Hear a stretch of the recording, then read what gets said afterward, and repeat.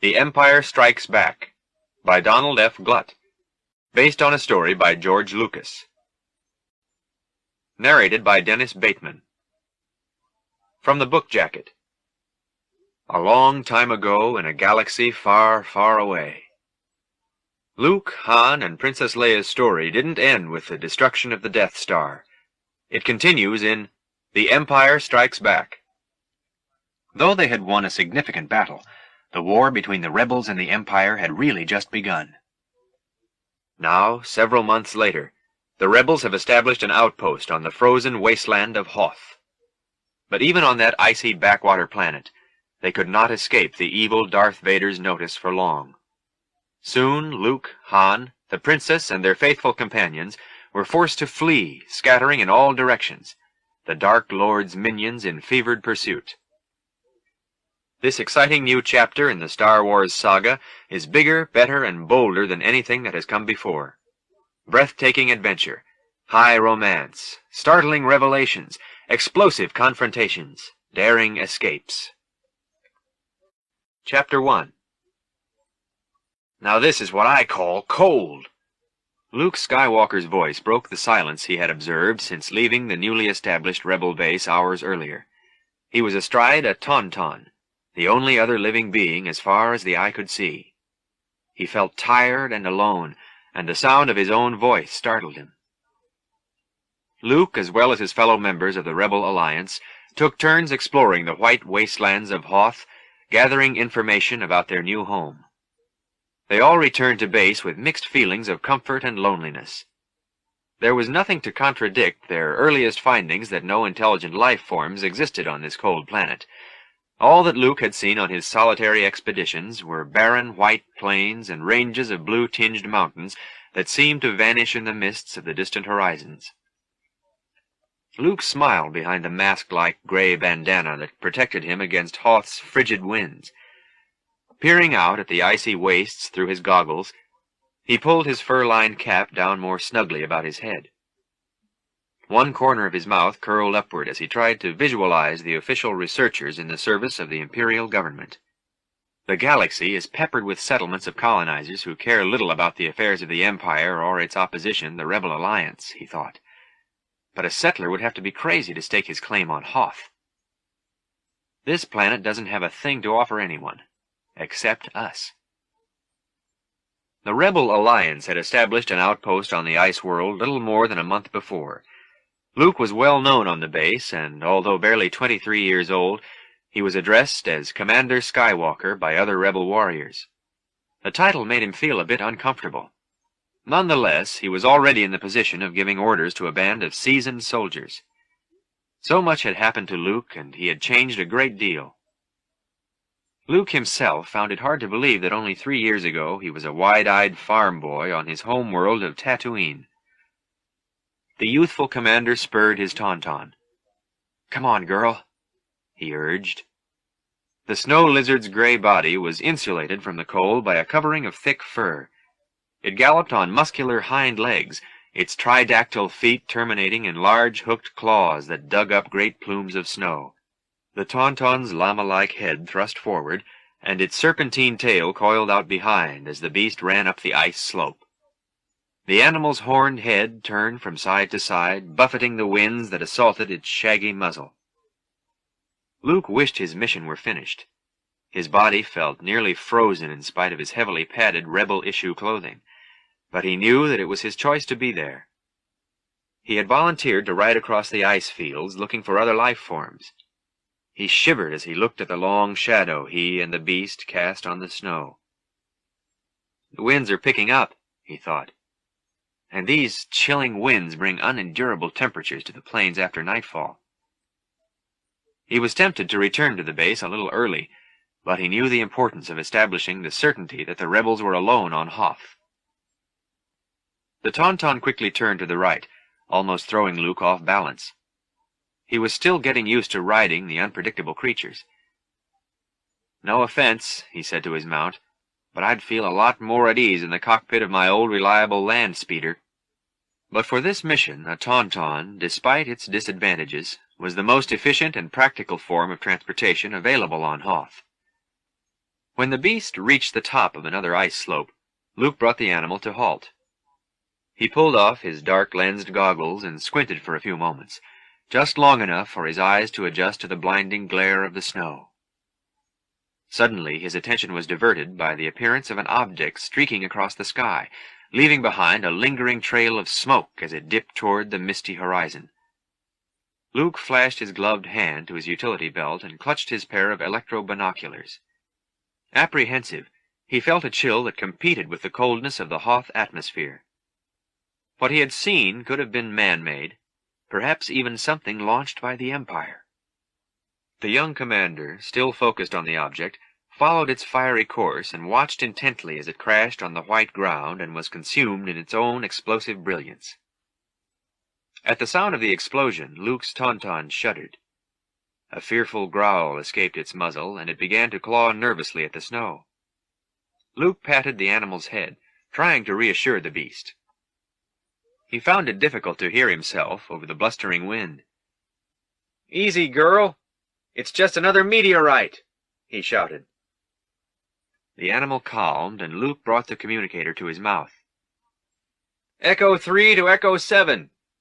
Han, old buddy, do you read me?" Static crackled from the receiver. Then a familiar voice cut through the interference. "Is that you, kid? What's up?" The voice sounded a little older and somewhat sharper than Luke's. For a moment, Luke fondly recalled first meeting the Corellian space smuggler in that dark, alien-packed cantina at a spaceport on Tatooine. And now he was one of Luke's only friends, who was not an official member of the Rebel Alliance. "I've finished my circle, and I haven't picked up any life readings." Luke spoke into his comlink, pressing his mouth close to the transmitter. "There isn't enough life on this ice cube to fill a space cruiser," Han answered, fighting to make his voice heard above the whistling winds. "My sentry markers are placed. I'm heading back to base." "See you shortly," Luke replied. He still had his eye on the twisting column of dark smoke rising from a black spot in the distance. "A meteorite just hit the ground near here, and I want to check it out. I won't be long." Clicking off his comlink, Luke turned his attention to his tauntaun. The reptilian creature was pacing, shifting its weight from one foot to the other. It gave out a deep-throated roar that seemed to signal fear. "Whoa, girl," he said, patting the tauntaun's head. "What's the matter? You smell something?" "There's nothing out there." But Luke, too, was beginning to feel uneasy, for the first time since he had set out from the hidden rebel base. If he knew anything about these snow lizards, it was that their senses were keen. Without question, the animal was trying to tell Luke that something, some danger, was near. Not wasting a moment, Luke removed a small object from his utility belt and adjusted its miniature controls. The device was sensitive enough to zero in on even the most minute life readings by detecting body temperature and internal life systems. But as Luke began to scan the readings, he realized there was no need or time to continue. A shadow crossed over him, towering above by a good meter and a half. Luke spun around, and suddenly it seemed as if the terrain itself had come to life. A great white-furred bulk, perfectly camouflaged against the sprawling mounds of snow, rushed savagely at him. "Son of a jumpin'!" Luke's hand blaster never cleared its holster. The huge claw of the wampa ice creature struck him hard and flat against his face, knocking him off the tauntaun and into the freezing snow. Unconsciousness came swiftly to Luke, so swiftly that he never even heard the pitiful screams of the tauntaun, nor the abrupt silence following the sound of a snapping neck.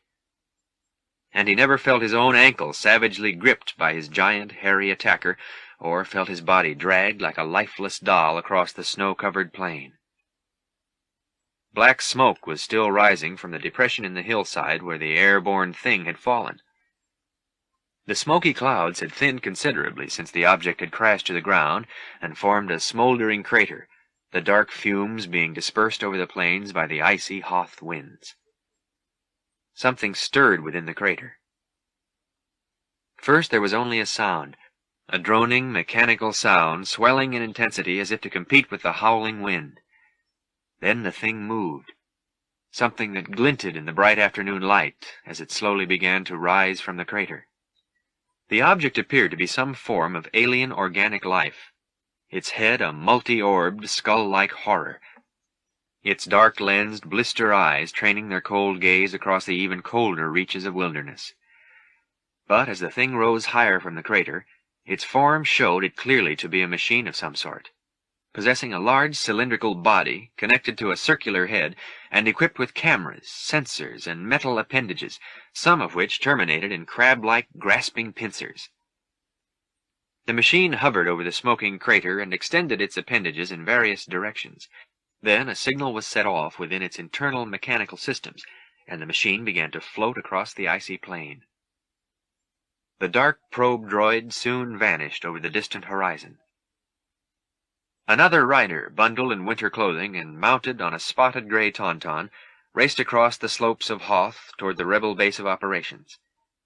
The man's eyes, like points of cold metal, glanced without interest at the domes of dull gray, the myriad gun turrets, and the colossal power generators that were the only indications of civilized life on this world. Han Solo gradually slowed his snow lizard, guiding the reins so the creature trotted through the entrance of the enormous ice cave. Han welcomed the relative warmth of the vast complex of caverns, warmed by rebel heating units that obtained their power from the huge generators outside. The subterranean base was both a natural ice cave and a maze of angular tunnels blasted from a solid mountain of ice by rebel lasers. The Corellian had been in more desolate hellholes in the galaxy, but for the moment he couldn't remember the exact location of any one of them. He dismounted his tauntaun, then glanced around to watch the activity taking place inside the mammoth cave. Wherever he looked, he saw things being carried, assembled, or repaired. Rebels in gray uniforms rushed to unload supplies and adjust equipment. And there were robots, mostly R2 units and power droids, that seemed to be everywhere, rolling or walking through the ice corridors, efficiently performing their innumerable tasks. Han was beginning to wonder if he were mellowing with age. At first, he had had no personal interest in or loyalty to this whole rebel affair. His ultimate involvement in the conflict between Empire and Rebel Alliance began as a mere business transaction, selling his services and the use of his ship, the Millennium Falcon. The job had seemed simple enough. Just pilot Ben Kenobi, plus young Luke and 2 droids to the Alderaan system.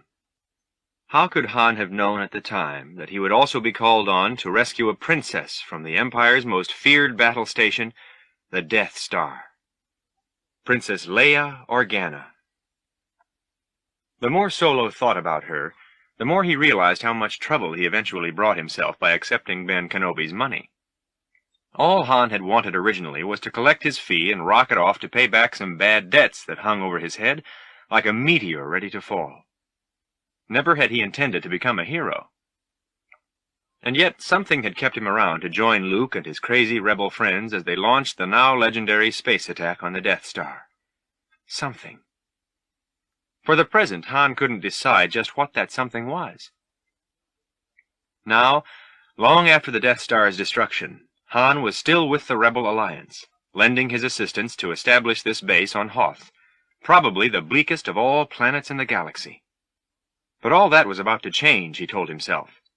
As far as he was concerned, Han Solo and the rebels were about to blast off on divergent courses. He walked rapidly through the underground hangar deck, where several rebel fighter ships were docked, and being serviced by men in gray, assisted by droids of various designs. Of greatest concern to Han was the saucer-shaped freighter ship resting on its newly installed landing pods. This, the largest ship in the hangar, had garnered a few new dents in its metal hull since Han first hooked up with Skywalker and Kenobi. Yet the Millennium Falcon was famous not for its outward appearance, but for its speed. This freighter was still the fastest ship ever to make the Kessel Run, or to outrun an Imperial TIE fighter. Much of the Falcon's success could be attributed to its maintenance, now entrusted to the shaggy hands of a 2-meter-tall mountain of brown hair, whose face was at the moment hidden behind a welder's mask. Chewbacca, Han Solo's giant Wookiee co-pilot, was repairing the Millennium Falcon's central lifter when he noticed Solo approaching. The Wookiee stopped his work and raised his face shield, exposing his furry countenance. A growl that few non-Wookiees in the universe could translate roared from his toothy mouth. Han Solo was one of those few. "Cold isn't the word for it, Chewie," the Corellian replied. "I'll take a good fight any day over all this hiding and freezing." He noticed the smoky wisps rising from the newly welded section of metal. "How are you coming with those lifters?" Chewbacca replied with the typical Wookiee grumble. "All right," Han said, fully agreeing with his friend's desire to return to space, to some other planet, anywhere but Hoth. "I'll go report. Then I'll give you a hand. Soon as those lifters are fixed, we're out of here." The Wookiee barked, a joyful chuckle, and returned to his work as Han continued through the artificial ice cavern. The command center was alive with electronic equipment and monitoring devices reaching toward the icy ceiling. As in the hangar, rebel personnel filled the command center. The room was full of controllers, troopers, maintenance men, along with droids of varying models and sizes, all of whom were diligently involved in converting the chamber into a workable base to replace the one on Yavin. The man Han Solo had come to see was busily engaged behind a great console, his attention riveted to a computer screen, flashing brilliantly colored readouts.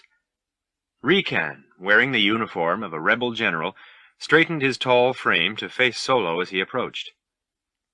"General, there isn't a hint of life in the area," Han reported, "but all the perimeter markings are set, so you'll know if anyone comes calling."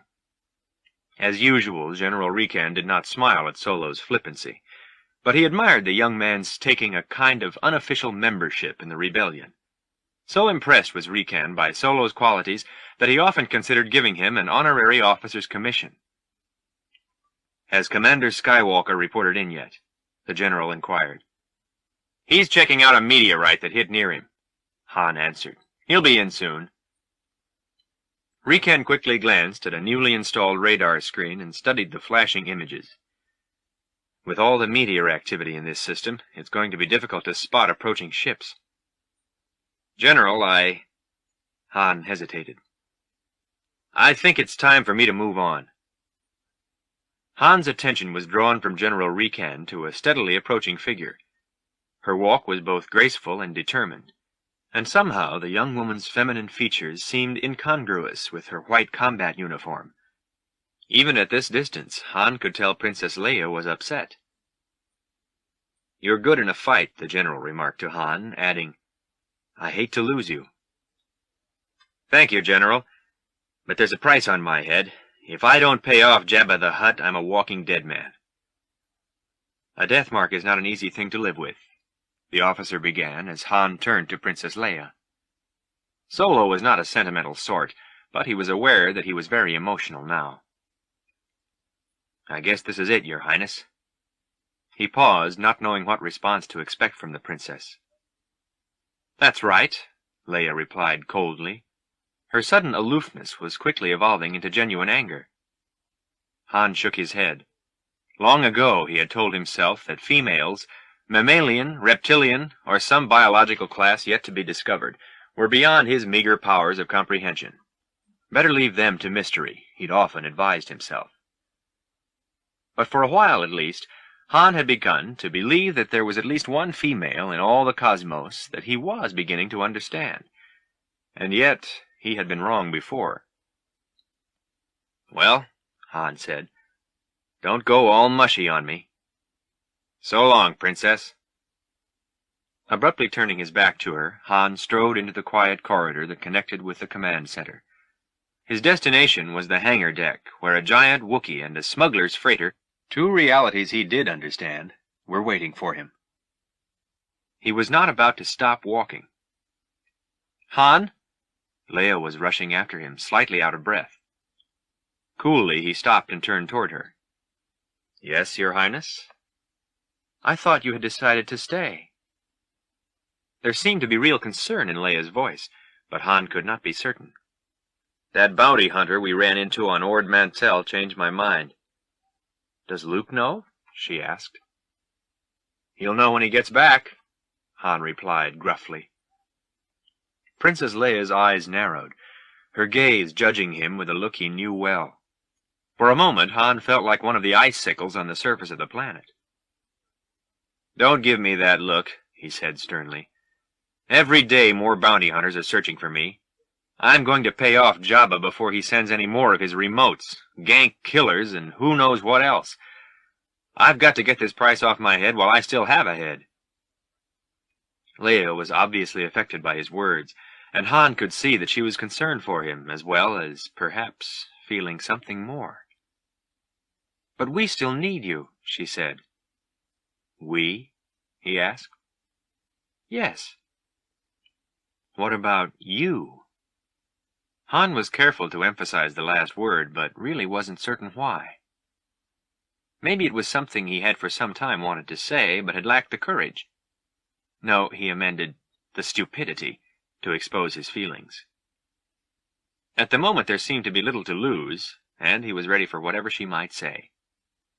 "Me?" she said bluntly. "I don't know what you mean."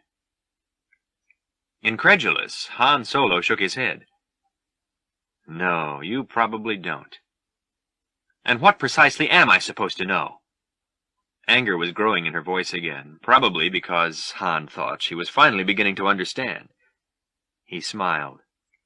"You want me to stay because of the way you feel about me." Again the princess mellowed. "Well, yes, you've been a great help," she said, pausing before going on. "To us. You're a natural leader." But Han refused to let her finish, cutting her off in mid-sentence. "No, your worship, that's not it." Suddenly Leia was staring directly into Han's face, with eyes that were at last fully understanding. She started to laugh. "You're imagining things." "Am I? I think you were afraid I was going to leave you without even a—" Han's eyes focused on her lips. "Kiss." She began to laugh harder now. "I'd just as soon kiss a Wookiee." "I can arrange that." He moved closer to her, and she looked radiant even in the cold light of the ice chamber. "Believe me, you could use a good kiss. You've been so busy giving orders you've forgotten how to be a woman. If you'd have let go for a moment, I could have helped you, but it's too late now, sweetheart. Your big opportunity is flying out of here." "I think I can survive," she said, obviously irked. "Good luck." "You don't even care if the—" He knew what she was going to say and didn't let her finish. "Spare me, please," he interrupted. "Don't tell me about the rebellion again.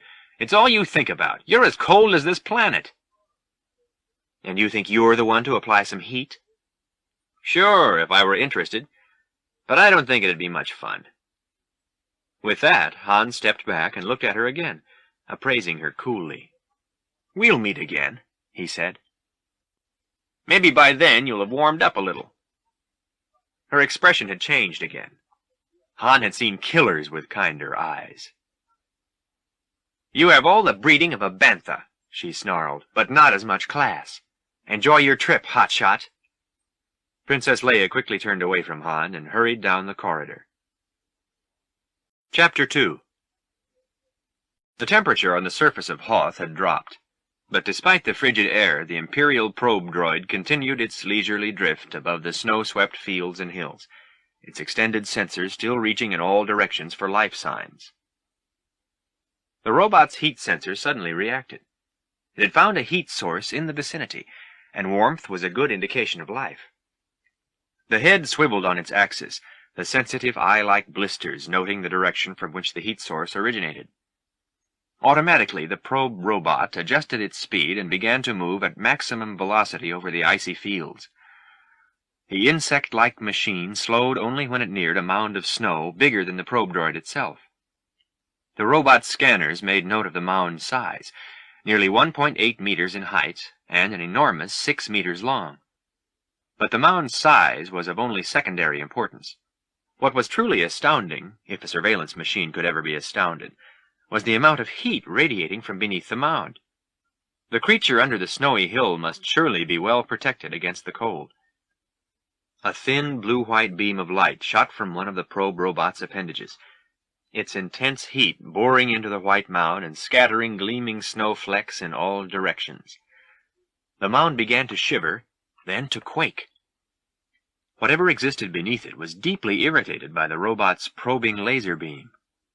Snow began to fall away from the mound in sizable clumps when, at one end, two eyes showed through the mass of white. Huge yellow eyes peered like twin points of fire at the mechanical creature that continued to blast away with its painful beams.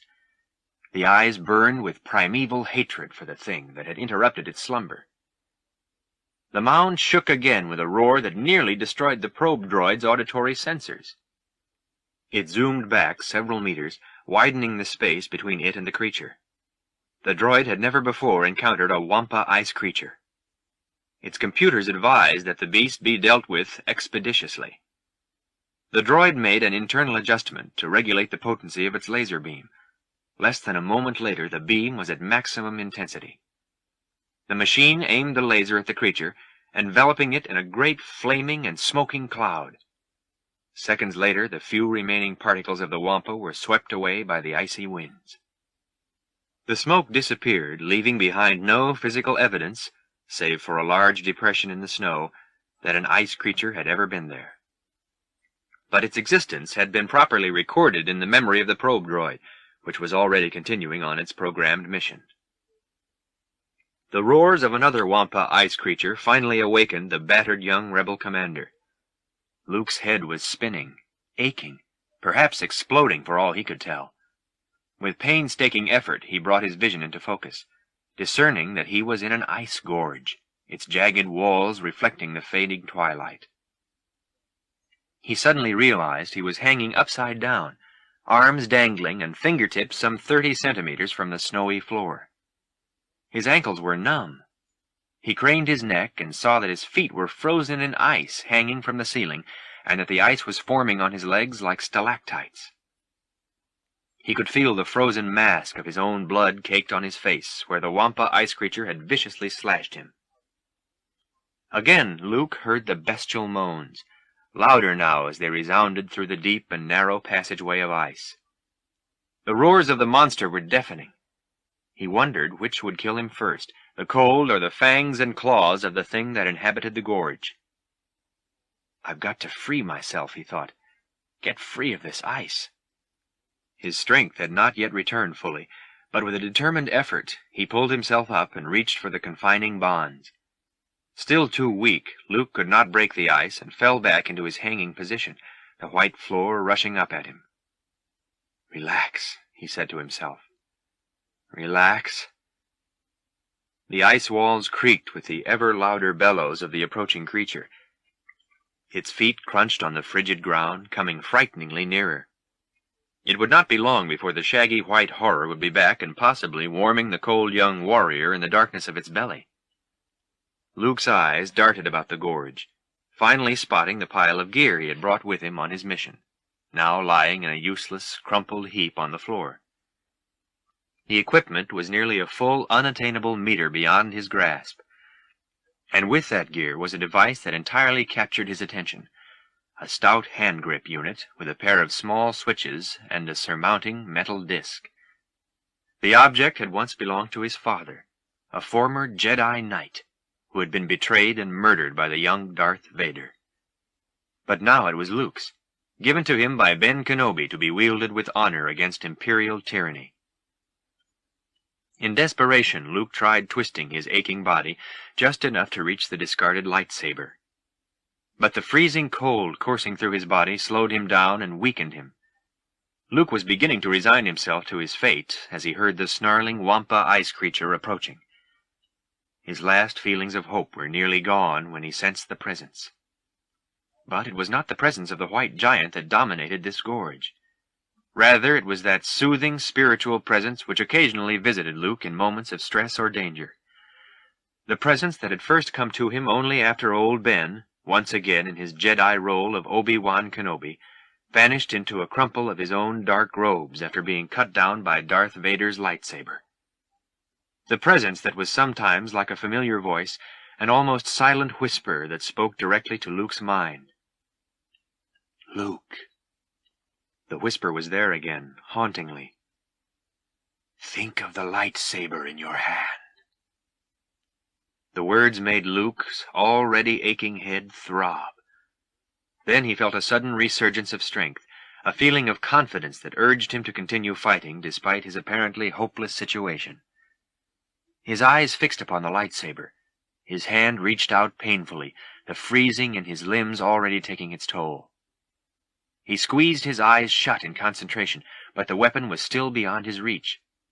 He knew that the lightsaber would require more than just struggling to reach. "Gotta relax," Luke told himself. "Relax." Luke's mind whirled as he heard the words of his disembodied guardian. "Let the Force flow, Luke." The Force. Luke saw the inverted gorilla-like image of the Wampa ice creature looming, its raised arms ending in enormous gleaming claws. He could see the apish face for the first time now, and shivered at the sight of the beast's ram-like horns, the quivering lower jaw with its protruding fangs. But then the warrior divorced the creature from his thoughts. He stopped struggling for his weapon. His body relaxed and went limp, allowing his spirit to be receptive to his teacher's suggestion. Already he could feel coursing through him that energy field generated by all living beings that bound the very universe together. As Kenobi had taught him, the Force was within Luke to use as he saw fit. The Wampa ice creature spread its black, hooked claws and lumbered toward the hanging youth. Suddenly the lightsaber, as if by magic, sprang to Luke's hand. Instantly he depressed a colored button on the weapon, releasing a blade-like beam that quickly severed his icy bonds. As Luke, weapon in hand, dropped to the floor, the monstrous figure towering over him took a cautious step backward. The beast's sulphurous eyes blinked incredulously at the humming light shaft, a sight baffling to its primitive brain. Though it was difficult to move, Luke jumped to his feet and waved his lightsaber at the snow-white mass of muscle and hair, forcing it back a step, another step. Bringing the weapon down, Luke cut through the monster's hide with a blade of light. The Wampa ice creature shrieked, its hideous roar of agony shaking the gorge walls. It turned and hastily lumbered out of the gorge, its white bulk blending with the distant terrain. The sky was already noticeably darker, and with the encroaching darkness came the colder winds. The Force was with Luke, but even that mysterious power could not warm him now. Every step he took as he stumbled out of the gorge was more difficult than the last. Finally, his vision dimming as rapidly as the daylight, Luke stumbled down an embankment of snow and was unconscious before he even reached the bottom. In the subsurface main hangar dock, Chewie was getting the Millennium Falcon ready for takeoff. He looked up from his work to see a rather curious pair of figures that had just appeared from around a nearby corner to mingle with the usual rebel activity in the hangar. Neither of these figures was human, although one of them had a humanoid shape and gave the impression of a man in knightly golden armor. His movements were precise, almost too precise to be human, as he clanked stiffly through the corridor. His companion required no man-like legs for locomotion, for he was doing quite well rolling his shorter, barrel-like body along on miniature wheels. The shorter of the two droids was beeping and whistling excitedly. "It's not my fault, you malfunctioning tin can," the tall anthropomorphic droid stated, gesturing with a metallic hand. "I did not ask you to turn on the thermal heater. I merely commented that it was freezing in her chamber. But it's supposed to be freezing. How are we going to get all her things dried out? Ah, here we are." C-3PO, the golden droid in human shape, paused to focus his optical sensor on the docked Millennium Falcon. The other robot, R2-D2, retracted his wheels and frontal leg and rested his stout metal body on the ground.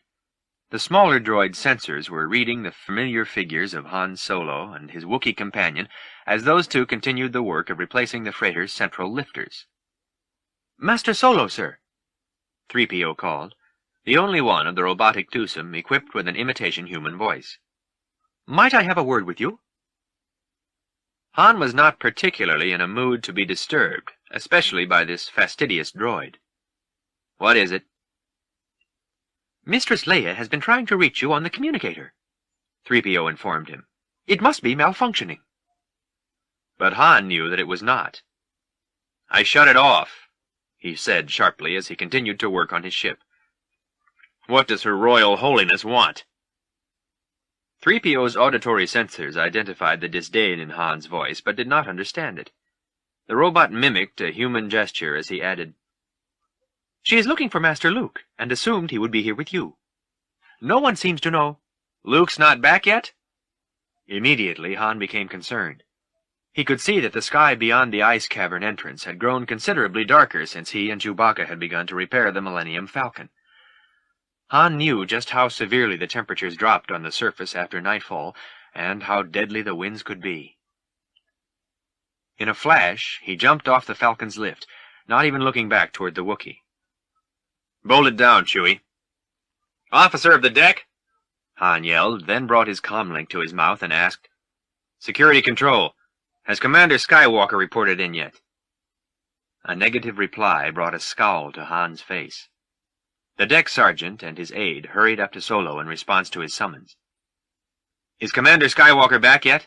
Han asked, tension in his voice. "I haven't seen him," the deck sergeant replied. "It's possible he came in through the south entrance."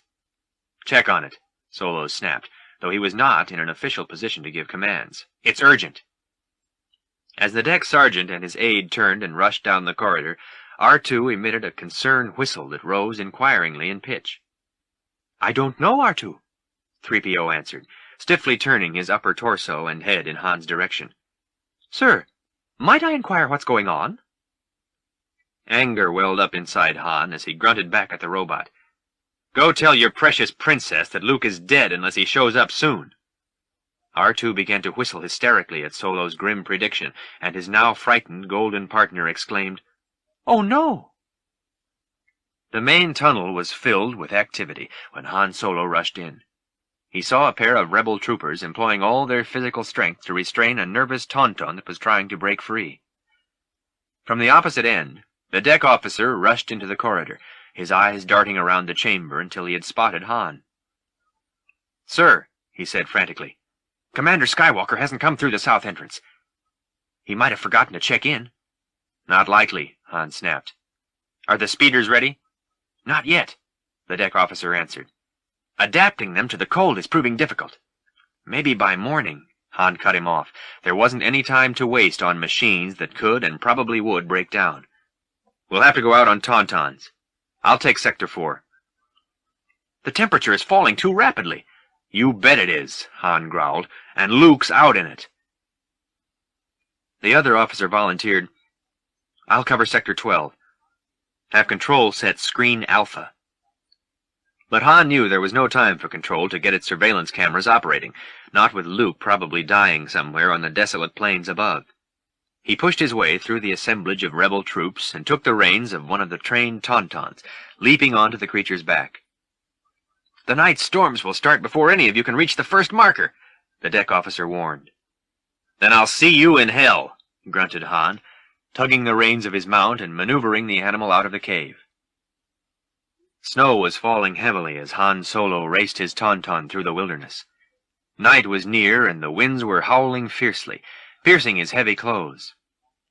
He knew that he would be as useless as an icicle to Luke unless he found the young warrior soon. The tauntaun was already feeling the effects of the temperature drop. Not even its layers of insulating fat or the matted gray fur could protect it from the elements after nightfall. Already the beast was wheezing, its breathing becoming increasingly labored.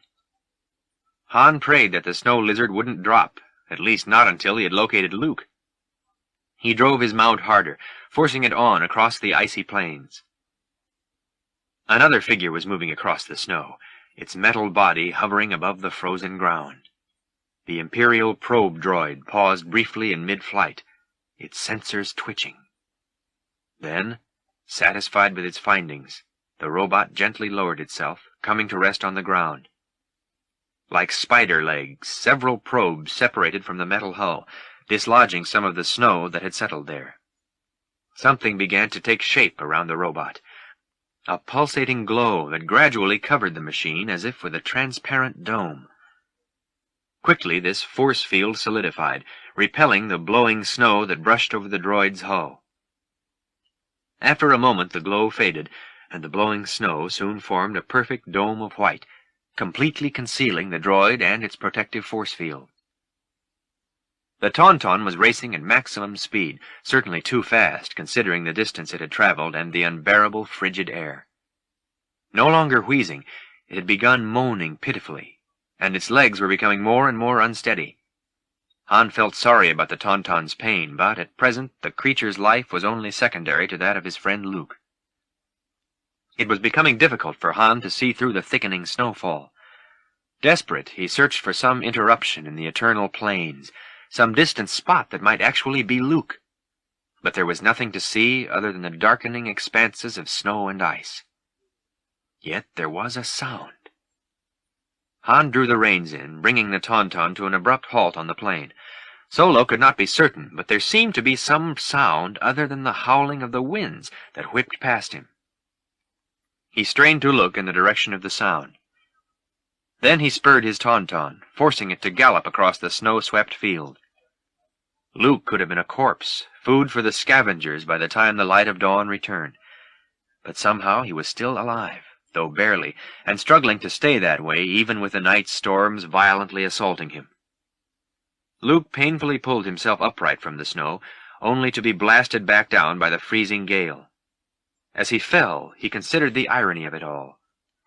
A farm boy from Tatooine, maturing to battle the Death Star, now perishing alone in a frozen alien wasteland. It took all of Luke's remaining strength to drag himself a half-meter before finally collapsing, sinking into the ever-deepening drifts.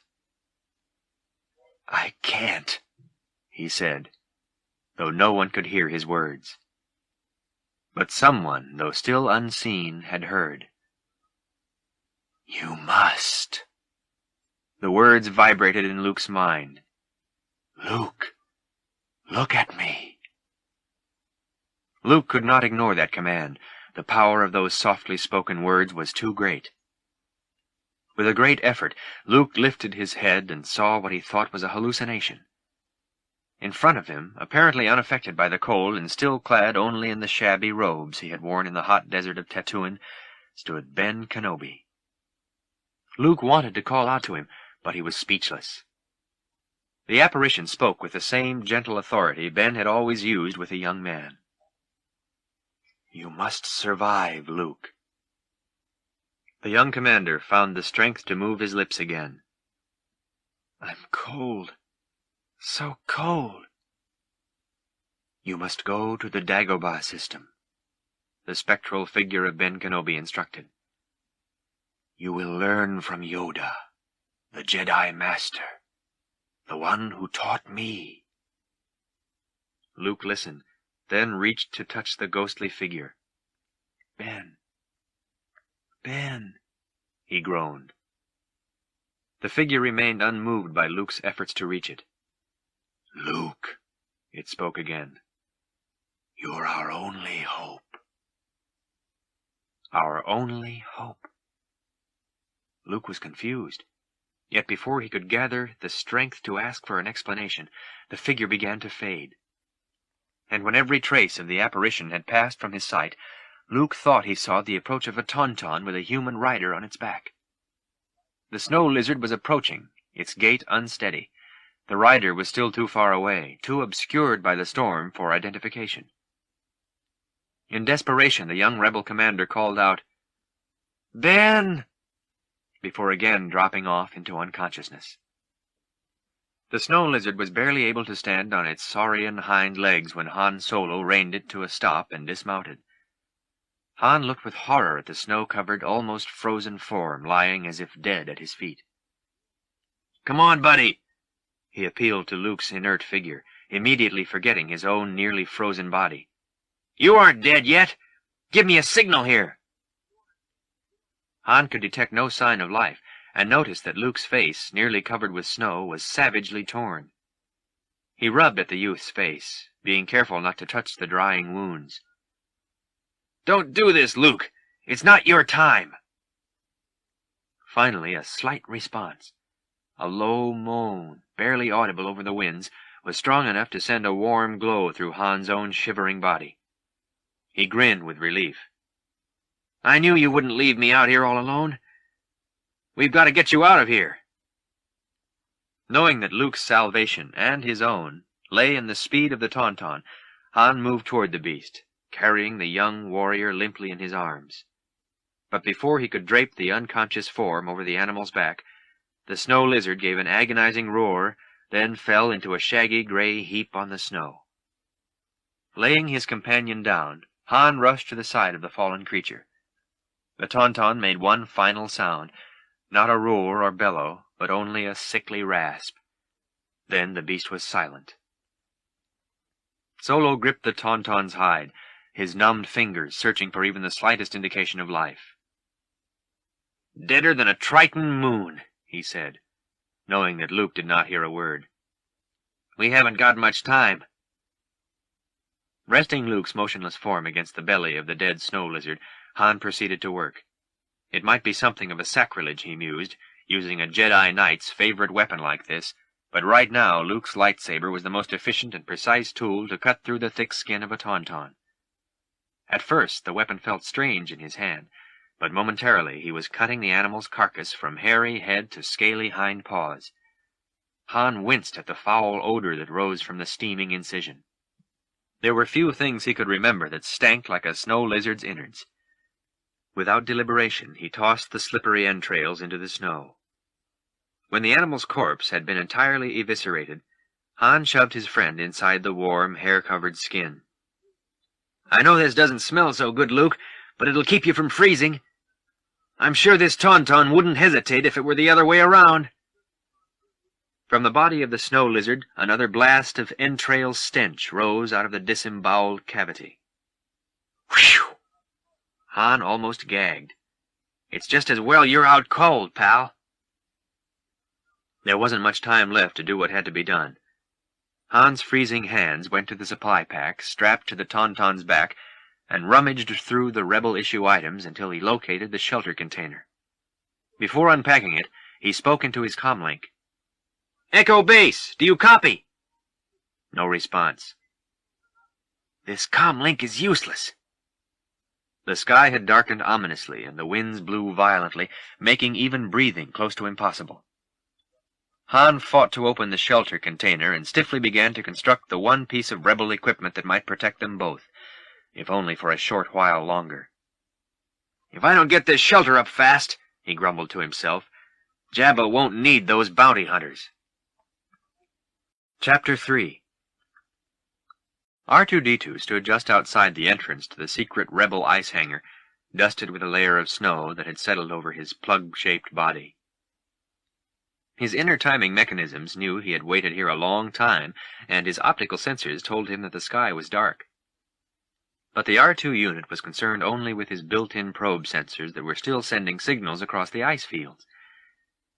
His long and earnest sensor search for the missing Luke Skywalker and Han Solo had not turned up a thing. The stout droid began beeping nervously when 3PO approached him, plodding stiffly through the snow. "R2!" The gold-colored robot inclined the upper half of his form at the hip joints. "There's nothing more you can do. You must come inside." 3PO straightened to his full height again, simulating a human shiver as the night winds howled past his gleaming hull. "R2, my joints are freezing up. Will you hurry? Please?" But before he could finish his own sentence, 3PO was hurrying back toward the hangar entrance. Hoth's sky was then entirely black with night, and Princess Leia Organa stood inside the rebel base entrance, maintaining a worried vigil. She shivered in the night wind as she tried to see into the Hoth darkness. Waiting near a deeply concerned Major Durlin, her mind was somewhere out on the ice fields. The giant Wookiee sat nearby, his maned head lifting quietly from his hairy hands as the two droids, 3PO and R2, re-entered the hangar. 3PO was humanly distraught. "R2 has not been able to pick up any signals," he reported, fretting, "although he feels his range is probably too limited to cause us to give up hope." Still very little confidence could be detected in 3PO's artificial voice. Leia gave the taller droid a nod of acknowledgement but did not speak. Her thoughts were occupied with the pair of missing heroes. Most disturbing to her was that she found her mind focused on one of the two. a dark-haired Corellian whose words were not always to be taken literally. As the princess kept watch, Major Durlin turned to acknowledge a rebel lieutenant reporting in. "All patrols are now in except Solo and Skywalker, sir." The major looked over at Princess Leia. "Your Highness," he said, his voice weighty with regret, "nothing more can be done tonight. The temperature is dropping fast. The shield doors must be closed. I'm sorry." Durlin waited a moment, then addressed the lieutenant. "Close the doors." The rebel officer turned to carry out Durlin's order, and immediately the chamber of ice seemed to drop even more in temperature as the mournful Wookiee howled his grief. "The speeder should be ready in the morning," the major said to Leia. "They'll make the search easier." Not really expecting an affirmative reply, Leia asked, "Is there any chance of their surviving until morning?" "Slim," Major Durlin answered with grim honesty. "But yes, there's a chance." In response to the major's words, R2 began to operate the miniature computers inside his barrel-like metal body, taking only moments to juggle numerous sets of mathematical computations and climaxing his figures with a series of triumphant beeps. "Ma'am," 3PO interpreted, "R2 says the chances against survival are 725 to 1. Then, tilting toward the shorter robot, the protocol droid grumbled, "Actually, I don't think we needed to know that." No one responded to 3PO's translation. For several prolonged moments there was a solemn silence, broken only by the echoing clang of metal slamming against metal. The huge doors of the rebel base were closed for the night. It was as if some heartless deity had officially severed the assembled group from the two men out on the ice plains and had, with a metallic bang, announced their deaths. Chewbacca let out another suffering howl, and a silent prayer, often spoken on an erstwhile world called Alderaan, crept into Leia's thoughts. The sun that was creeping over Hoth's northern horizon was relatively dim, but its light was enough to shed some warmth on the planet's icy surface. The light crawled across the rolling hills of snow, fought to reach the darker recesses of the icy gorges, then finally came to rest on what must have been the only perfect white mound on the entire world. So perfect was the snow-covered mound that it must have owed its existence to some power other than nature. Then, as the sky grew steadily brighter, this mound began to hum. Anyone observing the mound now would have been startled as the snow dome seemed to erupt, sending its snowy outer cover skyward in a great burst of white particles. A droning machine began pulling back its retractable sensor arms, and its awesome bulk rose slowly from its frozen white bed. The probe robot paused briefly in the windy air, then continued on its morning mission across the snow-covered plains. Something else had invaded the morning air of the ice world, a relatively small, snub-nosed craft, with dark cockpit windows and laser guns mounted on each side. The rebel snow speeder was heavily armored and designed for warfare near the planet's surface. But this morning the small craft was on a reconnaissance mission, racing above the expansive white landscape and arcing over the contours of the snowdrifts. Although the snow speeder was designed for a two-man crew, Zev was the ship's only occupant. His eyes took in a panoramic scan of the desolate stretches below, and he prayed that he would find the objects of his search before he went snowblind. Presently he heard a low, beeping signal. "Echo Base," he shouted jubilantly into his cockpit comlink. "I've got something. Not much, but it could be a sign of life. Sector 4614 by 882. I'm closing in." Frantically working the controls of his ship, Zev reduced its speed slightly and banked the craft over a snowdrift. He welcomed the sudden G-force pressing him against his seat and headed the snow speeder in the direction of the faint signal. As the white infinity of Hoth's terrain streaked under him, the rebel pilot switched his comlink to a new frequency. "Echo 3, this is Rogue 2. Do you copy?" "Commander Skywalker, this is Rogue 2. The only reply that came through his comlink receiver was static. But then he heard a voice, a very distant-sounding voice, fighting its way through the crackling noise. "Nice of you guys to drop by." Hope we didn't get you up too early." Zev welcomed the characteristic cynicism in Han Solo's voice. He switched his transmitter back to the hidden rebel base. "Echo Base, this is Rogue 2, he reported, his voice suddenly rising in pitch. "I found them! Repeat!" As he spoke, the pilot pulled in a fine-tuned fix on the signals winking on his cockpit monitor screens. Then he further reduced the speed of his craft, bringing it down close enough to the planet's surface so that he could better see a small object standing out against the fleecy plains. The object, a portable rebel-issue shelter, sat atop a snowdrift. On the shelter's windward side was a hard-packed layer of white, and resting gingerly against the upper part of the snowdrift was a makeshift radio antenna. But a more welcome sight than any of this was the familiar human figure standing out in front of the snow shelter, frantically waving his arms at the snowspeeder. As Zev dipped his craft for a landing, he felt overwhelmingly grateful that at least one of the warriors he had been sent out to find was still alive. Only a thick glass window separated the battered, near-frozen body of Luke Skywalker from 4 of his watchful friends.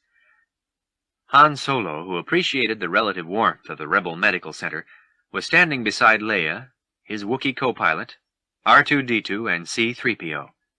Han exhaled with relief. He knew that, despite the grim atmosphere of the chamber enclosing him, the young commander was finally out of danger, and in the best of mechanical hands. Clad only in white shorts, Luke hung in a vertical position inside a transparent cylinder with a combination breath mask and microphone covering his nose and mouth. The surgeon droid, 21B, was attending to the youth with the skill of the finest humanoid doctors.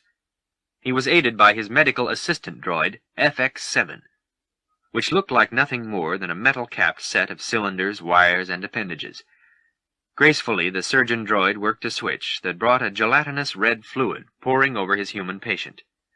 This Bacta, Han knew, could work miracles, even with patients in such dire shape as Luke.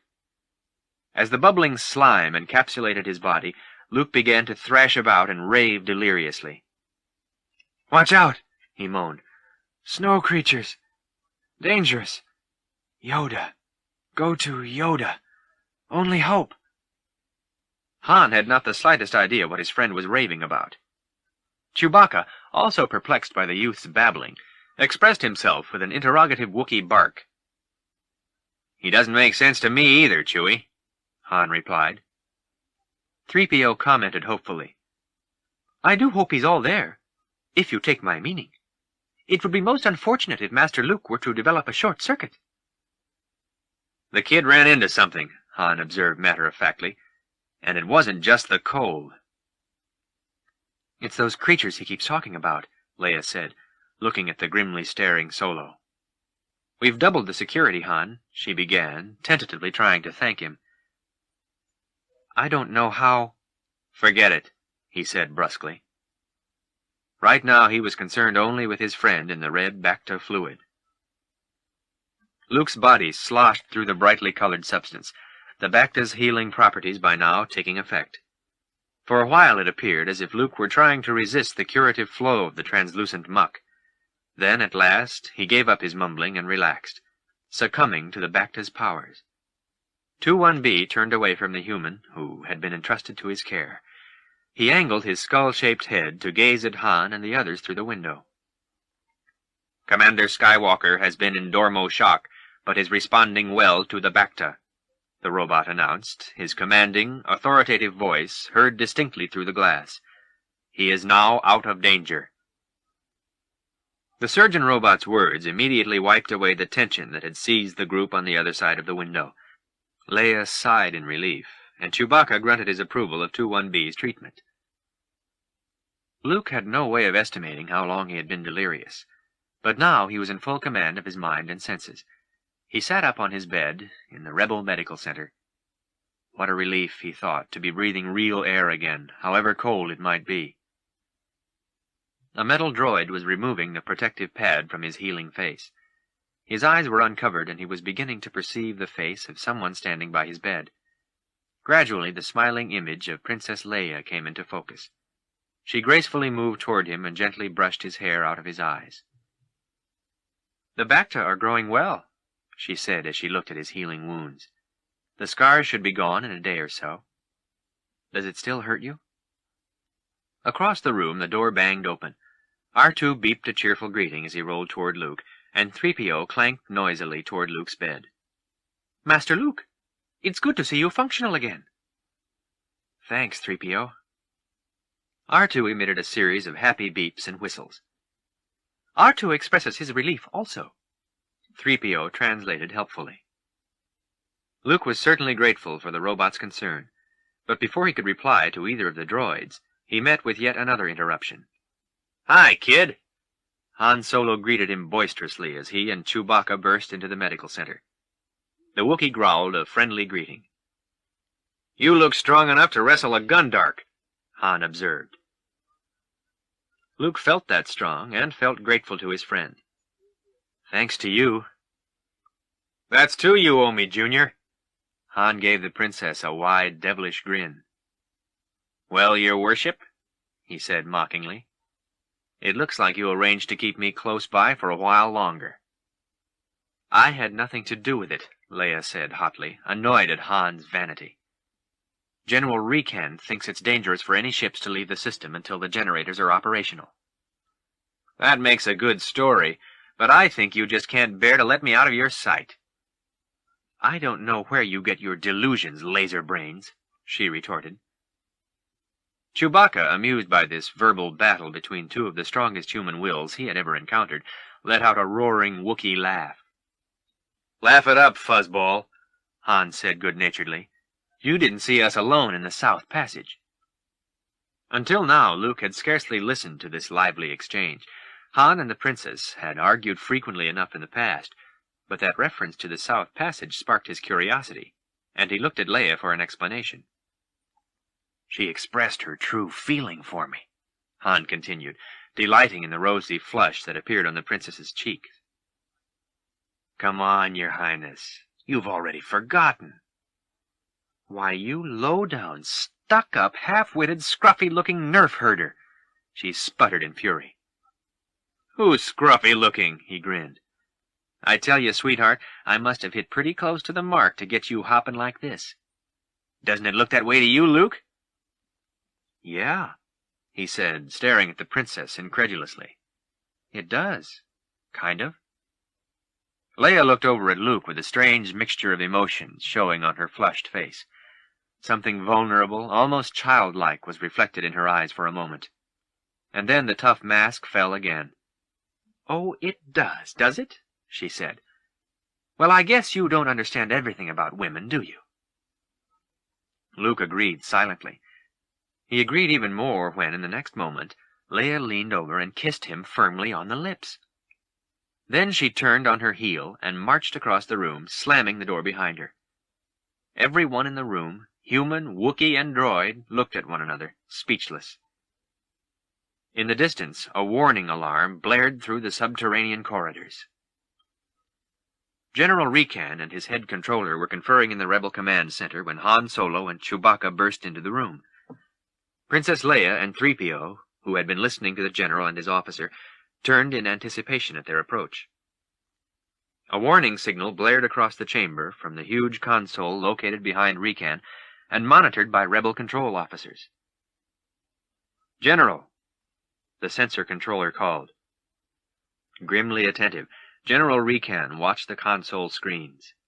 Suddenly he saw a flashing signal that had not been there a moment before. "Princess," he said, "I think we have a visitor." Leia, Han, Chewbacca, and 3PO gathered around the general and watched the beeping monitor screens. "We picked up something outside the base in Zone 12. It's moving east," said Rekan. "Whatever it is, it's metal," the sensor controller observed. Leia's eyes widened in surprise. "Then it can't be one of those creatures that attacked Luke?" "Could it be ours?" Han asked. "A speeder?" The sensor controller shook his head. "No, there's no signal." Then came a sound from another monitor. "Wait. Something very weak." Walking as rapidly as his stiff joints allowed, 3PO approached the console. His auditory sensors tuned in the strange signals. I must say, sir, I'm affluent in over 60 million forms of communication, but this is something new. Must be in a code or—" Just then the voice of a rebel trooper cut in through the console's comlink speaker. "This is Echo Station 38. Unidentified object is in our scope. It's just over the ridge. We should have visual contact in about—" Without warning, the voice filled with fear. "What the? Oh, no!" A burst of radio static followed, then the transmission broke off completely. Han frowned. "Whatever it is," he said, "it isn't friendly. Let's have a look. Come on, Chewie." Even before Han and Chewbacca were out of the chamber, General Recan had dispatched Rogues 10 and 11 to Station 38. The mammoth Imperial Star Destroyer occupied a position of deadly prominence in the Emperor's fleet. The sleekly elongated ship was larger and even more ominous than the 5 wedge-shaped Imperial Star Destroyers guarding it. Together, these 6 cruisers were the most dreaded and devastating warships in the galaxy, capable of reducing to cosmic scrap anything that strayed too close to their weapons. Flanking the Star Destroyers were a number of smaller fighter ships, and darting about this great space armada were the infamous TIE fighters. Supreme confidence reigned in the heart of every crew member in this Imperial Death Squadron, especially among the personnel on the monstrous Central Star Destroyer. But something also blazed within their souls. Fear. Fear of merely the sound of the familiar heavy footsteps as they echoed through the enormous ship. Crew members dreaded these footfalls and shuddered whenever they were heard approaching, bringing their much-feared but much-respected leader. Towering above them in his black cloak and concealing black headgear, Darth Vader, Dark Lord of the Sith, entered the main control deck, and the men around him fell silent. In what seemed to be an endless moment, no sounds except those from the ship's control boards and the loud wheezes coming from the ebony figure's metal breath screen were to be heard. As Darth Vader watched the endless array of stars, Captain Piet rushed across the wide bridge of the ship, carrying a message for the squat, evil-looking Admiral Ozzel, who was stationed on the bridge. "I think we've found something, Admiral," he announced nervously, looking from Ozzel to the Dark Lord. "Yes, Captain." The Admiral was a supremely confident man who felt relaxed in the presence of his cloaked superior.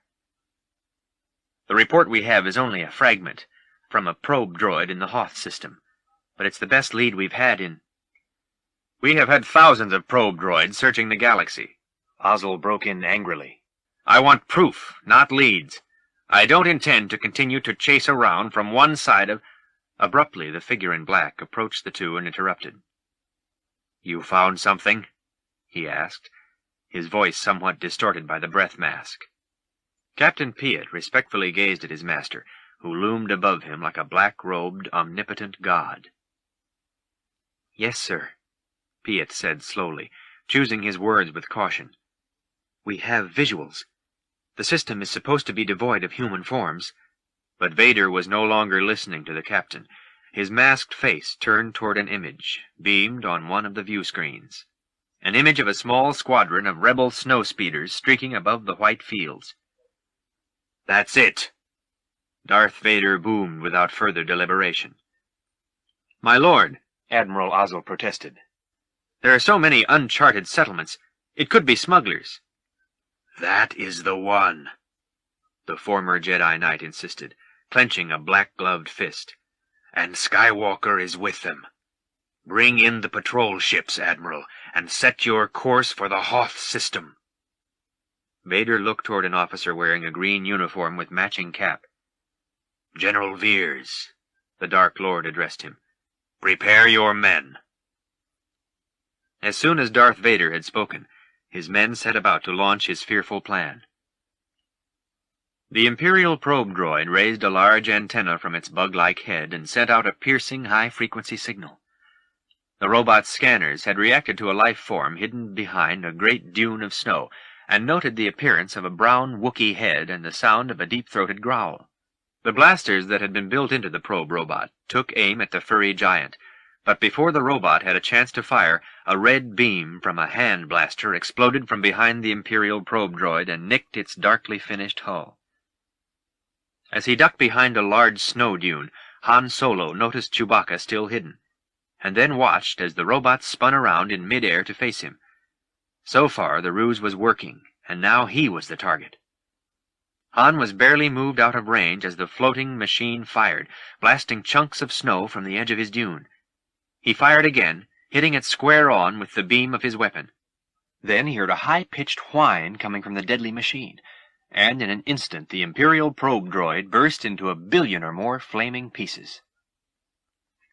"I'm afraid there's not much left," Han said over the comlink as he concluded his report to the underground base. Princess Leia and General Recan were still manning the console, where they had maintained constant communication with Han. "What is it?" Leia asked. "Droid of some kind," he answered. "I didn't hit it that hard. It must have had a self-destruct." Leia paused as she considered this unwelcome piece of information. "An Imperial droid," she said, betraying some trepidation. "If it was," Han warned, "the Empire surely knows we're here." General Recan shook his head slowly. "We'd better start to evacuate the planet." Chapter 4. 6 ominous shapes appeared in the black space of the Hoth system and loomed like vast demons of destruction, ready to unleash the furies of their Imperial weapons. Inside the largest of the 6 Imperial Star Destroyers, Darth Vader sat alone in a small spherical room. A single shaft of light gleamed on his black helmet as he sat motionless in his raised meditation chamber. As General Veers approached, the sphere opened slowly, the upper half lifting like a jagged-toothed mechanical jaw. To Veers, the dark figure seated inside the mouth-like cocoon hardly seemed alive, though a powerful aura of sheer evil emanated from him, sending a chilling fear through the officer. Uncertain of his own courage, Veers took a step forward. He had a message to deliver, but felt prepared to wait for hours if necessary rather than disturb Vader's meditation. But Vader spoke immediately. "What is it, Veers?" "My lord," the general replied, choosing each word with care, "the fleet has moved out of light speed. Comscan has detected an energy field protecting an area of the 6th planet in the Hoth system.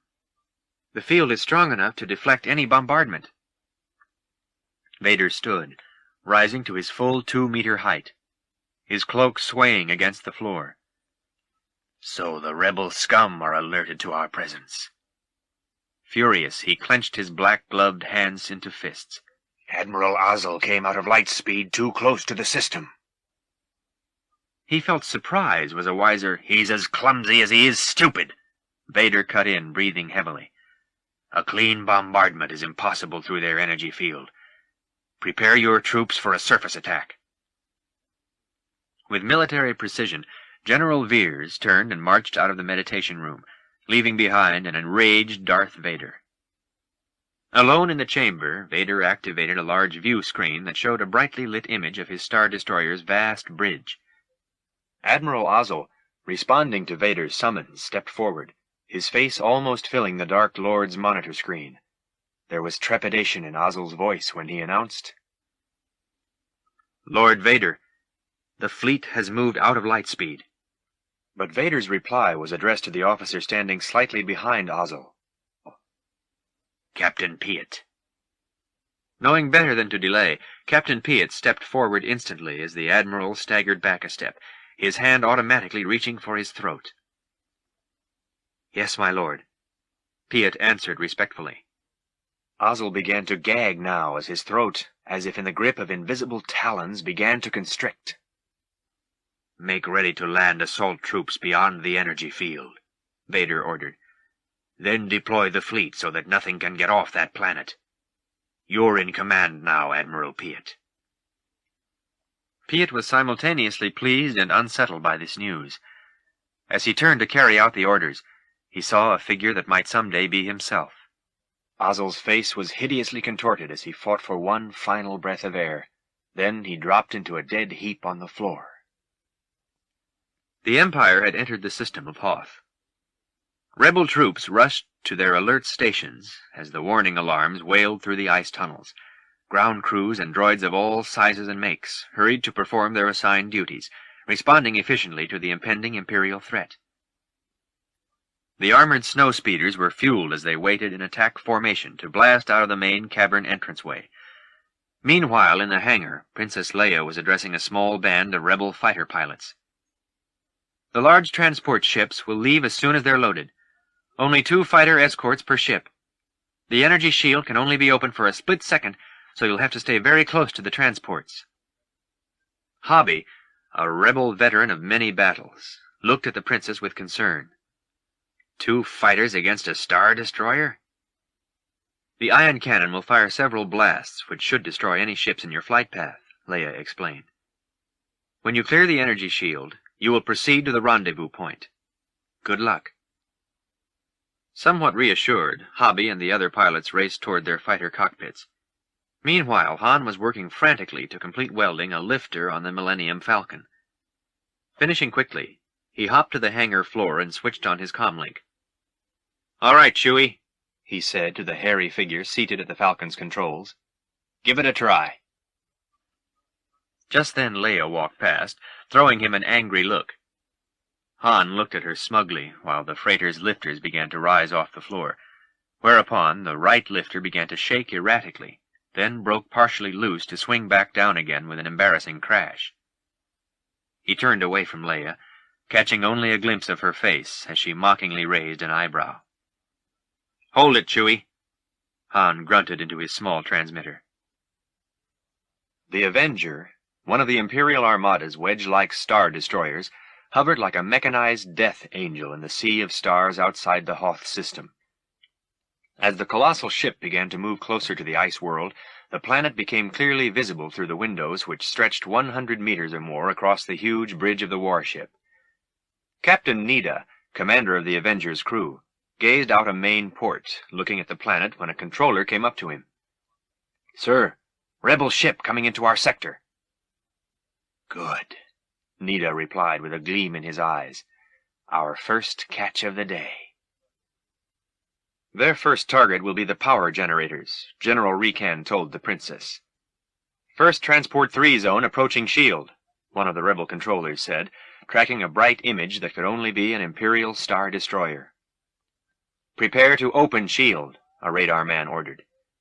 "Stand by, ion control," another controller said. A giant metal globe on Hoth's icy surface rotated into position and angled its great turret gun upward. "Fire!" came the order from General Recan. Suddenly, 2 red beams of destructive energy were released into the cold skies. The beams almost immediately overtook the first of the racing rebel transport craft and sped on a direct course toward the huge Star Destroyer. The twin red bolts struck the enormous ship and blasted its conning tower. Explosions set off by the blast began to rock the great flying fortress, spinning it out of control. The Star Destroyer plunged into deep space as the rebel transport and its 2 fighter escorts streaked off to safety. Luke Skywalker, preparing to depart, pulled on his heavy weather gear and watched the pilots, gunners, and R2 units hurrying to complete their tasks. He started toward the row of snow speeders that awaited him. On his way, the young commander paused at the tail section of the Millennium Falcon, where Han Solo and Chewbacca were working frenetically on the right lifter. "Chewie," Luke called, "take care of yourself. And watch over this guy, will you?" The Wookiee barked a farewell, gave Luke a big hug, then turned back to his work on the lifters. The 2 friends, Luke and Han, stood looking at each other, perhaps for the last time. "I hope you make your peace with Jabba," Luke said at last. "Give him hell, kid," the Corellian responded lightly. The young commander began to walk away as memories of exploits shared with Han rushed to his mind. He stopped and looked back at the Falcon and saw his friend still staring after him. As they gazed at each other for a brief moment, Chewbacca looked up and knew that each was wishing the other the best, wherever their individual fates might take them. The public address system broke in on their thoughts. "First transport is clear," a rebel announcer proclaimed the good news. At the announcement, a cheer burst from those gathered in the hangar. Luke turned and hurried over to his snow speeder. When he reached it, Dak, his fresh-faced young gunner, was standing outside the ship waiting for him. "How are you feeling, sir?" Dak asked enthusiastically. "Like new, Dak. How about you?" Dak beamed. "Right now I feel like I could take on the whole Empire myself." "Yeah," Luke said quietly. "I know what you mean."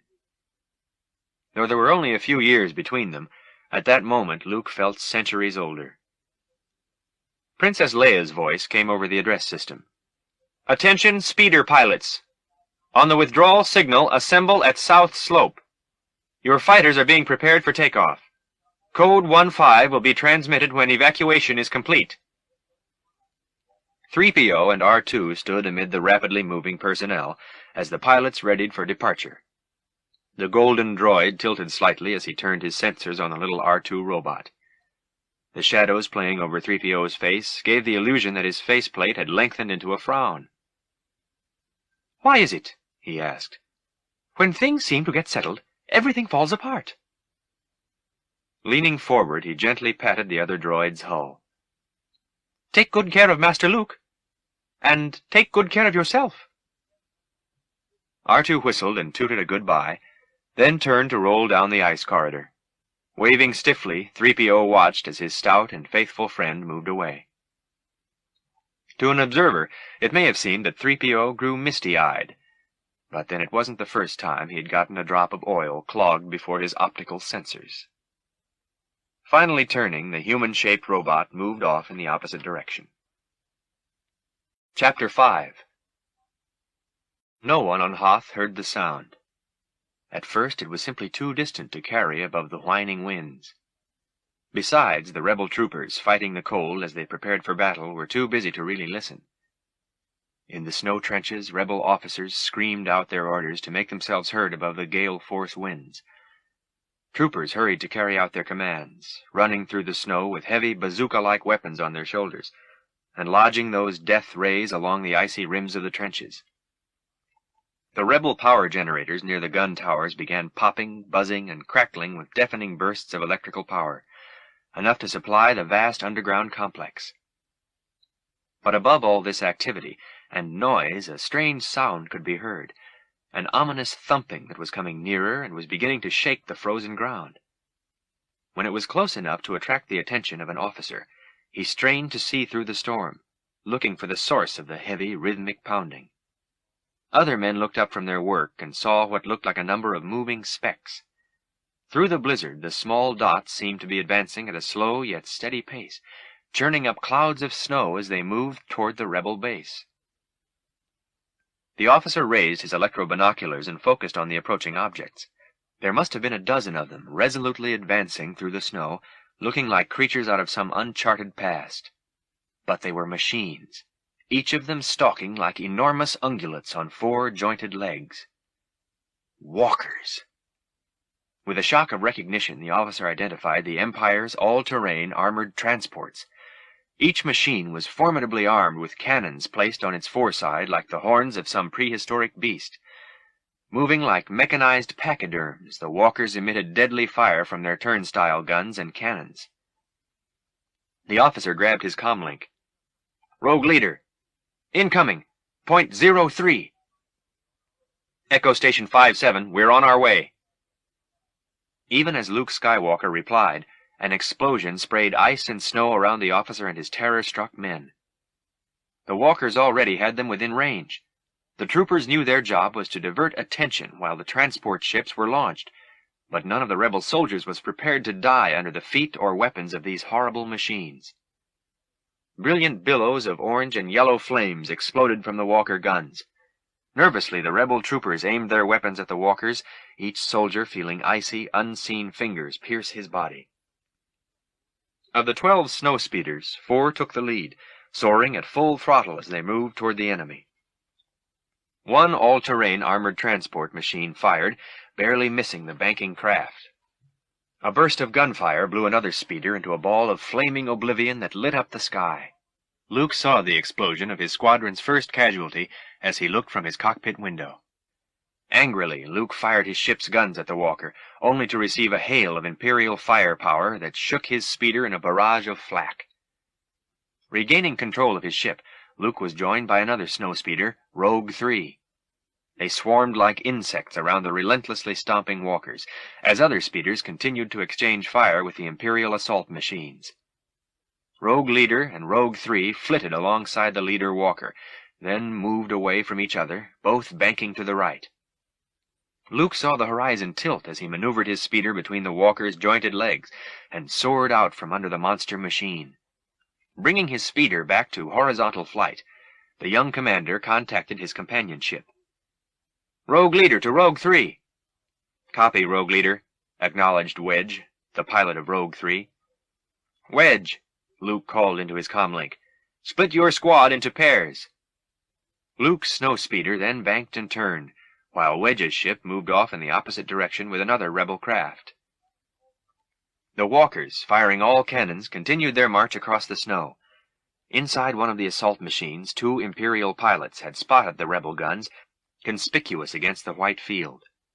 The pilots began to maneuver the walker toward the guns when they noticed a lone snowspeeder making a reckless charge directly toward their main viewport, guns blazing. A huge explosion flashed outside the impenetrable window and dissipated as the snowspeeder, roaring through the smoke, disappeared overhead. As Luke soared up and away from the walker, he looked back. That armor is too strong for blasters, he thought. There must be some other way of attacking these horrors, something other than firepower. For a moment Luke thought of some of the simple tactics a farm boy might employ against a wild beast. Then, turning his snowspeeder for yet another run against the walkers, he made a decision. "Rogue Group," he called into his comlink. "Use your harpoons and tow cables. Go for the legs. It's our only hope of stopping them. Hobby, are you still with me?"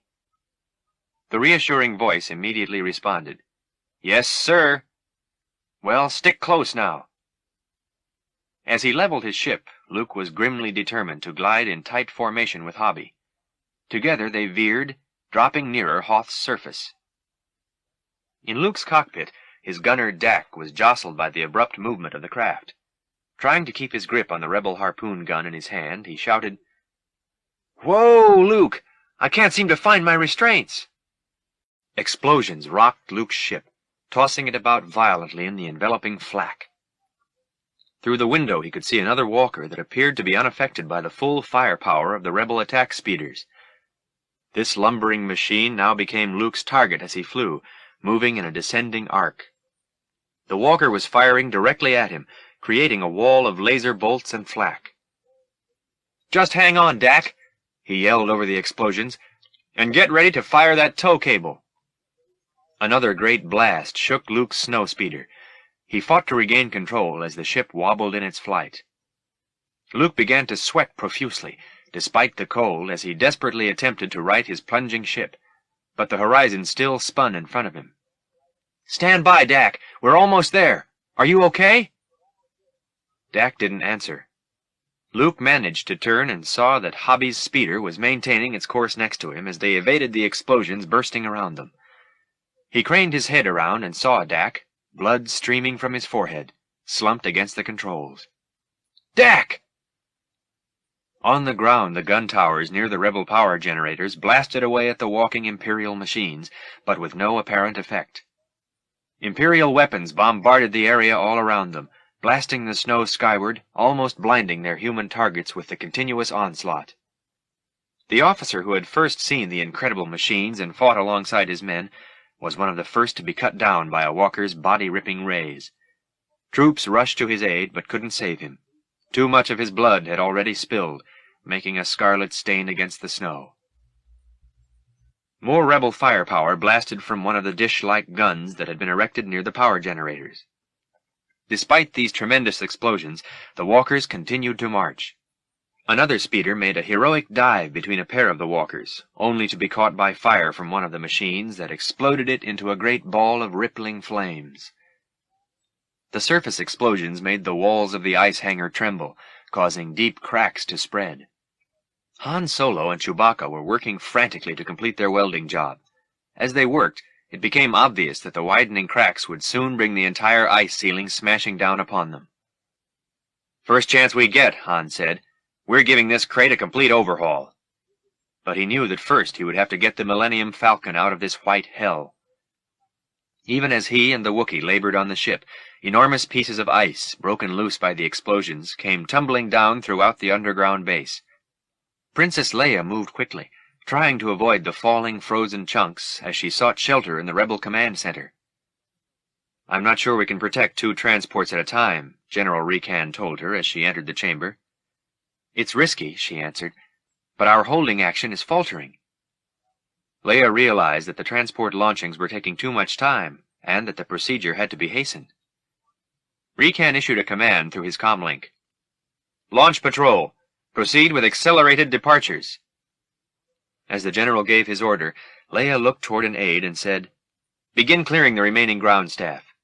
But she knew that their escape depended completely on Rebel success in the ongoing battle above.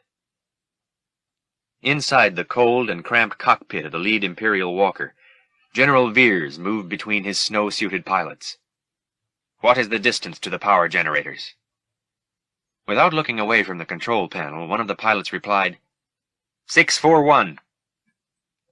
Satisfied, General Veers reached for an electro-telescope and peered through the viewfinder to focus on the bullet-shaped power generators and the Rebel soldiers fighting to save them. Suddenly, the walker began to rock violently under a barrage of Rebel gunfire. As he was propelled backward, Veers saw his pilots scrambling over the controls to keep the machine from toppling over. The Rogue 3 snowspeeder had just attacked the lead walker. Its pilot, Wedge, hooted with a loud Rebel shout of victory as he saw the damage his guns had caused. Other snowspeeders passed Wedge, racing in the opposite direction. He steered his craft on a direct course toward another walking death machine. As he approached the monster, Wedge shouted to his gunner, "Activate harpoon!" The gunner pressed the firing switch as his pilot daringly maneuvered their craft through the walker's legs. Immediately, the harpoon whooshed from the rear of the speeder, a long length of cable unwinding behind it. "Cable out!" the gunner yelled. "Let her go!" Wedge saw the harpoon plunge into one of the metal legs, the cable still connected to his snowspeeder. He checked his controls, then brought the speeder around in front of the Imperial machine. Making an abrupt turn, Wedge guided his ship around one of the hind legs, the cable banding around it like a metallic lariat. So far, thought Wedge, Luke's plan was working. Now all he had to do was fly his speeder around to the tail end of the walker. Wedge caught a glimpse of Rogue Leader as he carried out the maneuver. "Cable out!" shouted the speeder's gunner again as Wedge flew their craft alongside the cable-entangled walker, close to the metal hull. Wedge's gunner depressed another switch and released the cable from the rear of the snowspeeder. The speeder zoomed away, and Wedge laughed as he looked down at the results of their efforts. The walker was awkwardly struggling to continue on its way, but the Rebel cable had completely entangled its legs.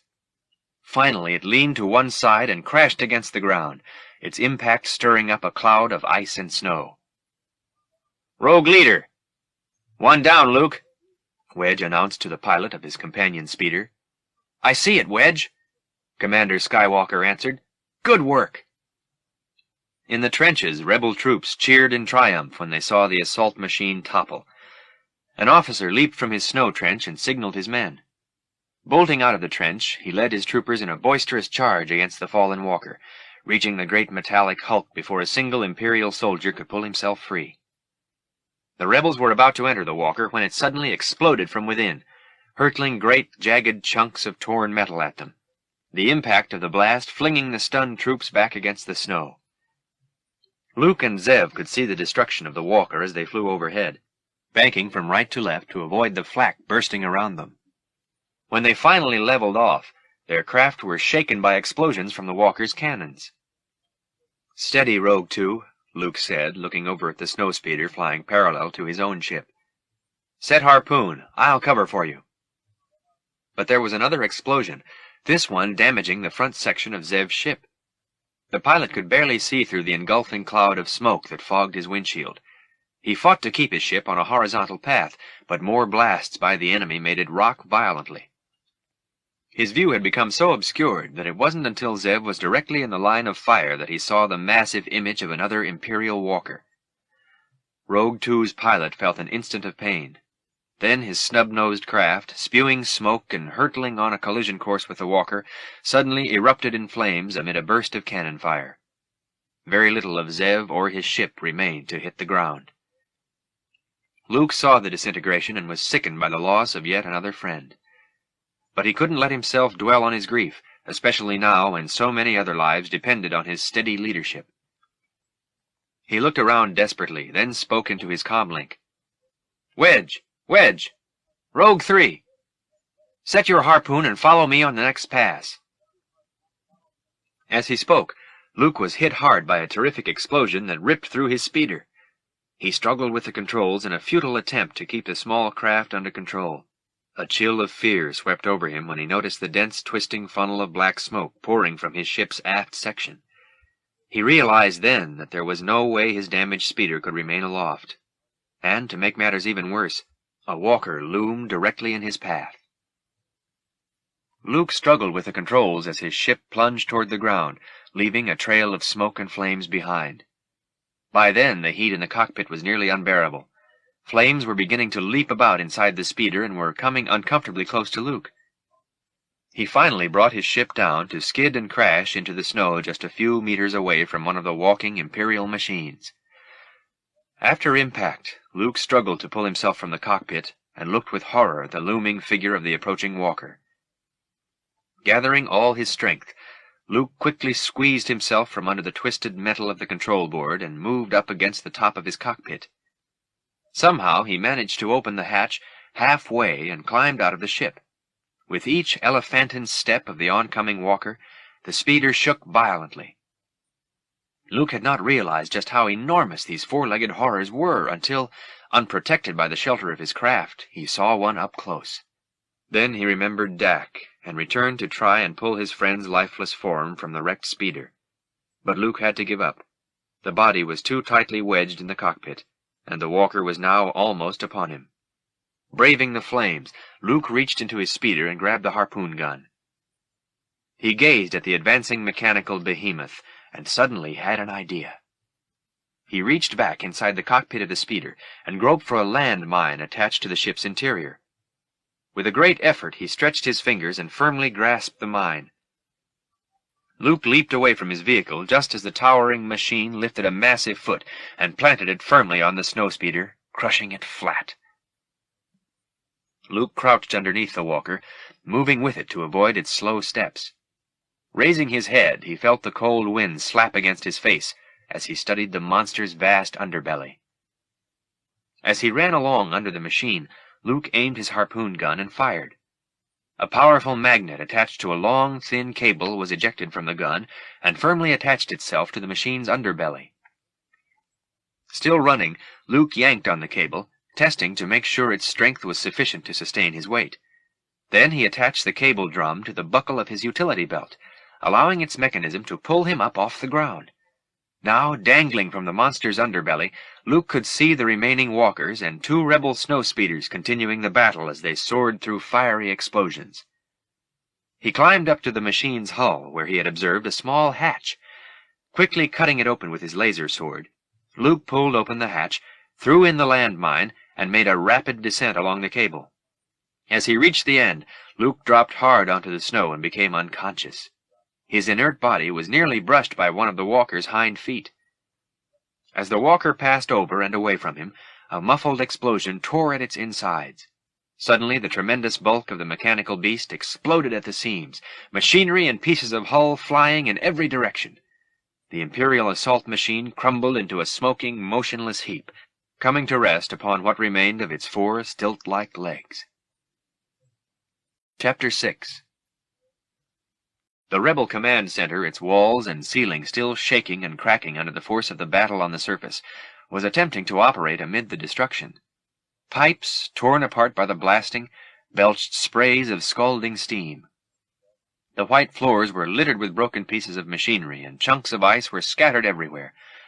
Except for the distant rumblings of laser fire, the command center was forebodingly quiet.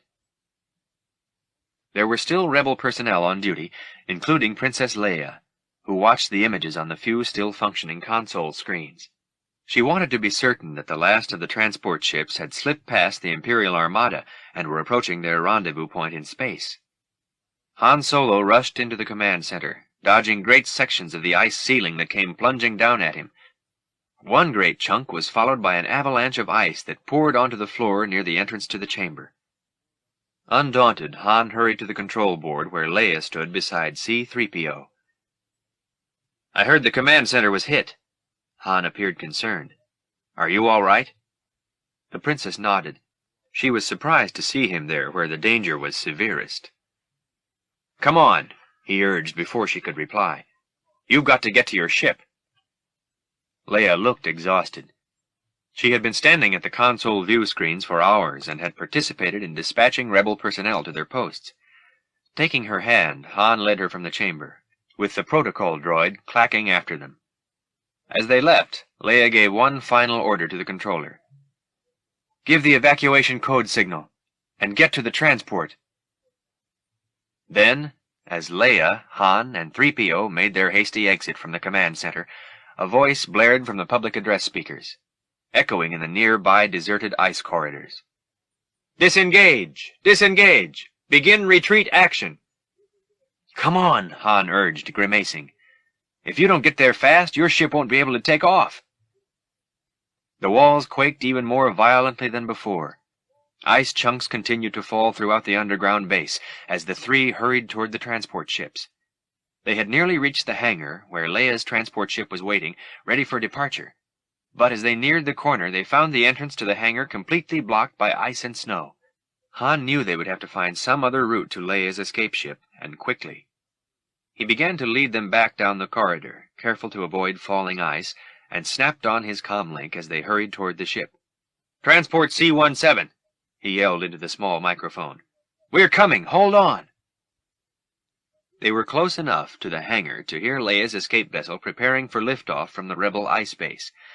If he could lead them safely just a few meters more, the princess would be safe, and... The chamber suddenly quaked with a terrible noise that thundered through the underground base. In an instant, the entire ceiling had crashed down in front of them, creating a solid barrier of ice between them and the hangar docks. They stared in shock at the dense white mass. "We're cut off!" Han yelled into his comlink, knowing that if the transport were to make good its escape, there could be no time wasted in melting down or blasting through the barricade. "You'll have to take off without Princess Organa." He turned to her. "If we're lucky, we can still make it to the Falcon." The princess and C-3PO followed as Han dashed toward another chamber, hoping that the Millennium Falcon and his Wookiee co-pilot had not already been buried under an avalanche of ice. Looking out across the white battlefield, the rebel officer watched the remaining snowspeeders whisking through the air and the last of the Imperial vehicles as they passed the wreckage of the exploded walker. He flipped on his comlink and heard the order to retreat. "Disengage! Disengage! Begin retreat action!" As he signaled his men to move back inside the ice cavern, he noticed that the lead walker was still treading heavily in the direction of the power generators. In the cockpit of that assault machine, General Veers stepped close to the port. From this position he could clearly see the target below. He studied the crackling power generators and observed the rebel troops defending them. "Point 3, point 3, point 5, coming within range, sir," reported his pilot. The general turned to his assault officer. "All troops will debark for ground assault," Veers said. "Prepare to target the main generator." The lead walker, flanked by two of the hulking machines, lurched forward, its guns blazing to scatter the retreating rebel troops. As more laser fire came from the oncoming walkers, rebel bodies and parts of rebel bodies were flung through the air. Many of the soldiers who had managed to avoid the obliterating laser beams were crushed into unrecognizable pulp beneath the walkers' stomping feet. The air was charged with the stink of blood and burning flesh, and thundering with the explosive noises of battle. As they fled, the few surviving rebel soldiers glimpsed a lone snowspeeder as it retreated in the distance, a black trail of smoke escaping its burning hull. Although the smoke rising from his crippled speeder obstructed his view, Hobby could still see some of the carnage that raged on the ground. His wounds from a walker's laser fire made it torture even to move, let alone operate the controls of his craft. But if he could manage to work them just long enough to return to the base, he might be able to find a medical robot and... No. He doubted he would survive even that long. He was dying. Of that he was now certain, and the men in the trench would soon be dead too, unless something were done to save them. General Veers, proudly transmitting his report to Imperial headquarters, was totally unaware of Rogue Four's approach. "Yes, Lord Vader. I've reached the main power generators. The shield will be down in moments. You may commence your landing." As he ended his transmission, General Veers reached for the electro rangefinder and looked through the eyepiece to line up the main power generators. Electronic crosshairs aligned according to the information from the walkers' computers. Then suddenly the readouts on the small monitor screens mysteriously vanished. Confounded, General Veers moved away from the eyepiece of the electro rangefinder and turned instinctively toward a cockpit window. He flinched in terror at seeing a smoking projectile heading on a direct course toward his walker's cockpit. The other pilots also saw the hurtling speeder, and knew that there was no time to turn the massive assault machine. "He's going to—" one of the pilots began. At that instant, Hobby's burning ship crashed through the walker cockpit like a manned bomb, its fuel igniting into a cascade of flame and debris. For a second there were human screams, then fragments, and the entire machine crashed to the ground. Perhaps it was the sound of this nearby blast that jarred Luke Skywalker back to consciousness. Dazed, he slowly lifted his head from the snow. He felt very weak and was achingly stiff with cold. The thought crossed his mind that frostbite might already have damaged his tissues. He hoped not. He had no desire to spend any more time in that sticky back-to fluid. He tried to stand, but fell back against the snow, hoping he would not be spotted by any of the walker pilots. His comlink whistled, and somehow he found the strength to flick on its receiver. "Forward units, withdrawal complete," the broadcast voice reported. Withdrawal? Luke thought a moment. Then Leia and the others must have escaped. Luke suddenly felt that all the fighting and the deaths of loyal rebel personnel had not been for nothing. A warmth rushed through his body, and he gathered his strength to rise and begin making the long trek back toward the distant formation of ice. Another explosion rocked the rebel hangar deck, cracking the ceiling and almost burying the docked Millennium Falcon in a mound of ice. At any moment the entire ceiling might cave in. The only safe place in the hangar seemed to be underneath the ship itself, where Chewbacca was impatiently awaiting the return of his captain. The Wookiee had begun to worry. If Han did not return soon, the Falcon would surely be buried in a tomb of ice. But loyalty to his partner kept Chewie from taking off in the freighter alone. As the hangar started to tremble more violently, Chewbacca detected movement in the adjoining chamber. Throwing back his head, the shaggy giant filled the hangar with his loudest roar as he saw Han Solo climb over hills of ice and snow and enter the chamber, followed closely by Princess Leia and an obviously nervous C-3PO. Not far from the hangar, Imperial stormtroopers, their faces shielded by white helmets and white snow screens, had begun moving down deserted corridors. With them strode their leader, the dark-robed figure who surveyed the shambles that had been the rebel base at Hoth. Darth Vader's black image stood out starkly against the white walls, ceiling, and floor. As he moved through the white catacombs, he regally stepped aside to avoid a falling section of the ice ceiling. Then he continued on his way with such quick strides that his troops had to hurry to keep up. A low whine, rising in pitch, began to issue from the saucer-shaped freighter. Han Solo stood at the controls of the Millennium Falcon's cockpit, at last feeling at home. He quickly flipped one switch after another, expecting to see the board flash its familiar mosaic of light, but only some of the lights were working. Chewbacca had also noticed something amiss, and barked with concern as Leia examined a gauge that seemed to be malfunctioning. "How's that, Chewie?" asked Han anxiously. The Wookiee's bark was distinctly negative. "Would it help if I got out and pushed?" snapped Princess Leia, who was beginning to wonder if it were the Corellian spit that held the ship together. "Don't worry, Your Holiness. I'll get it started." C-3PO clanked into the hold and, gesturing, tried to get Han's attention. "Sir," the robot volunteered, "I was wondering if I might—" But his scanners read the scowl on the face staring at him. "It can wait," he concluded. Imperial stormtroopers, accompanied by the rapidly moving Darth Vader, thundered through the ice corridors of the rebel base. Their pace quickened as they rushed in the direction of the low whine coming from the ion engines. Vader's body tensed slightly as, entering the hangar, he perceived the familiar saucer-shaped form of the Millennium Falcon. Within the battered freighter ship, Han Solo and Chewbacca were trying desperately to get the craft moving. "This bucket of bolts is never going to get us past that blockade," Princess Leia complained. Han pretended that he didn't hear her. Instead, he checked the Falcon's controls and struggled to keep his patience even though his companion had so obviously lost hers. He flipped switches on the control console, ignoring the princess's look of disdain. Clearly she doubted that this assemblage of spare parts and welded hunks of scrap metal would hold together, even if they did manage to get beyond the blockade. Han pushed a button on the intercom. "Chewie! Come on!" Then, winking at Leia, he said, "This baby's still got a few surprises left in her. I'll be surprised if we start moving." Before Han could make a carefully honed retort, the Falcon was jolted by a blast of Imperial laser fire that flashed outside the cockpit window. They could all see the squad of Imperial stormtroopers rushing with drawn weapons into the far end of the ice hangar. Han knew that the Falcon's dented hull might resist the force of those hand weapons, but would be destroyed by the more powerful bazooka-shaped weapon that two of the Imperial troopers were hurriedly setting up. "Chewie!"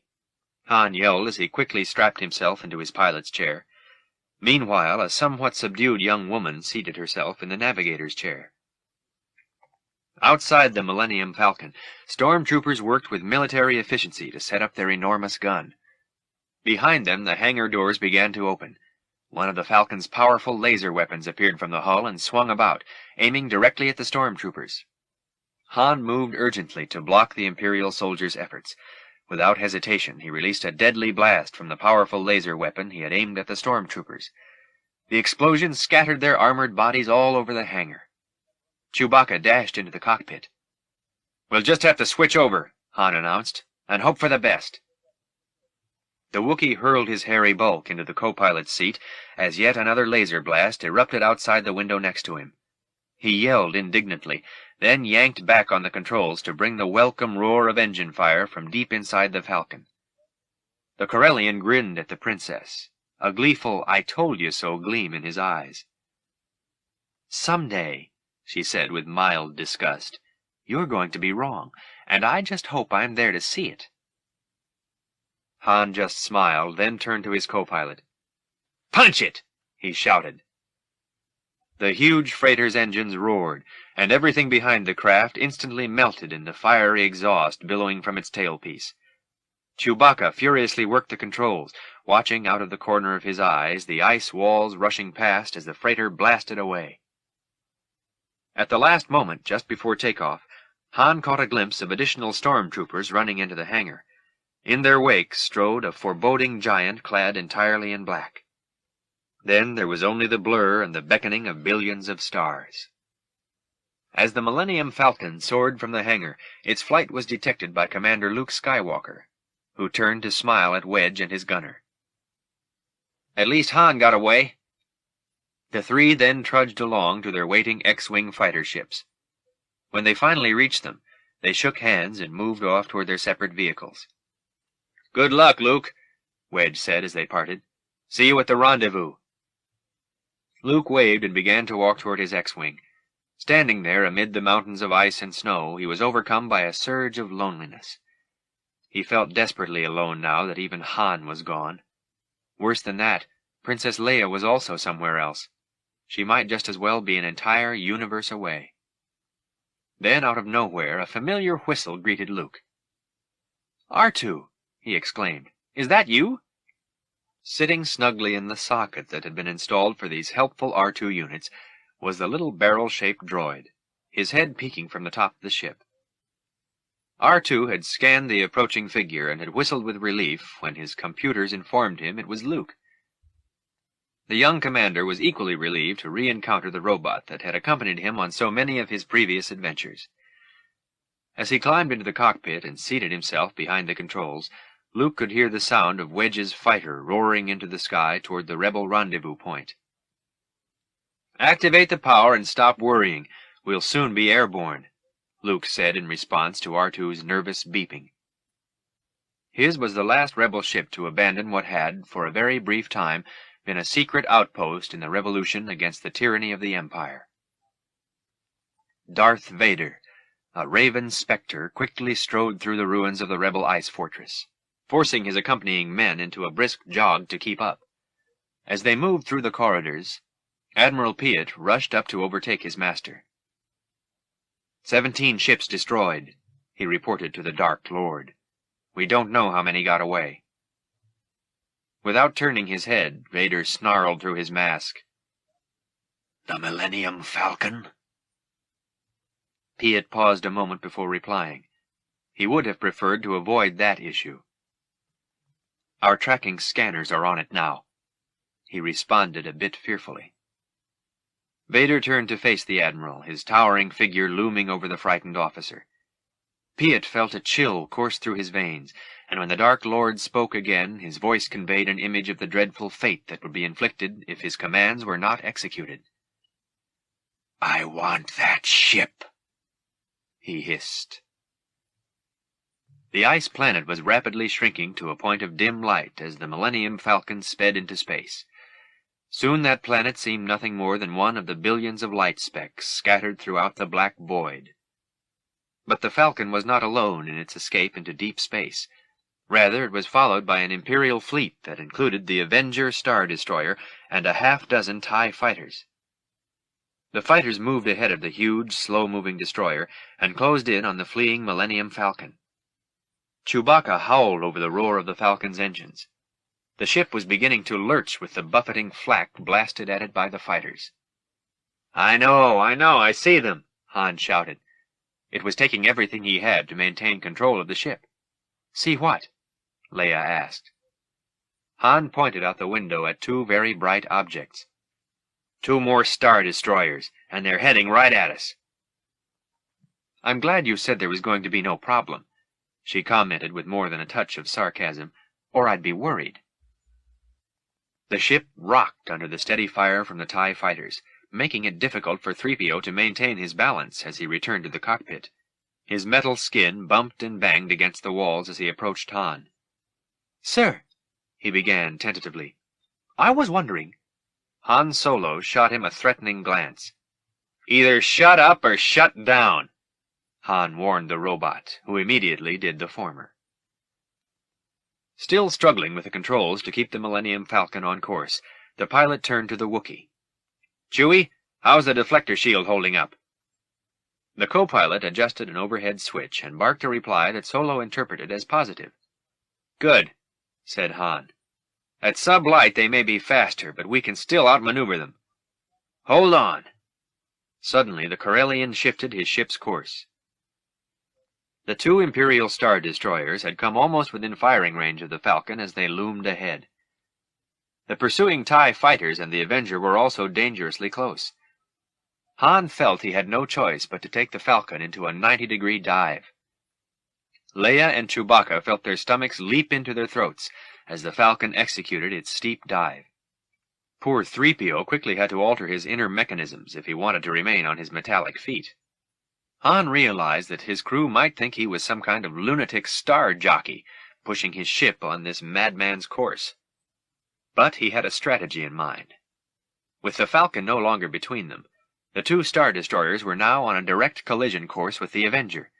All he had to do was sit back and watch. Alarms blared through the interiors of all 3 Star Destroyers.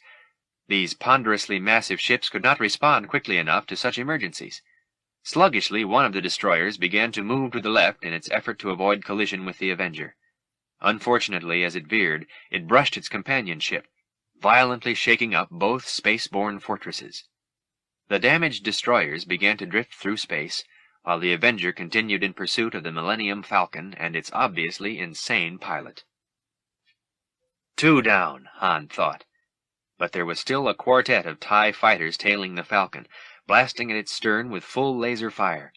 But Han thought he could outstrip them. The ship was buffeted violently by the fighters' laser blasts, forcing Leia to hold on in a desperate attempt to keep her seat. "That slowed them down a bit," Han exulted. "Chewie, Stand by to make the jump to light speed. There was not a moment to waste. The laser attack was intense now, and the TIE fighters were almost on top of them. They're very close, Leia warned, finally able to speak. Han looked at her with a wicked glint in his eyes. Oh yeah? Watch this. He threw the hyperspace throttle forward, desperate to escape, but also eager to impress the princess with both his own cleverness and his ship's fantastic power. Nothing happened.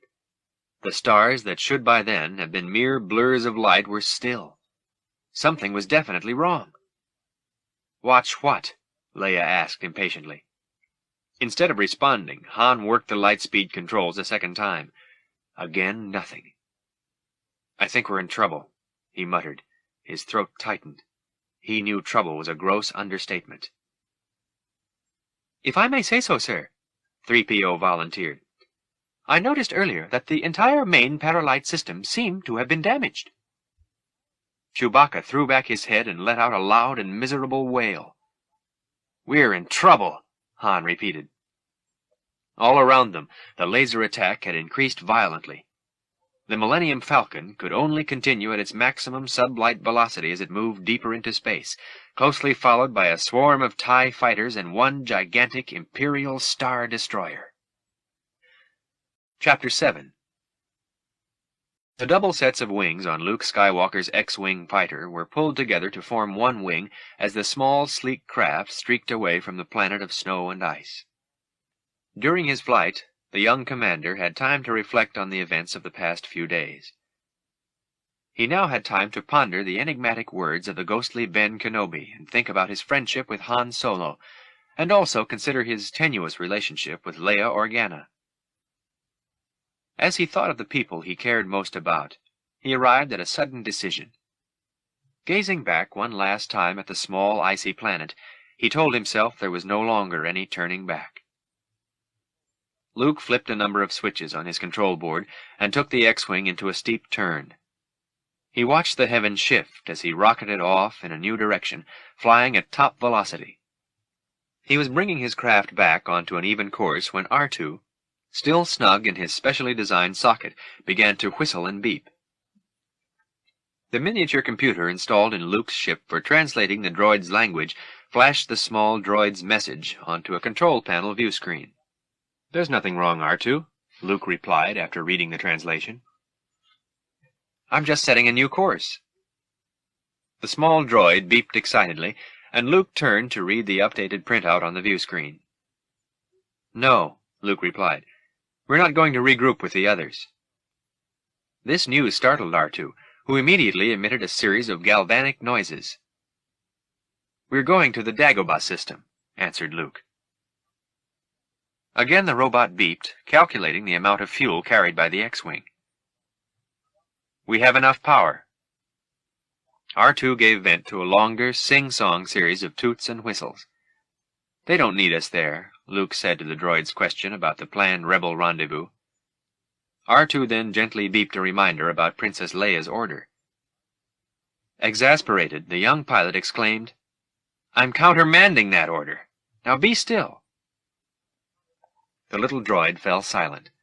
Luke was, after all, a commander in the Rebel Alliance, and, as such, could countermand orders. He was making a few minor adjustments on the controls when R2 chirped up again. Yes, R2, sighed Luke. This time the droid made a series of soft noises, selecting each beep and whistle carefully. He did not want to annoy Luke, but the findings on his computer were important enough to report. Yes, R2, I know the Dagobah system doesn't appear on any of our navigational charts, but don't worry, it's there. Another worried beep from the R2 unit.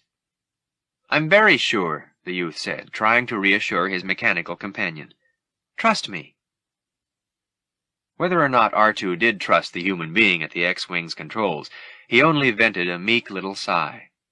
For a moment he was completely silent, as if thinking. Then he beeped again. Yes, R2. This communication from the robot was even more carefully put forth than before. One might even call the whistle sentences tactful. It seemed R2 had no intention of offending the human to whom he had entrusted himself, But wasn't it possible, the robot calculated, that the human's brain was slightly malfunctioning?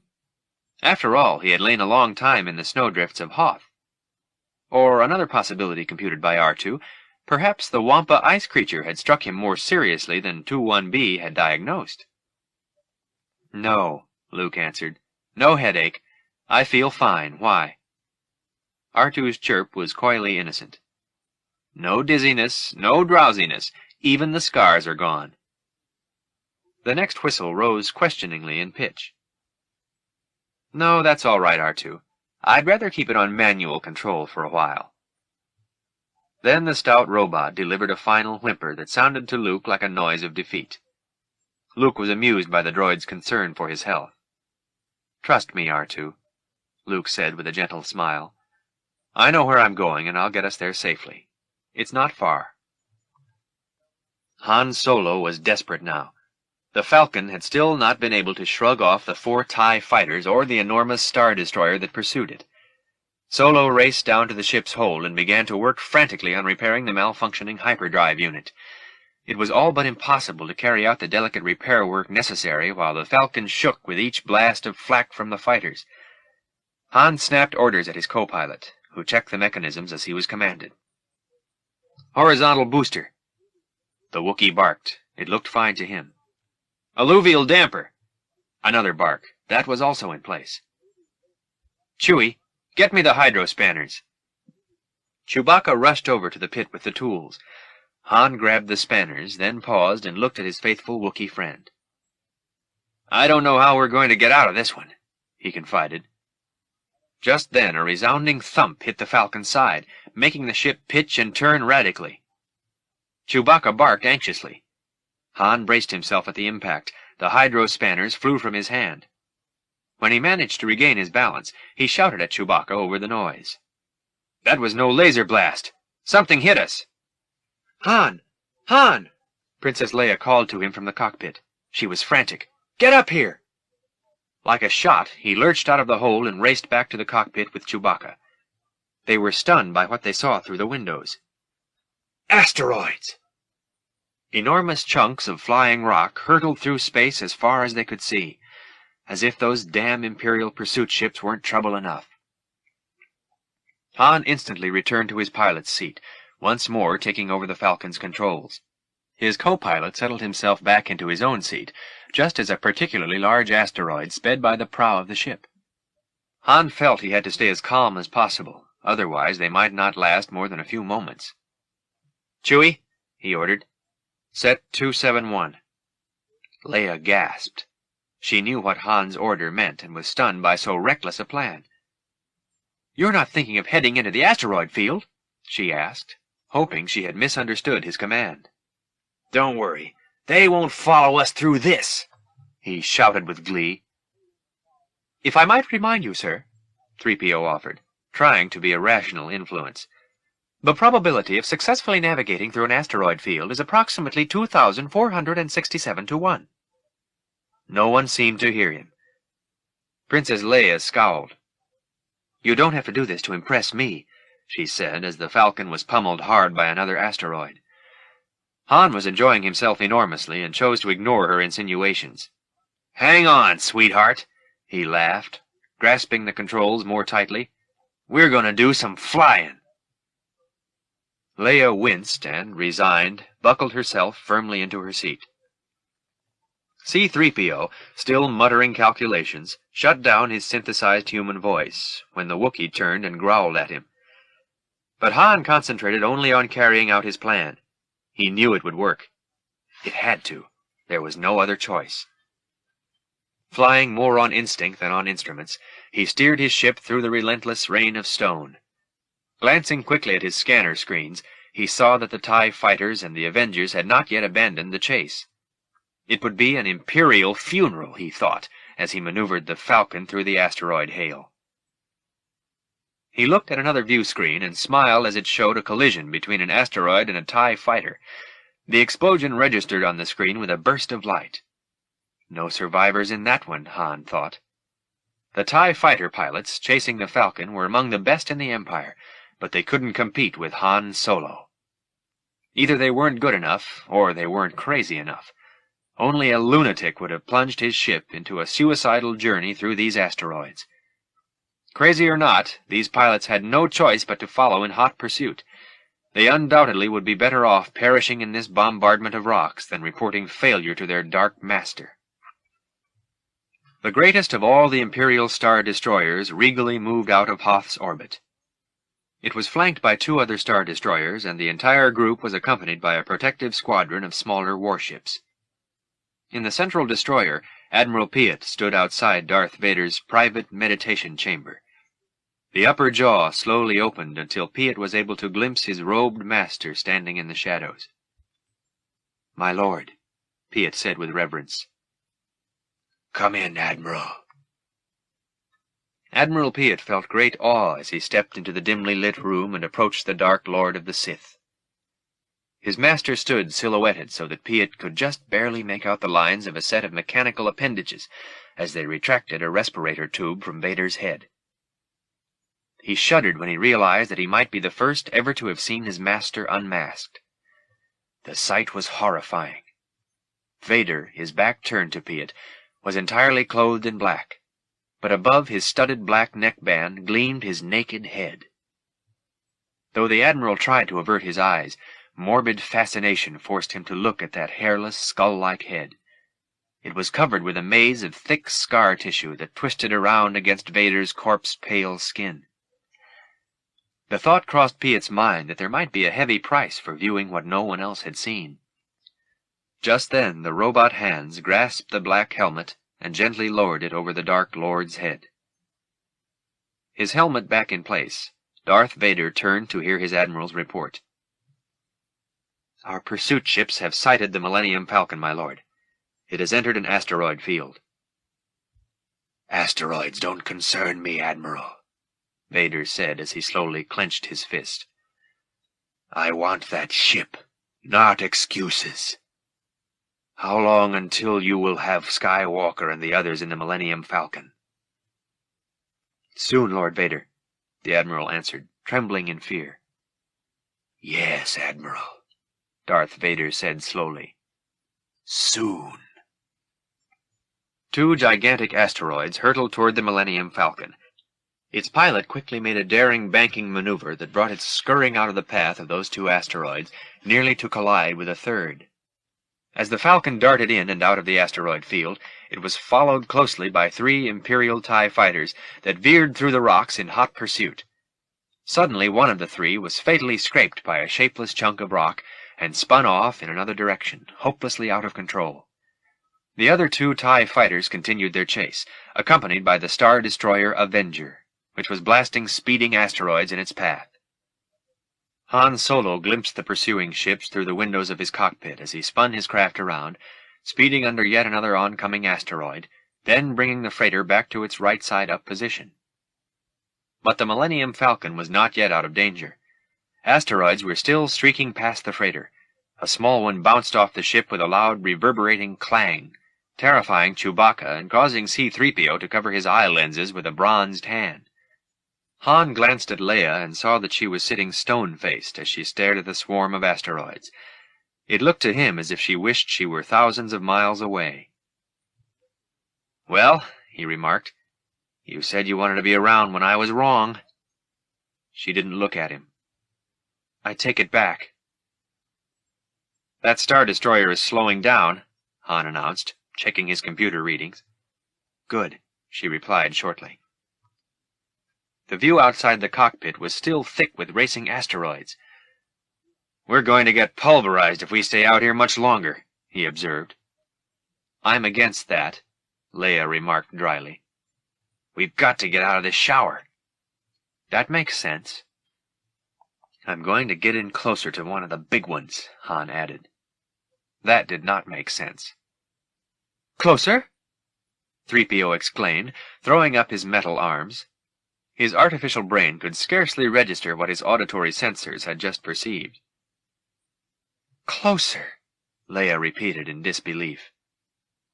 Chewbacca stared at his pilot in amazement and barked. None of the 3 could understand why their captain, who had risked his life to save them all, would now try to get them killed.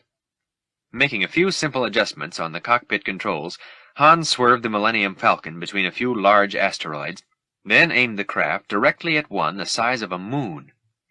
A flashing shower of smaller rocks exploded against the enormous asteroid's craggy surface as the Millennium Falcon, with the Emperor's TIE fighters still in pursuit, flew directly above the asteroid. It was like skimming over the surface of a small planet, barren and devoid of all life. With expert precision, Han Solo steered his ship toward still another giant asteroid, the largest one they had yet encountered. Summoning all the skill that had made his reputation known throughout the galaxy, he maneuvered the Falcon so that the only object between it and the TIE fighters was the deadly floating rock. There was only a brief, brilliant flare of light, then nothing. The shattered remains of the two TIE fighters drifted away into the darkness, and the tremendous asteroid, undeflected in its course, continued on its way. Han felt an inner glow as bright as the spectacle that had just lighted up the view. He smiled to himself in quiet triumph. Then he noticed an image on the main scope of his control console and nudged his hairy co-pilot. There. Han pointed to the image. Chewie, get a reading on that. Looks pretty good. What is it? Leia asked. The Falcon's pilot ignored her question.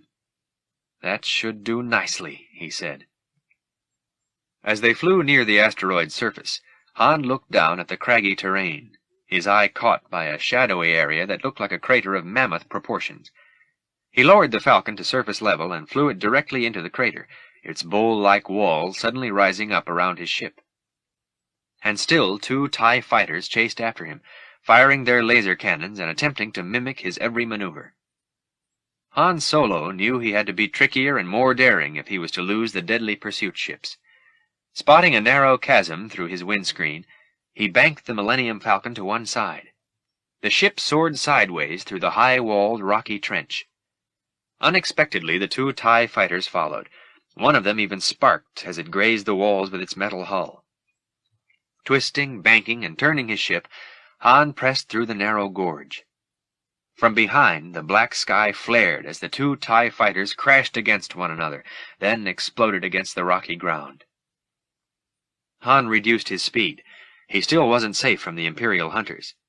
Searching about the canyon, he spotted something dark, a gaping cave mouth at the very bottom of the crater, large enough to hold the Millennium Falcon. Perhaps. If not, he and his crew would know soon enough. Slowing his ship, Han coursed into the cave entrance and through a large tunnel, which he hoped would make the ideal hiding place. He took a deep breath as his ship was promptly devoured by the cave's shadows. A tiny X-wing was approaching the atmosphere of the Dagobah planet. As he neared the planet, Luke Skywalker was able to glimpse a portion of its curved surface through a heavy cover of thick clouds. The planet was uncharted and virtually unknown. Somehow Luke had made his way there, though he wasn't certain whether it was his hand alone that had guided his ship into this unexplored sector of space. R2-D2, riding in the back of Luke's X-wing, scanned the passing stars, then addressed his remark to Luke via the computer scope. Luke read the viewscreen interpreter. Yes, that's Dagobah, R2. He answered the little robot, then glanced out the cockpit window as the fighter ship began to descend toward the planet's surface. Looks a little grim, doesn't it? R2 beeped, attempting for one last time to get his master back on a more sensible course. No, Luke replied. I don't want to change my mind about this. He checked the ship's monitors and began to feel a bit nervous. I'm not picking up any cities or technology.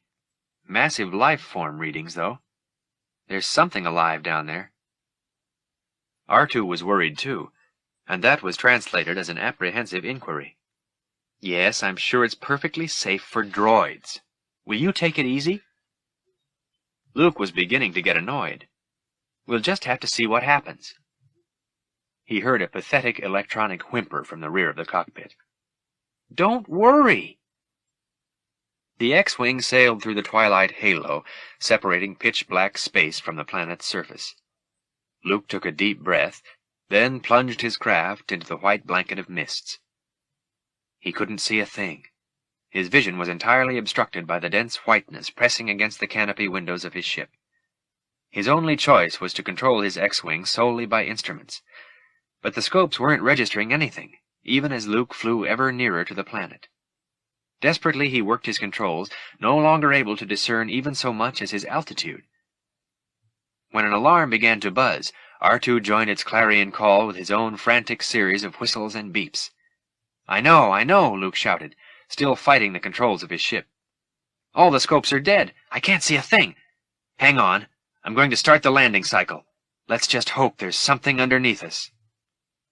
R2 squealed again, but his sounds were effectively drowned by the ear-splitting blast of the X-Wing's retro-rockets. Luke felt his stomach plunge as the ship began to drop rapidly.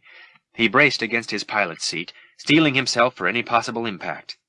Then the ship lunged, and Luke heard an awful sound, as if the limbs of trees were being snapped off by his speeding craft. When the X-Wing finally screeched to a halt, it was with a tremendous jolt that nearly flung its pilot through the cockpit window. Certain at last that he was on the ground, Luke slumped back in his chair and sighed with relief. He then pulled a switch that lifted his ship's canopy. When he raised his head outside the ship to get his first look at the alien world, Luke Skywalker gasped.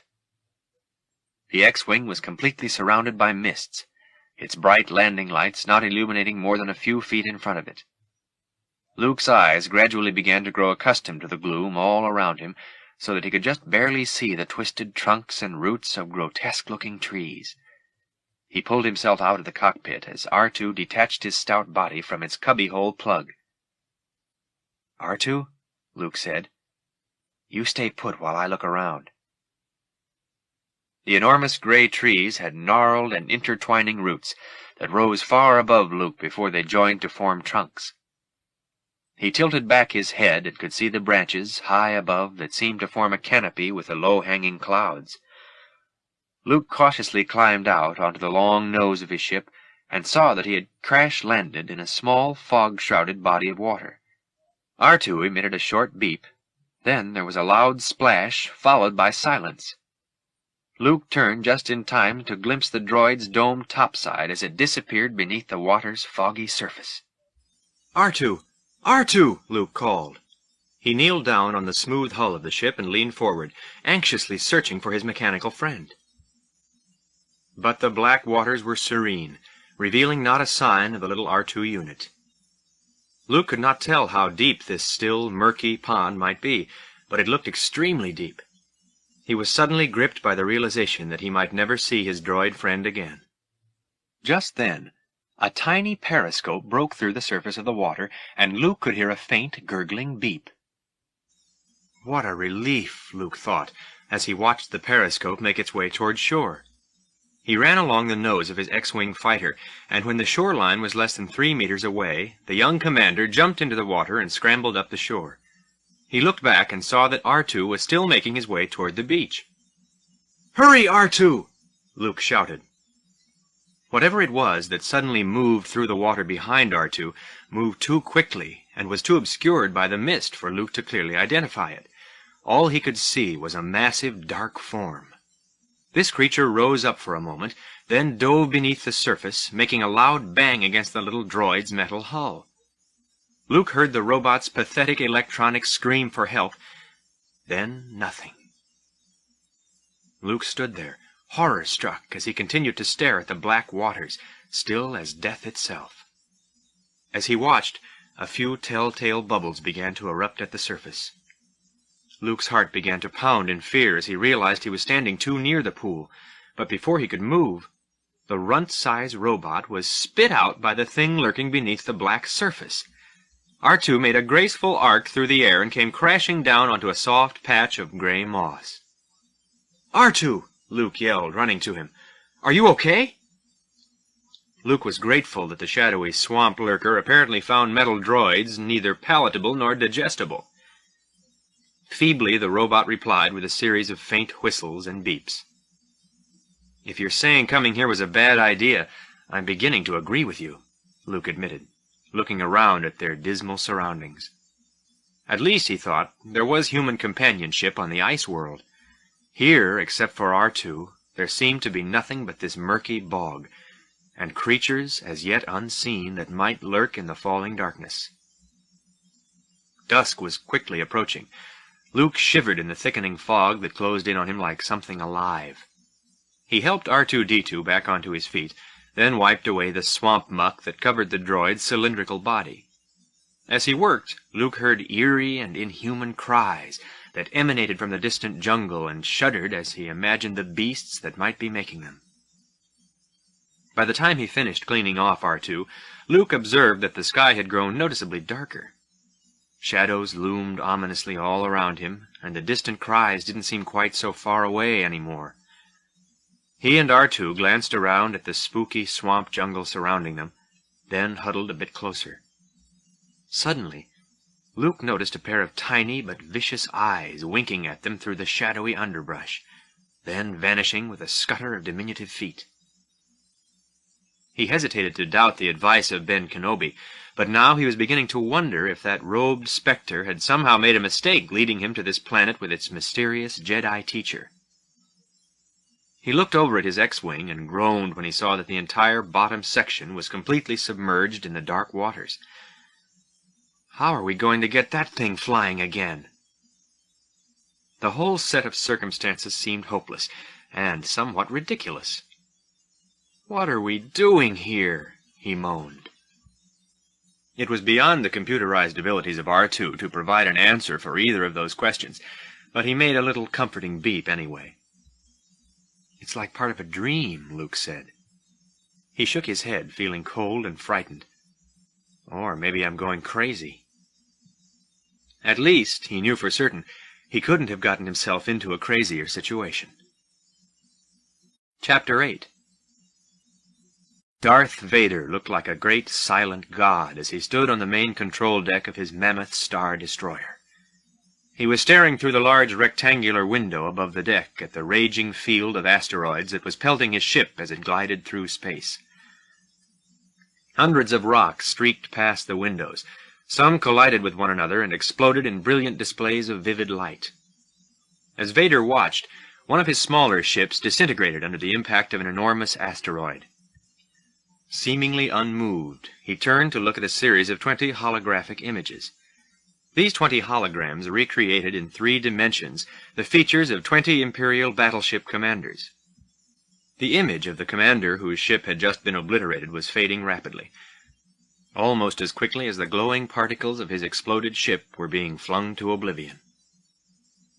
Admiral Piet and an aide quietly moved to stand behind their black-garbed master as he turned to an image in the center of the 20 holograms, which was continually interrupted by static and faded in and out as Captain Nida of the Star Destroyer Avenger made his report. His first words had already been drowned by static. "Which was the last time they appeared in any of our scopes," Captain Nida continued. "Considering the amount of damage we've sustained, they also must have been destroyed." Vader disagreed. He knew of the Millennium Falcon's power and was quite familiar with the skills of her cocky pilot. "No, Captain," he snarled angrily. "They're alive. I want every ship available to sweep the asteroid field until they're found." As soon as Vader had given his command, Captain Nida's image and those of the other 19 captains faded completely. When the last hologram vanished, the Dark Lord, having sensed the 2 men standing behind him, turned. "Now, what is so important it couldn't wait, Admiral?" he asked imperiously. "Speak up!" The Admiral's face turned pale with fear, his trembling voice shaking almost as much as his body. It was the Emperor. "The Emperor," the voice behind the black breath mask repeated. "Yes," the Admiral replied. "He commands you make contact with him." "Move this ship out of the asteroid field," Vader ordered, "into a position where we can send a clear transmission." "Yes, my lord." "And code the signal to my private chamber." The Millennium Falcon had come to rest, hidden in the small cave which was pitch black and dripping with moisture. The Falcon's crew turned down its engines until no sound at all was emitted from the small craft. Inside the cockpit, Han Solo and his shaggy co-pilot were just completing shutting down the ship's electronic systems. As they did so, all the service lights dimmed and the interior of the ship became nearly as dark as its sheltering cave. Han glanced over at Leia and flashed her a quick grin. "Getting kind of romantic in here." Chewbacca growled. There was work to be done in here, and the Wookiee needed Han's undivided attention if they were going to repair the malfunctioning hyperdrive. Irritated, Han returned to his work. "What are you so grouchy about?" he snapped. Before the Wookiee could respond, the protocol droid timidly approached Han and posed a question of burning importance. "Sir, I'm almost afraid to ask, but does shutting down all except emergency power systems include me?" Chewbacca expressed his opinion with a resounding bark of affirmation, but Han disagreed. "No," he said. "We're going to need you to talk to the old Falcon here and find out what happened to our hyperdrive." He looked over at the princess and added, "How are you with a macrofuser, Your Holiness?" Before Leia could get off a suitable retort, the Millennium Falcon lurched forward as a sudden impact struck its hull. Everything that was not bolted down flew through the cockpit. Even the giant Wookiee, howling boisterously, had to struggle to stay in his chair. "Hang on!" Han yelled. "Watch out!" C-3PO clattered against a wall, then collected himself. "Sir, it's very possible this asteroid is not stable." Han glared at him. "I'm glad you're here to tell us these things." The ship rocked once more, even more violently than before. The Wookiee howled again. 3PO stumbled backward, and Leia was hurled across the cabin directly into the waiting arms of Captain Solo. The ship's rocking stopped as suddenly as it had started. But Leia still stood in Han's embrace. For once she did not draw away, and he could almost swear she was willingly embracing him. "Why, Princess," he said, pleasantly surprised. "This is so sudden." At that she began to pull back. "Let go," she insisted, trying to move out of his arms. "I'm getting angry." Han saw the old familiar expression of arrogance beginning to return to her face. "You don't look angry." He lied. "How do I look?" "Beautiful," he answered truthfully, with an emotion that surprised him. Leia felt suddenly, unexpectedly shy. Her cheeks flushed pink, and when she realized she was blushing, she averted her eyes. But she still did not really try to get free. Han somehow couldn't let the tender moment last. "And excited," he had to add. Leia became infuriated. Once again the angry princess and haughty senator, she quickly moved away from him and drew herself up to her most regal bearing. "Sorry, Captain," she said, her cheeks now reddened in anger. "Being held by you isn't enough to get me excited." "Well, I hope you don't expect more," he grunted, angrier at himself than at her stinging words. "I don't expect anything," Leia said indignantly, "except to be left alone." "If you'll just get out of my way, I'll leave you alone." Embarrassed to realize that she was indeed still standing rather close, Leia stepped aside and made an effort to change the subject. "Don't you think it's time we got to work on your ship?" Han frowned. "Fine with me," he said coldly, not looking at her. Leia quickly turned on her heel and left the cockpit. For a moment Han stood there quietly, just gathering his composure. Sheepishly he looked at the now quiet Wookiee and droid, both of whom had witnessed the entire incident. "Come on, Chewie, let's tear into this flying short-circuit," he said quickly to end the awkward moment. The co-pilot barked in agreement, then joined his captain as they began to leave the cockpit. As they walked out, Han looked back at 3PO, who was still standing in the dim chamber looking dumbfounded. "You too, Goldenrod." "I must admit," the robot muttered to himself as he began to shuffle out of the cockpit, "there are times I don't understand human behavior." The lights of Luke Skywalker's X-Wing fighter pierced the darkness of the bog planet. The ship had sunk deeper into the scummy waters, but there was still enough of it above the surface to let Luke carry needed supplies from the storage compartments. He knew it could not be much longer before his ship sank deeper, possibly all the way beneath the water. He thought that his chance of survival might be increased if he gathered as many supplies as he could. It was now so dark that Luke could scarcely see in front of him. Out in the dense jungle he heard a sharp snapping noise and felt a chill run through him. Grabbing his pistol, he prepared to blast anything that leaped from the jungle to attack him. But nothing did, and he clipped his weapon back onto its holster and continued to unpack his gear. "You ready for some power?" Luke asked R2, who was patiently waiting for his own form of nourishment. Luke took a small fusion furnace from an equipment box and ignited it, welcoming even the tiny glow thrown off by the small heating device, then took a power cable and attached it to R2 through a protuberance that roughly resembled a nose. As power radiated through R2's electronic innards, the stout robot whistled his appreciation. Luke sat down and opened a container of processed food. As he began to eat, he talked to the robot. "Now all I have to do is find this Yoda, if he even exists." He looked around nervously at the shadows in the jungle and felt frightened, miserable, and increasingly in doubt about his quest. "This certainly seems like a strange place to find a Jedi Master," he said to the little robot. "Gives me the creeps." From the sound of his beep, it was clear R2 shared Luke's opinion of the swamp world.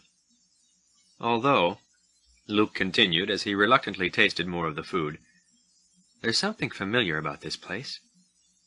I feel like—" "You feel like what?" That wasn't R2's voice. Luke leaped up, grabbed his pistol, then spun around, peering into the gloom to try to find the source of those words. As he turned, he saw a tiny creature standing directly in front of him. Luke immediately stepped back in surprise. This little being seemed to have materialized out of nowhere. It stood no more than 1/2 a meter in height, fearlessly holding its ground in front of the towering youth who wielded an awesome laser pistol. The little wizened thing could have been any age. Its face was deeply lined, but was framed with elfin, pointed ears that gave it a look of eternal youth. Long white hair was parted down the middle and hung down on either side of the blue-skinned head. The being was bipedal, and stood on short legs that terminated in tridactyl, almost reptilian feet. It wore rags as gray as the mists of the swamp, and in such tatters that they must have approximated the creature's very age. For the moment, Luke could not decide whether to be frightened or to laugh. But when he gazed into those bulbous eyes and sensed the being's kindly nature, he relaxed. At last, the creature motioned toward the pistol in Luke's hand. "Away put your weapon. I mean you no harm," it said. After some hesitation, Luke quietly put his pistol back into his belt. As he did so, he wondered why he felt impelled to obey this little creature. "I am wondering," the creature spoke again. "Why are you here?" "I'm looking for someone," Luke answered. "Looking? Looking?" the creature repeated curiously with a wide smile, beginning to crease his already lined face. "You have found someone, I'd say. Ah, yes." Luke had to force himself not to smile. "Yeah." "Help you I can. Yes, yes." Inexplicably, Luke found himself trusting the odd creature, but wasn't at all sure that such a tiny individual could be of help on his important quest. "I don't think so," he repeated gently. "You see, I'm looking for a great warrior." "A great warrior?" The creature shook his head, the whitish hair flopping about his pointed ears. "Wars don't make one great." A strange phrase, Luke thought. But before he could answer, Luke saw the tiny hominid hobble over to the top of the salvaged supply cases. Shocked, he watched as the creature began to rummage through the articles Luke had brought with him from Hoth.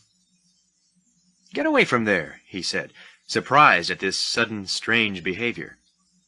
Moving across the ground, R2 waddled toward the pile of cases, standing just about at optical sensor level with the creature. The droid squealed his disapproval as he scanned the creature that was carelessly digging through the supplies. The strange being grabbed the container holding the remains of Luke's food and took a bite. "Hey, that's my dinner!" Luke exclaimed. But no sooner had the creature taken his first bite than he spat out what he had tasted, his deeply lined face wrinkling like a prune. "Phew!" he said, spitting. "Thank you, no. How get you so big eating food of this kind?" He looked Luke up and down. Before the astounded youth could reply, the creature flipped the food container in Luke's direction, then dipped one of his small and delicate hands into another supply case. "Listen, friend," Luke said, watching this bizarre scavenger, "we didn't mean to land here. And if I could get my fighter out of this puddle, I would, but I can't, so—" "Can't get your ship out? Have you tried? Have you tried?" The creature goaded. Luke had to admit to himself that he had not. But then the whole idea was patently ludicrous. He didn't have the proper equipment to. Something in Luke's case had attracted the creature's interest. Luke finally reached the end of his patience when he saw the crazy little being snatch something out of the supply case. Knowing that survival depended on those supplies, he grabbed for the case, but the creature held on to his prize, a miniature power lamp that he gripped tightly in his blue-skinned hand. The little light came alive in the creature's hand, throwing its radiance up into his delighted face, and he immediately began to examine his treasure. "Give me that!" Luke cried. The creature retreated from the approaching youth like a petulant child. "Mine! Mine! Or I'll help you not!" Still clutching the lamp to his breast, the creature stepped backward, inadvertently bumping into R2-D2. Not remembering that the robot was at all animate, the being stood next to it as Luke approached. "I don't want your help," Luke said indignantly. "I want my lamp back. I'll need it in this slimy mud hole." Luke instantly realized he had issued an insult. "Mud hole? Slimy? My home this is." As they argued, R2 slowly reached out a mechanical arm. Suddenly his appendage grabbed the pilfered lamp, and immediately the two little figures were engaged in a tug-of-war over the stolen prize. As they spun about in battle, R2 beeped a few electronic give-me-thats. "Mine! Mine! Give it back!" the creature cried. Abruptly, though, he seemed to give up the bizarre struggle and lightly poked the droid with one bluish finger. R2 emitted a loud, startled squeal and immediately released the power lamp. The victor grinned at the glowing object in his tiny hands, gleefully repeating, "Mine! Mine!" Luke was about fed up with these antics, and advised the robot that the battle was over. "Okay, R2, he said with a sigh. "Let him have it. Now get out of here, little fellow. We've got things to do." "No, no," the creature pleaded excitedly. "I'll stay and help you find your friend."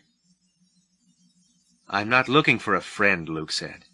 "I'm looking for a Jedi Master." "Oh," the creature's eyes widened as he spoke. "A Jedi Master. Different altogether. Yoda you seek.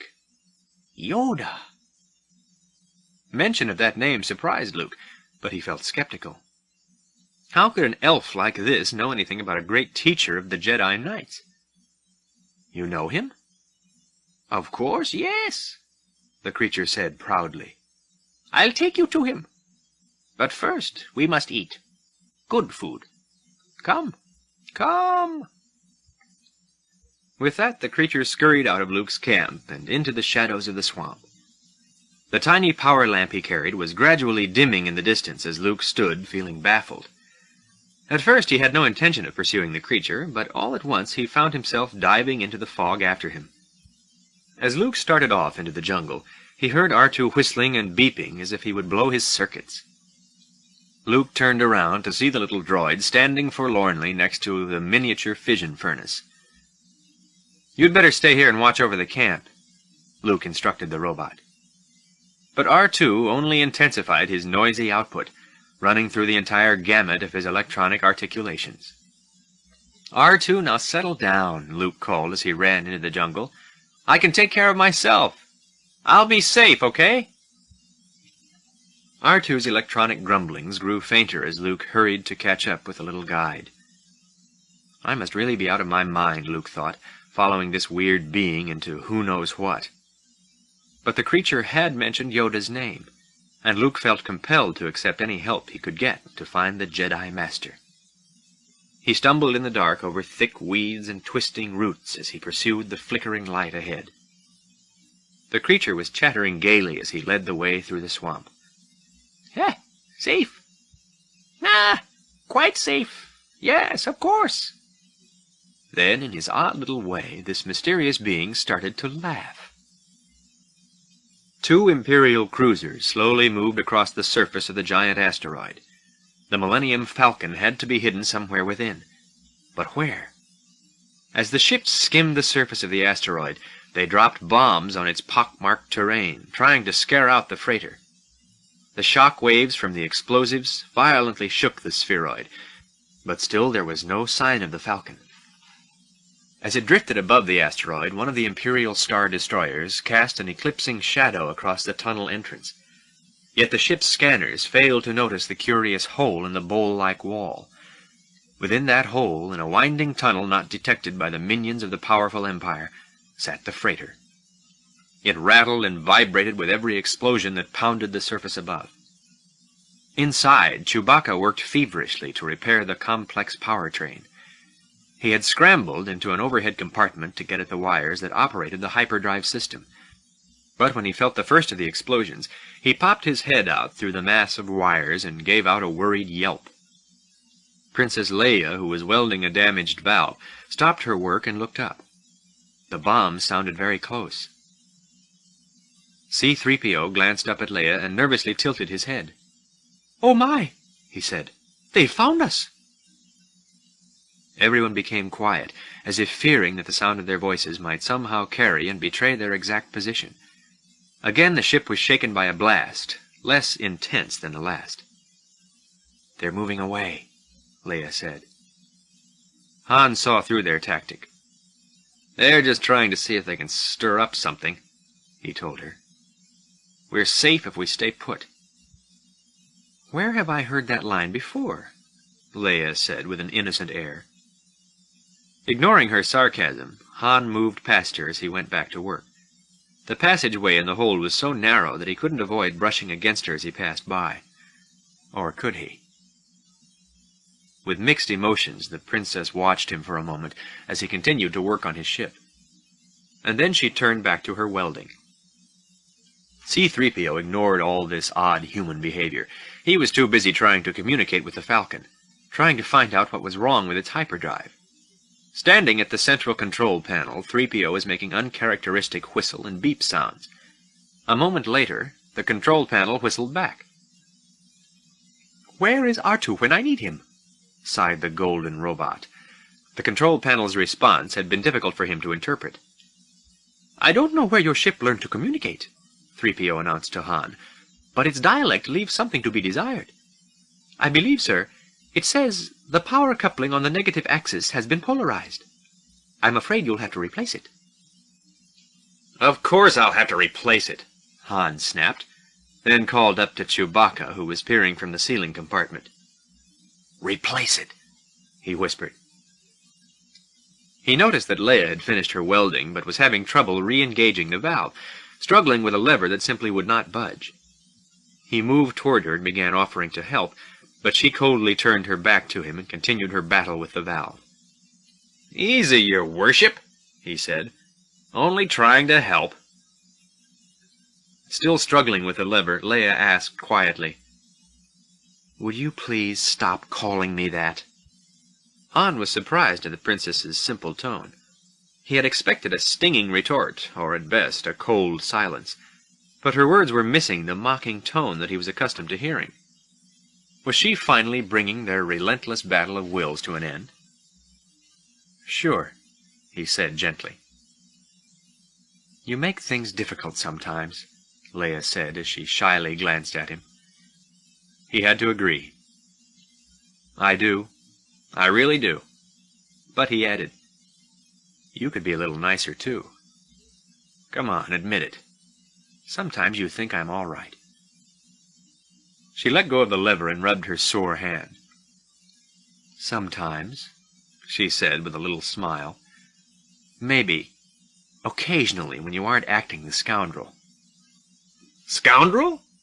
He laughed, finding her choice of words endearing. "I like the sound of that." Without another word, he reached for Leia's hand and began to massage it. "Stop it," Leia protested. Han continued to hold her hand. "Stop what?" he asked softly. Leia felt flustered, confused, embarrassed, 100 things in that moment, but her sense of dignity prevailed. "Stop that!" she said regally. "My hands are dirty." Han smiled at her feeble excuse, but held on to her hand and looked right into her eyes. "My hands are dirty, too. What are you afraid of?" "Afraid?" She returned his direct gaze. "Of getting my hands dirty." "That's why you're trembling?" he asked. He could see that she was affected by his closeness and by his touch, and her expression softened. Whereupon he reached out and took her other hand. "I think you like me because I'm a scoundrel," he said. "I think you haven't had enough scoundrels in your life." As he spoke, he slowly drew her near.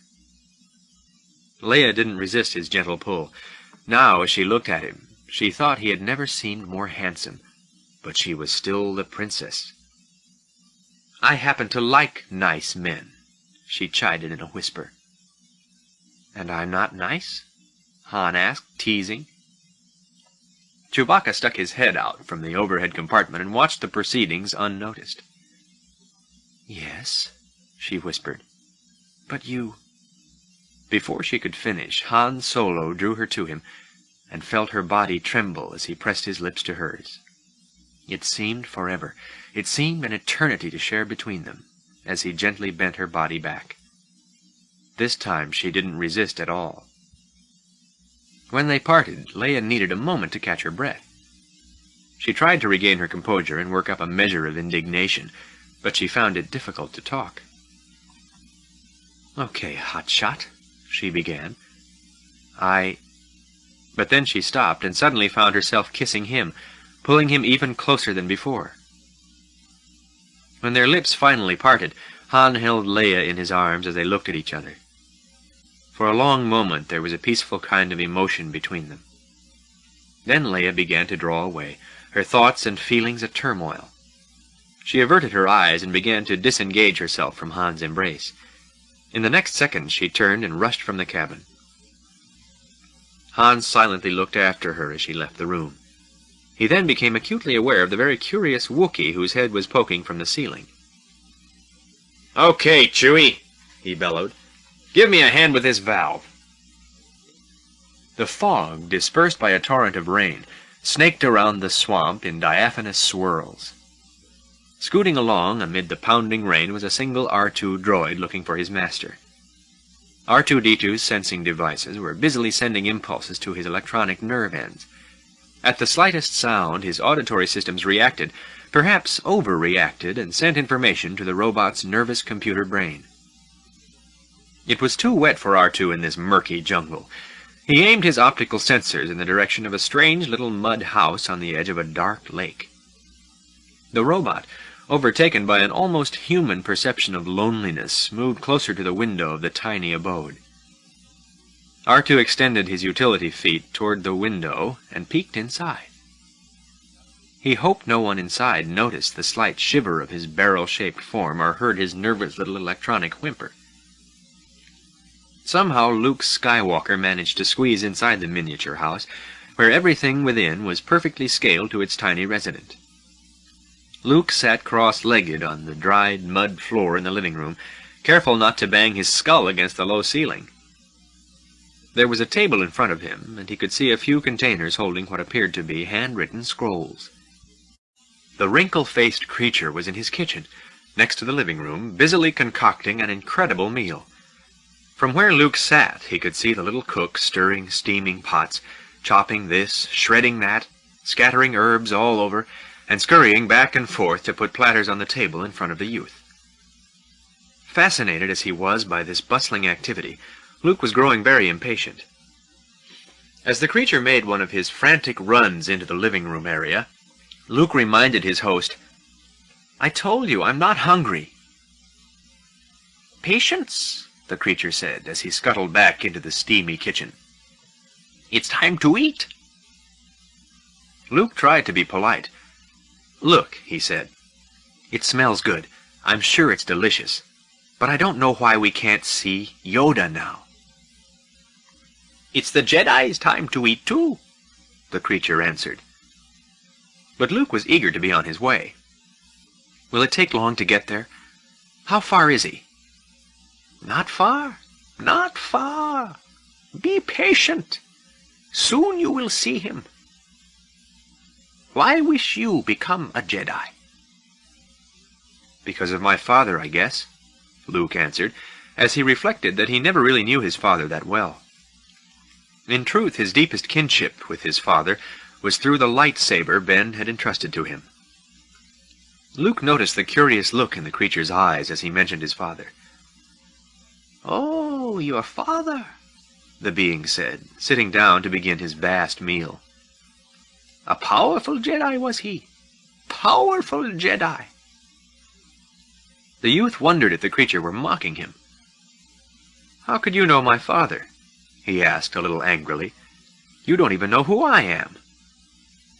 He glanced around at the bizarre room and shook his head.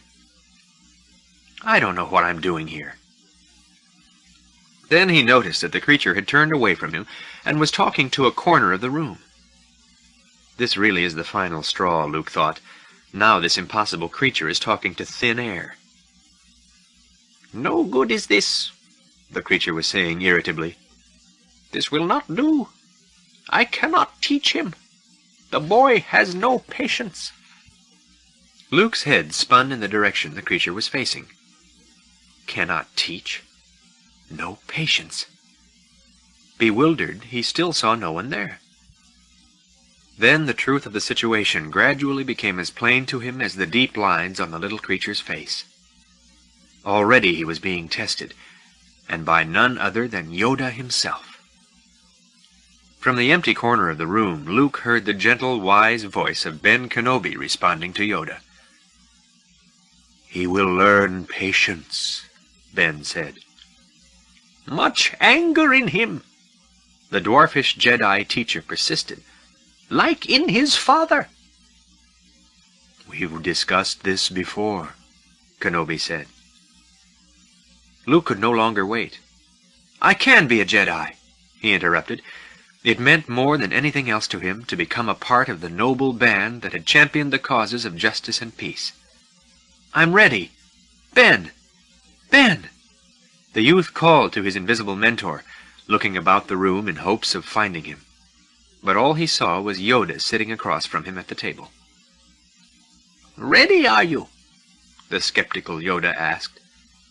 "What know you of ready? I have trained Jedi for 800 years. My own counsel I'll keep on who is to be trained." "Why not me?"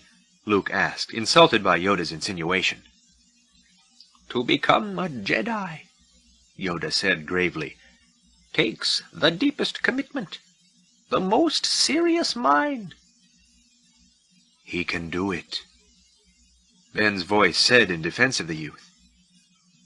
Looking toward the invisible Kenobi, Yoda pointed at Luke. "This one I have watched a long time. All his life has he looked away, to the horizon, to the sky, to the future. Never his mind on where he was, on what he was doing. Adventure, excitement." Yoda shot a glaring look at Luke. "A Jedi craves not these things." Luke tried to defend his past. "I have followed my feelings." "You are reckless!" the Jedi Master shouted. "He will learn," came the soothing voice of Kenobi. "He's too old," Yoda argued. "Yes, too old. Too set in his ways to start the training." Luke thought he heard a subtle softening in Yoda's voice. Perhaps there was still a chance to sway him. "I've learned much," Luke said. He couldn't give up now. He had come too far, endured too much, lost too much for that. Yoda seemed to look right through Luke as he spoke those words, as if trying to determine how much he had learned. He turned to the invisible Kenobi again. "Will he finish what he begins?" Yoda asked. "We've come this far," was the answer. "He is our only hope." "I will not fail you," Luke said to both Yoda and Ben. "I'm not afraid." And indeed, at that moment, the young Skywalker felt he could face anything without fear. But Yoda was not so optimistic. "You will be, my young one," he warned. The Jedi Master turned slowly to face Luke as a strange little smile appeared on his blue face. "You will be." Chapter 9. Only one being in the entire universe could instill fear in the dark spirit of Darth Vader. As he stood, silent and alone in his dim chamber, the Dark Lord of the Sith waited for a visit from his own dreaded master. As he waited, his Imperial Star Destroyer floated through a vast ocean of stars. No one on his ship would have dared disturb Darth Vader in his private cubicle, but if they had, they might have detected a slight trembling in that black cloaked frame. And there might even have been a hint of terror to be seen upon his visage, had anyone been able to see through his concealing black breath mask. But no one approached, and Vader remained motionless as he kept his lonely, patient vigil. Soon a strange electronic whine broke the dead silence of the room, and a flickering light began to glimmer on the Dark Lord's cloak. Vader immediately bowed deeply in homage to his royal master. The visitor arrived in the form of a hologram that materialized before Vader and towered above him. The three-dimensional figure was clad in simple robes, and its face was concealed behind an enormous hood. When the hologram of the Galactic Emperor finally spoke, it did so with a voice even deeper than Vader's. The Emperor's presence was awesome enough, but the sound of his voice sent a thrill of terror coursing through Vader's powerful frame. "You may rise, my servant," the Emperor commanded. Immediately Vader straightened up. But he did not dare gaze into his master's face, and instead cast his eyes down at his own black boots. "What is thy bidding, my master?" Vader asked with all the solemnity of a priest attending his god. "There is a grave disturbance in the Force," the Emperor said. "I have felt it," the Dark Lord replied solemnly. The Emperor emphasized the danger as he continued. "Our situation is most precarious. We have a new enemy who could bring about our destruction." "Our destruction? Who?" "The son of Skywalker. You must destroy him, or he will be our undoing." Skywalker. The thought was impossible. How could the Emperor be concerned with this insignificant youth? "He's not a Jedi," Vader reasoned. "He's just a boy. Obi-Wan could not have taught him so much that—" The Emperor broke in. "The Force is strong in him," he insisted. "He must be destroyed." The Dark Lord reflected for a moment. Perhaps there was another way to deal with the boy, a way that might benefit the Imperial cause. "If he could be turned, he would be a powerful ally," Vader suggested. Silently, the Emperor considered the possibility. After a moment, he spoke again. "Yes, he said thoughtfully. "He would be a great asset. Can it be done?" For the first time in their meeting, Vader lifted his head to face his master directly. "He will join us," he answered firmly. "Or die, my master." With that, the encounter had come to an end. Vader kneeled before the Galactic Emperor, who passed his hand over his obedient servant. In the next moment, the holographic image had completely disappeared, leaving Darth Vader alone to formulate what would be, perhaps, his most subtle plan of attack.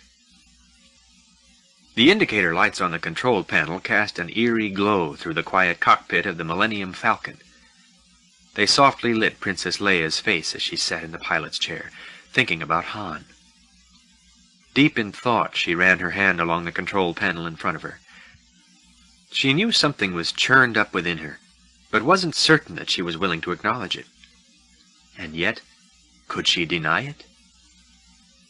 Suddenly, her attention was attracted by a flurry of movement outside the cockpit window. A dark shape, at first too swift and too shadowy to identify, streaked toward the Millennium Falcon. In an instant, it had attached itself to the ship's front window with something that looked like a soft suction cup. Cautiously, Leia moved forward for a closer look at the black, smudge-like shape. As she peered out the window, a set of large yellow eyes suddenly popped open and stared right at her. Leia started in shock and stumbled backward into the pilot's seat. As she tried to compose herself, she heard the scurry of feet and an inhuman screech. Suddenly, the black shape and its yellow eyes disappeared into the darkness of the asteroid cave. She caught her breath, leaped up out of the chair, and raced to the ship's hold. The Falcon's crew was finishing its work on the ship's power system. As they worked, the lights flickered weakly, then came on and stayed on brightly. Han finished reconnecting the wires and began setting a floor panel back in place, while the Wookiee watched C-3PO complete his work at the control panel. "Everything checks out here," 3PO reported. "If I might say so, I believe that should do it." Just then the princess rushed breathlessly into the hold. "There's something out there!" Leia cried. Han looked up from his work. "Where?" "Outside," she said. "In the cave." As she spoke, they heard a sharp banging against the ship's hull. Chewbacca looked up and let out a loud bark of concern. "Whatever it is, sounds like it's trying to get in," 3PO observed worriedly. The captain began to move out of the hold. "I'm going to see what it is," he announced. "Are you crazy?" Leia looked at him in astonishment. The banging was getting louder. "Look, we just got this bucket going again," Han explained. "I'm not about to let some varmint tear it apart." Before Leia could protest, he had grabbed a breath mask off a supply rack and pulled it down over his head. As Han walked out, the Wookiee hurried up behind him and grabbed his own face mask. Leia realized that, as part of the crew, she was duty-bound to join them. "If there's more than one," she told the captain, "you're going to need help." Han looked at her affectionately as she removed a third breath mask and placed it over her lovely but determined face. Then the three of them rushed out, leaving the protocol droid to complain pitifully to the empty hold. "But that leaves me here all alone." The darkness outside the Millennium Falcon was thick and dank. It surrounded the three figures as they carefully moved around their ship. With each step they heard unsettling noises, squishing sounds that echoed through the dripping cavern. It was too dark to tell where the creature might be hiding. They moved cautiously, peering as well as they could into the deep gloom. Suddenly Chewbacca, who could see better in the dark than either his captain or the princess, emitted a muffled bark and pointed toward the thing that moved along the Falcon's hull. A shapeless, leathery mass scurried over the top of the ship, apparently startled by the Wookiee's yelp. Han leveled his blaster at the creature and blasted the thing with a laser bolt. The black shape screeched, stumbled, then fell off the spaceship, landing with a thud at the princess's feet. She leaned over to get a better look at the black mass. "Looks like some kind of Mynock," she told Han and Chewbacca. Han glanced quickly around the dark tunnel. "There will be more of them," he predicted. "They always travel in groups, and there's nothing they like better than to attach themselves to ships. Just what we need right now." But Leia was more distracted by the consistency of the tunnel floor.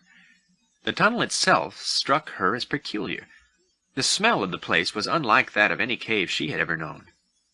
The floor was especially cold and seemed to cling to her feet. As she stamped her foot against the floor, she felt the ground give a bit beneath her heel. "This asteroid has the strangest consistency," she said. "Look at the ground. It's not like rock at all." Han knelt to inspect the floor more closely and noted how pliable it was. As he studied the floor, he tried to make out how far it reached and to see the contours of the cave. "There's an awful lot of moisture in here," he said. He stood up and aimed his hand blaster at the far side of the cave, then fired toward the sound of a screeching Mynock in the distance. As soon as he shot the bolt, the entire cavern began to shake and the ground began to buckle. "I was afraid of that," he shouted. "Let's get out of here!"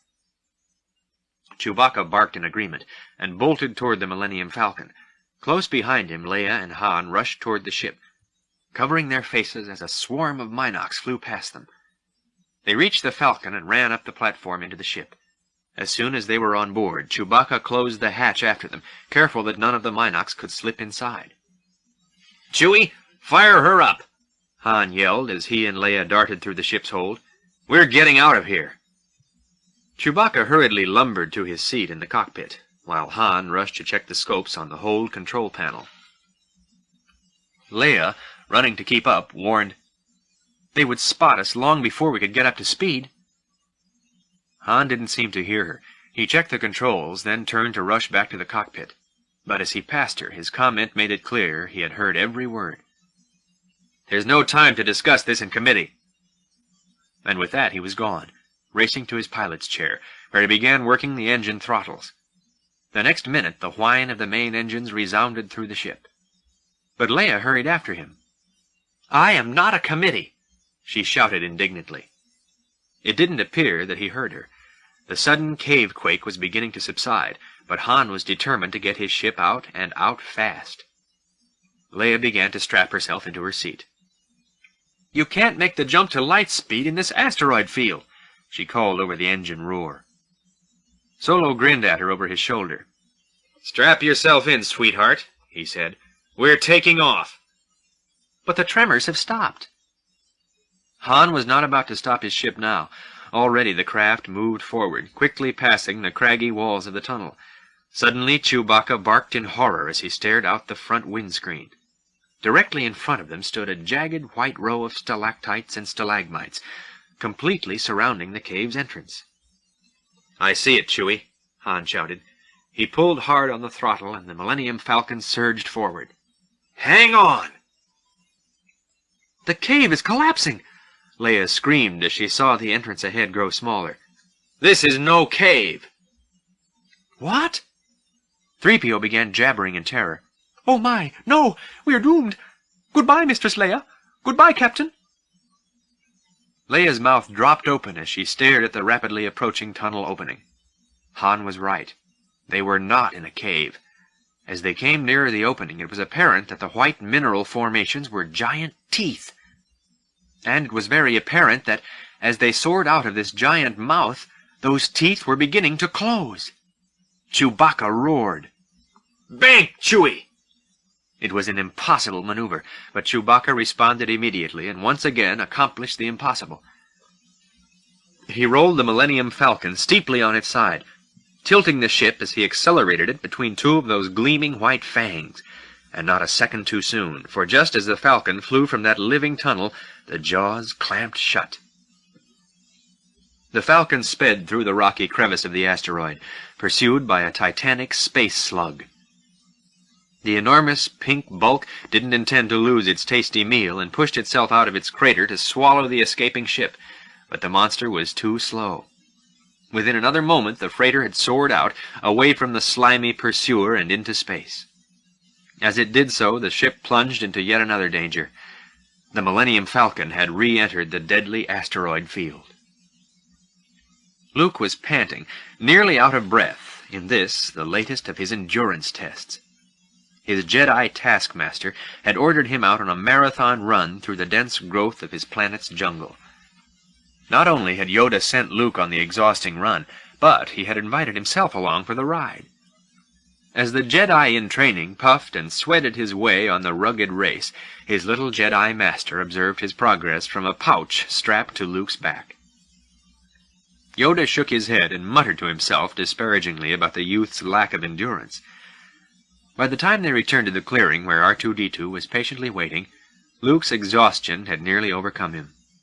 As he stumbled into the clearing, Yoda had yet another test planned for him.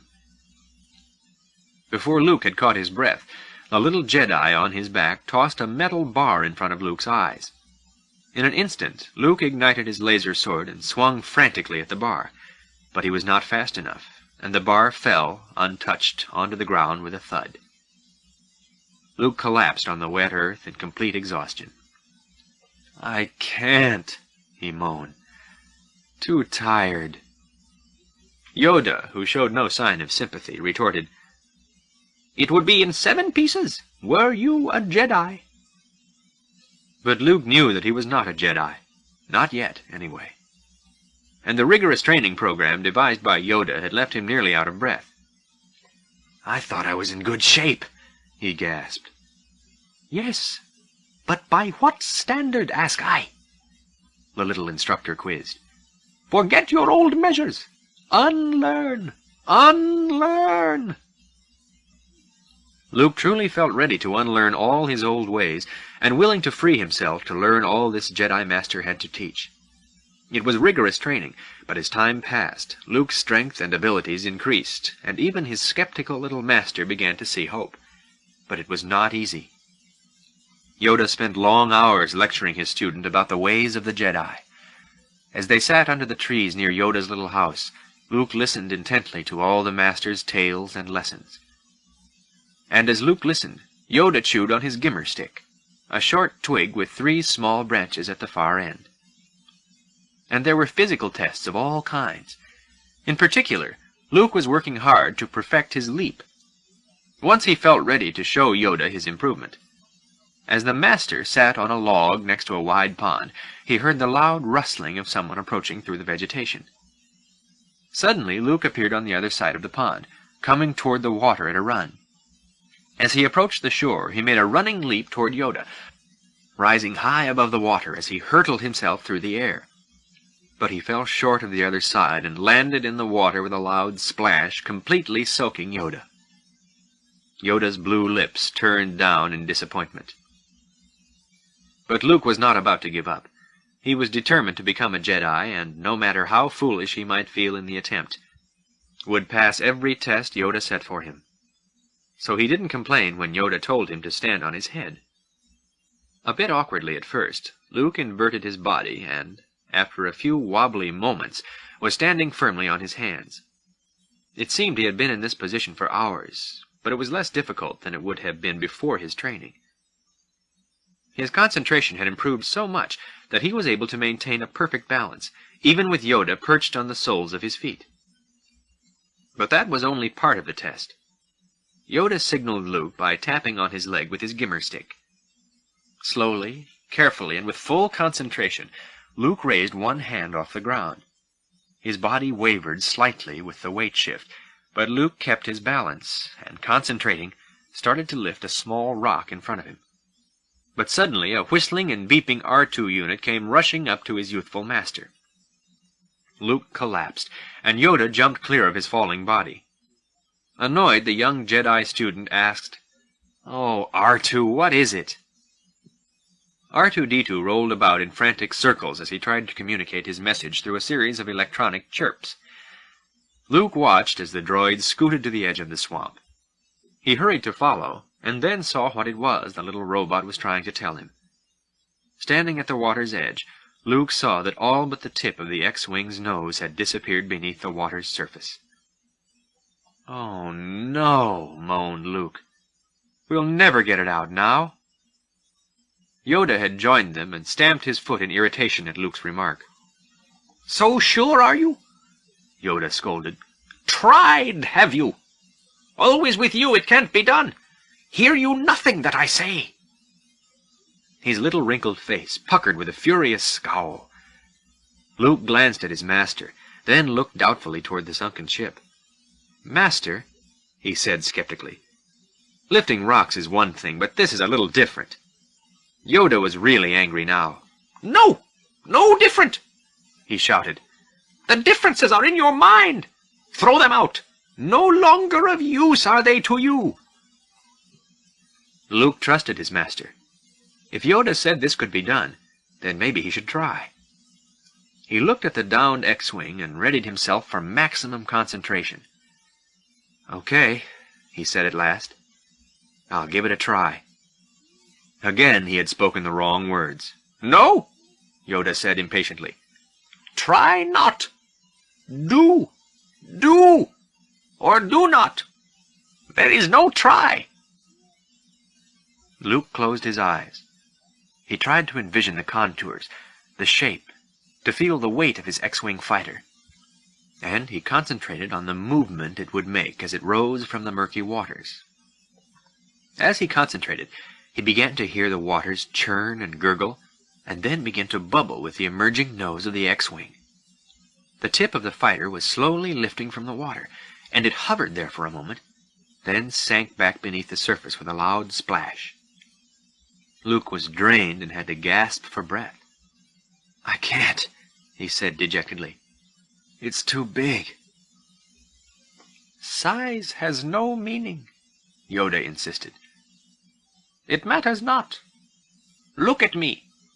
Judge me by my size, do you?" Luke, chastened, just shook his head. "And well you shouldn't," the Jedi Master advised. "For my ally is the Force. And a powerful ally it is. Life creates it and makes it grow. Its energy surrounds us and binds us. Luminous beings we are, not this crude matter," he said as he pinched Luke's skin. Yoda made a grand sweeping gesture to indicate the vastness of the universe about him. "Feel it you must. Feel the flow. Feel the Force around you. Here," he said as he pointed. "Between you and me and that tree and that rock."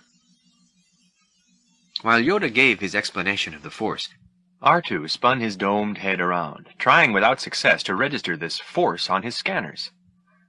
He whistled and beeped in bafflement. "Yes, everywhere," Yoda continued, ignoring the little droid. "Waiting to be felt and used. Yes, even between this land and that ship."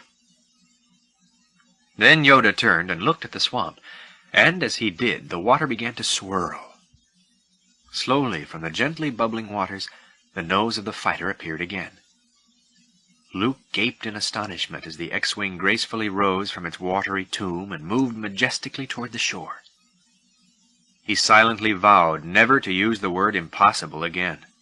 For there, standing on his tree-root pedestal, was tiny Yoda, effortlessly gliding the ship from the water onto the shore. It was a sight that Luke could scarcely believe, but he knew that it was a potent example of Jedi mastery over the Force. R2, equally astounded but not so philosophical, issued a series of loud whistles, then bolted off to hide behind some giant roots. The X-Wing seemed to float onto the beach, and then gently came to a stop. Luke was humbled by the feat he had witnessed and approached Yoda in awe. He began, dazzled. "I don't believe it." "That," Yoda stated emphatically, "is why you fail." Bewildered, Luke shook his head, wondering if he would ever rise to the station of a Jedi. Bounty hunters, among the most reviled of the galaxy's inhabitants. This class of amoral money-grubbers included members of every species. It was a repellent occupation, and it often attracted repellent creatures to its fold. Some of these creatures had been summoned by Darth Vader, and now stood with him on the bridge of his Imperial Star Destroyer. Admiral Piet observed this motley group from a distance, as he stood with one of Vader's captains. They saw that the Dark Lord had invited a particularly bizarre assortment of fortune hunters, including Bosk, whose soft, baggy face gawked at Vader with huge, bloodshot orbs. Next to Bosk stood Zuckuss and Dengar, two human types battle-scarred by innumerable, unspeakable adventures. A battered and tarnished chrome-colored droid named IG-88 was also with the group, standing next to the notorious Boba Fett, a human bounty hunter. Fett was known for his extremely ruthless methods. He was dressed in a weapon-covered armored spacesuit, the kind worn by a group of evil warriors defeated by the Jedi Knights during the Clone Wars. A few braided scalps completed his unsavory image. The very sight of Boba Fett sent a shudder of revulsion through the Admiral. "Bounty hunters," Piet said with disdain. "Why should he bring them into this? The rebels won't escape us." Before the captain could reply, a ship's controller rushed up to the Admiral. "Sir," he said urgently, "we have a priority signal from the Star Destroyer Avenger." Admiral Piet read the signal, then hurried to inform Darth Vader. As he approached the group, Piet heard the last of Vader's instructions to them. "There will be a substantial reward for the one who finds the Millennium Falcon," he was saying. "You are free to use any methods necessary, but I want proof. No disintegrations." The Sith Lord stopped his briefing as Admiral Piet hurried to his side. "My lord," the Admiral whispered ecstatically, "we have them." Chapter 10. The Avenger had spotted the Millennium Falcon the moment the freighter shot out of the enormous asteroid. From that moment, the Imperial ship renewed its pursuit of the freighter with a blinding barrage of fire. Undaunted by the steady rain of asteroids on its massive hull, the Star Destroyer relentlessly followed the smaller ship. The Millennium Falcon, far more maneuverable than the other ship, darted around the larger asteroids as they came rocketing toward it. The Falcon was succeeding in holding its lead in front of the Avenger, but it was clear that the steadily pursuing ship was not about to abandon the chase. Suddenly, a gigantic asteroid appeared in the Millennium Falcon's path, rushing toward the freighter at incredible speed. The ship quickly banked out of the way, and the asteroid hurtled past it, only to explode harmlessly against the Avenger's hull. Han Solo glimpsed the explosion's flare through the front window of his ship's cockpit. The craft that followed them seemed absolutely invulnerable, but he had no time to reflect on the differences between the ships. It took everything in his power to maintain control of the Falcon as it was pelted by Imperial cannon fire. Princess Leia tensely watched the asteroids and cannon fire flaring in the blackness of space outside the cockpit windows. Her fingers had tightened on the arms of her chair. Silently she hoped against hope that they would emerge from this chase alive. Carefully following the bleeping images on a tracking scope, C-3PO turned to Han. "I can see the edge of the asteroid field, sir," he reported. "Good," Han replied. "Soon as we're clear, we'll kick this baby into hyperdrive." He was confident that within moments the pursuing Star Destroyer would be left light years behind. The repairs in the freighter's lightspeed systems had been completed, and there was nothing left to do now but get the ship free of the asteroid field and into space, where it could blast away to safety.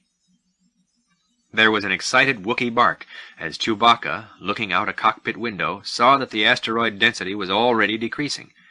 But their escape could not yet be completed, for the Avenger was closing in, and the bolts from its laser cannons bombarded the Falcon, making it lurch and carom to one side. Han rapidly adjusted the controls and brought his ship back on an even keel. And in the next instant, the Falcon zoomed out of the asteroid field and entered the peaceful, star-dotted silence of deep space. Chewbacca whined, joyful that they were at last out of the deadly field, but eager to leave the Star Destroyer far behind. "I'm with you, Chewie," Han responded.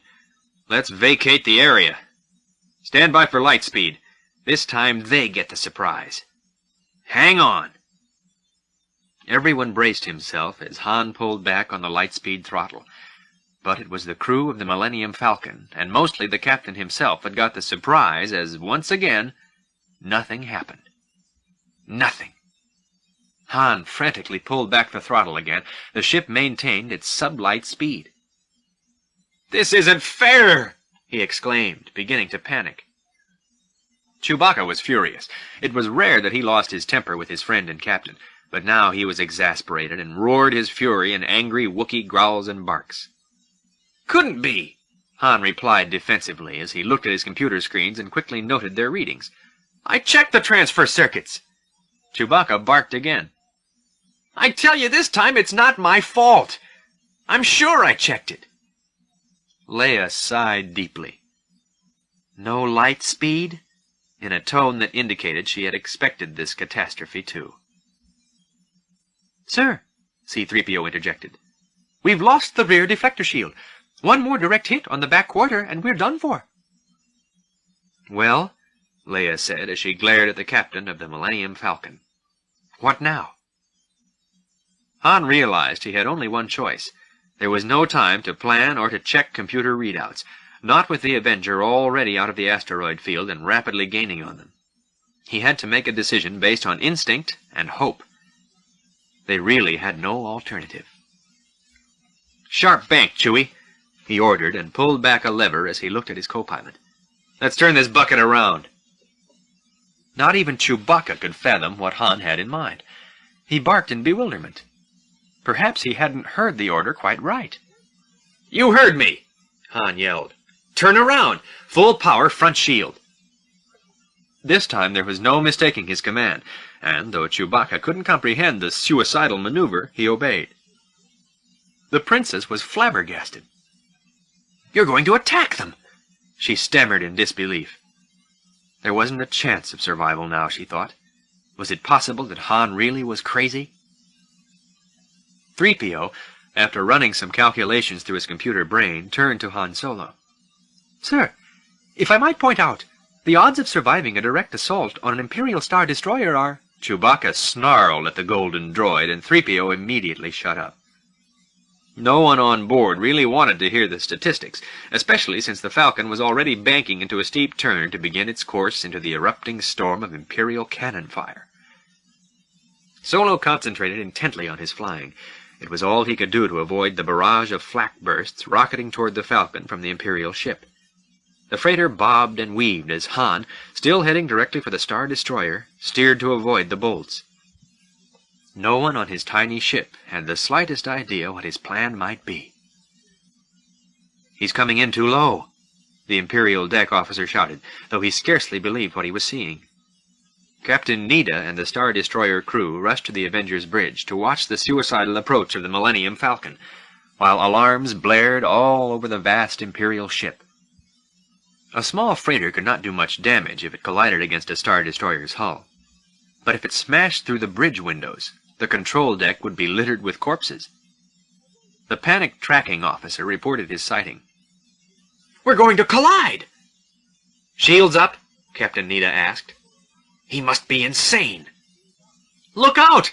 the deck officer yelled. The Falcon was headed straight for the bridge window, and the Avenger crew and officers fell to the floor in terror. But at the last instant, the freighter veered up sharply. Then Captain Nida and his men slowly lifted their heads.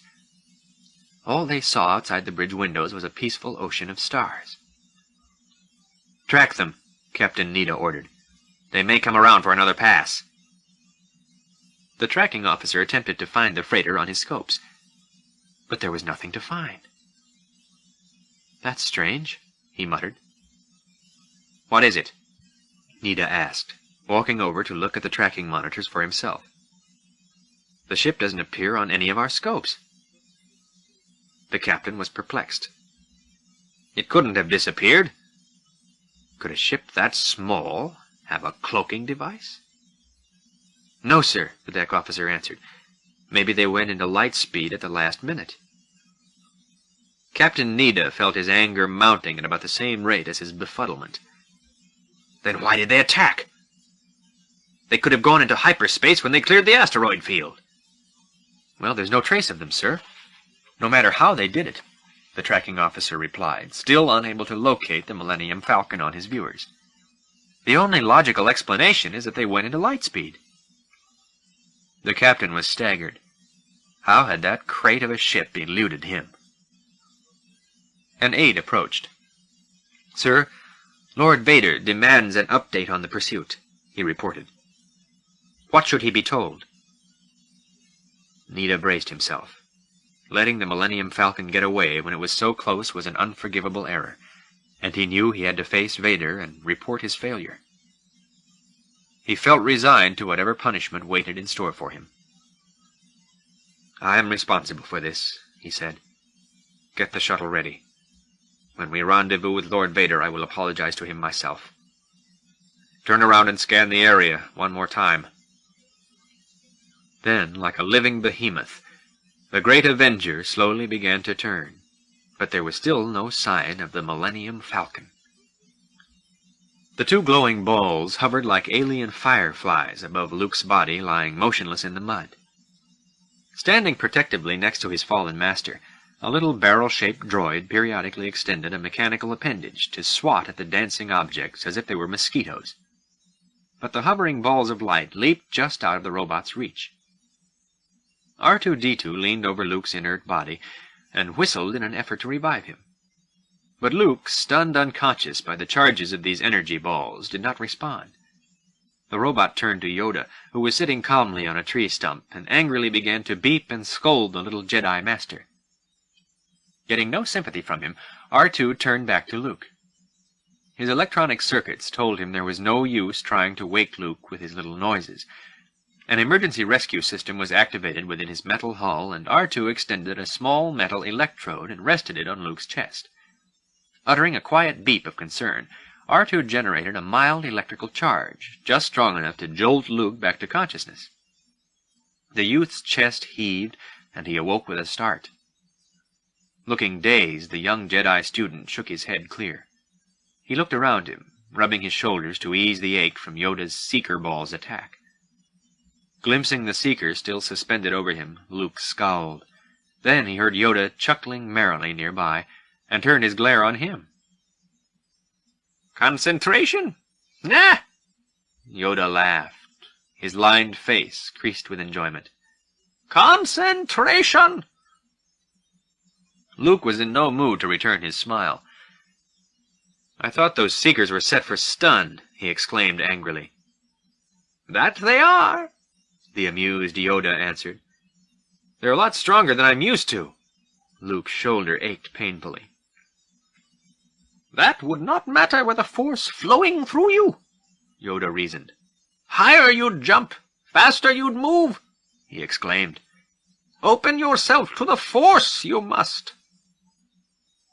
The youth was beginning to feel exasperated with his arduous training, although he had only been at it a short time. He had felt very close to knowing the force, but so many times he had failed, and had realized how very far away it was from him still.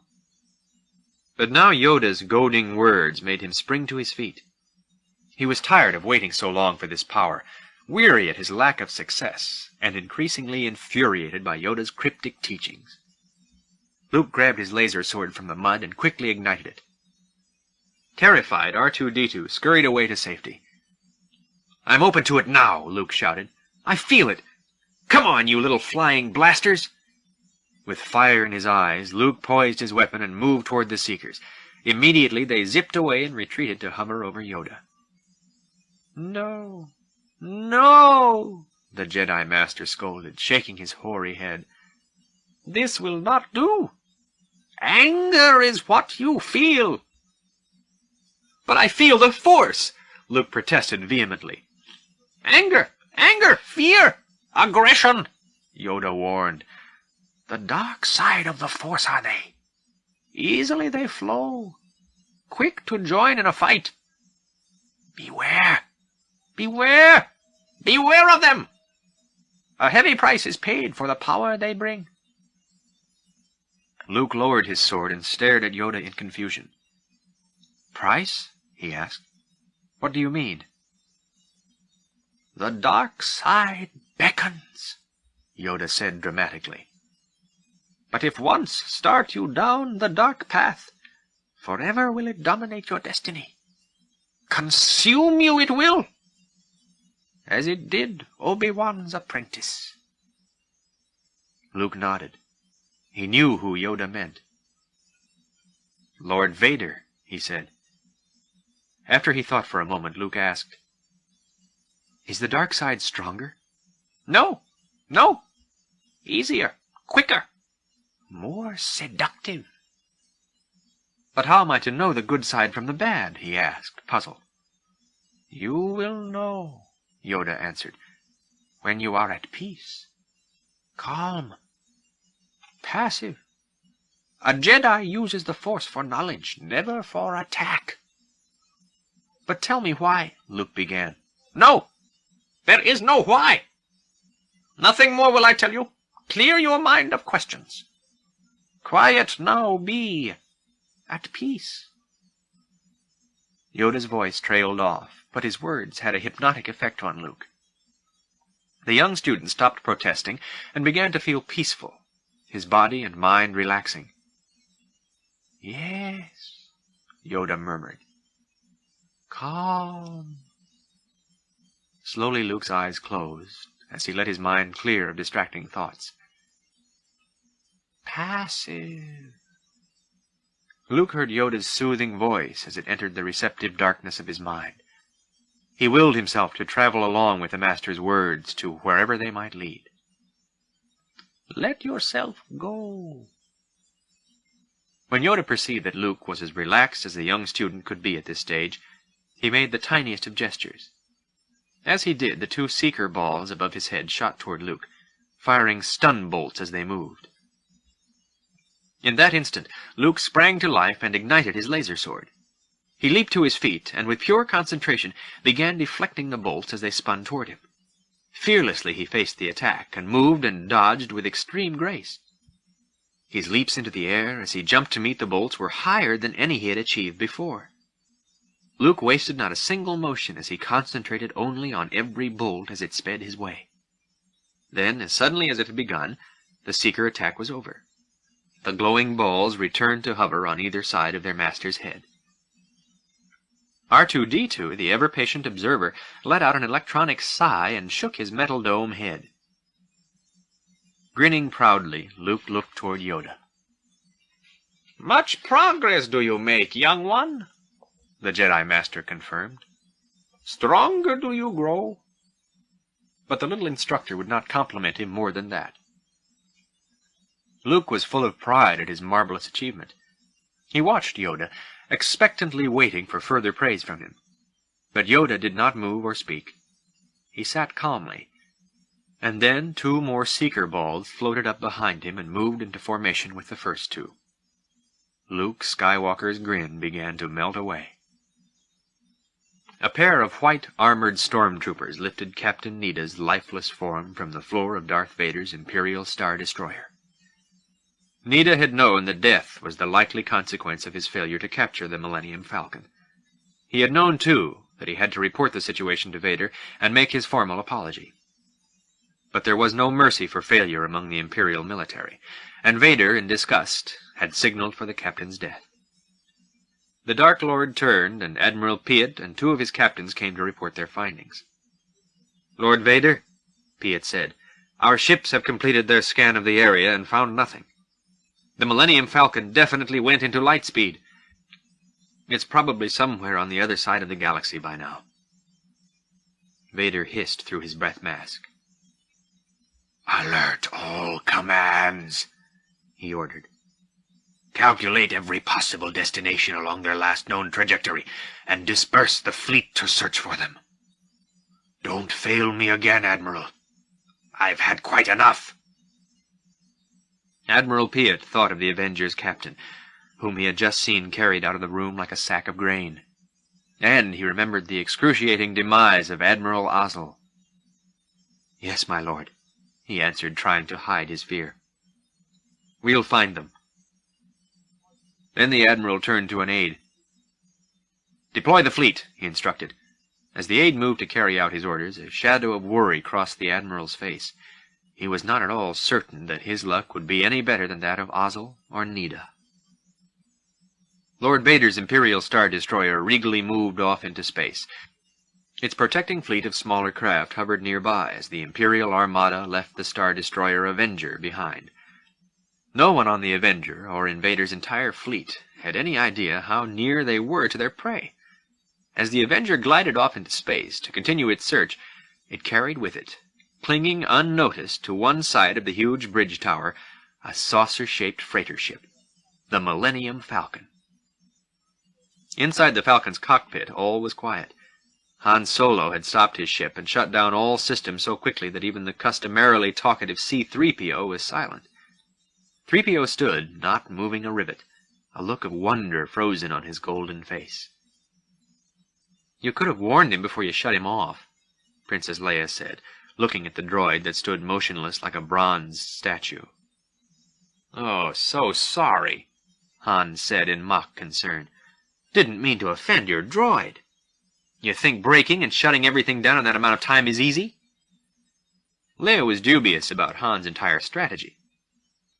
"I'm still not sure what you've accomplished." He shrugged off her doubt. She'll find out soon enough, he thought. There just wasn't any other choice. He turned to his co-pilot. "Chewie, check the manual release on the landing clause." The Wookiee barked, then pulled himself out of his chair and moved toward the rear of the ship. Leia watched as Chewbacca proceeded to disengage the landing clause so that the ship could take off without mechanical delay. Shaking her head incredulously, she turned to Han. "What do you have in mind for your next move?" "The fleet is finally breaking up," he answered as he pointed out a port window. "I'm hoping they follow standard Imperial procedure and dump their garbage before they go into light speed." The princess reflected on this strategy for a moment, and then began to smile. This crazy man might know what he was doing after all. Impressed, she patted him on the head. "Not bad, hotshot. Not bad." "Then what?" "Then," Han said, "we have to find a safe port around here. Got any ideas?" "That depends. Where are we?" "Here," Han said, pointing to a configuration of small light points near the Anoet system. Slipping out of her chair, Leia moved next to him for a better look at the screen. "Funny," Han said after thinking for a moment. "I have the feeling I've been in this area before. Let me check my logs." "You keep logs?" Leia was more impressed by the minute. "My, how organized," she teased. "Well, sometimes," he answered as he hunted through the computer readout. "Aha! I knew it! Lando. Now this should be interesting." "I've never heard of that system," said Leia. "It's not a system. He's a man. Lando Calrissian. A gambler, con artist, all-around scoundrel." He paused long enough for the last word to sink in and gave the princess a wink. "Your kind of guy." "The Bespin system. It's a fair distance, but reachable." Leia looked at one of the computer monitor screens and read the data. "A mining colony," she noted. "A Tabana gas mine," Han added. "Lando won it in a sabak match, or so he claims. Lando and I go way back." "Can you trust him?" Leia asked. "No.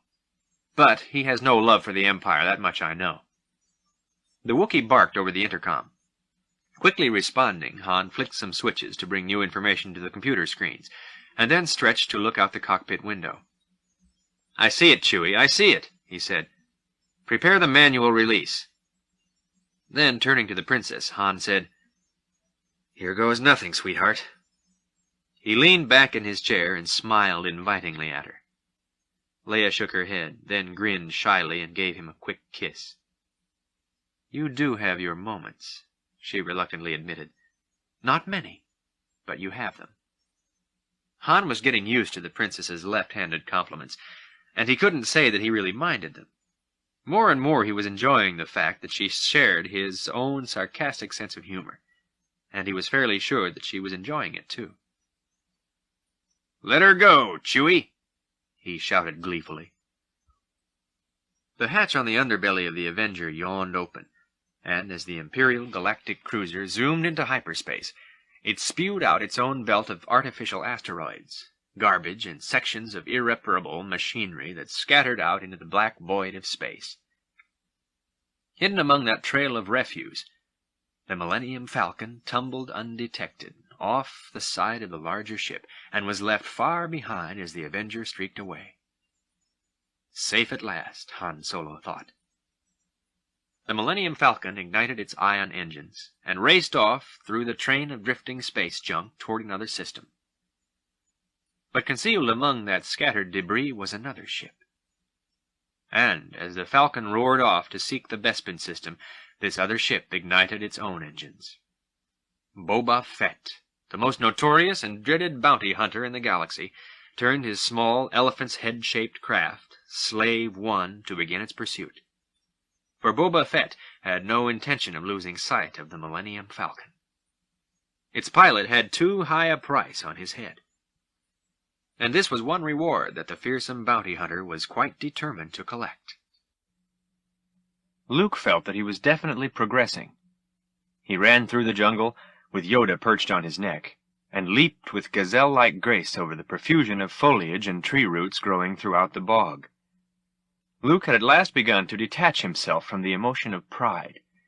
He felt unburdened, and was finally open to experience fully the flow of the Force.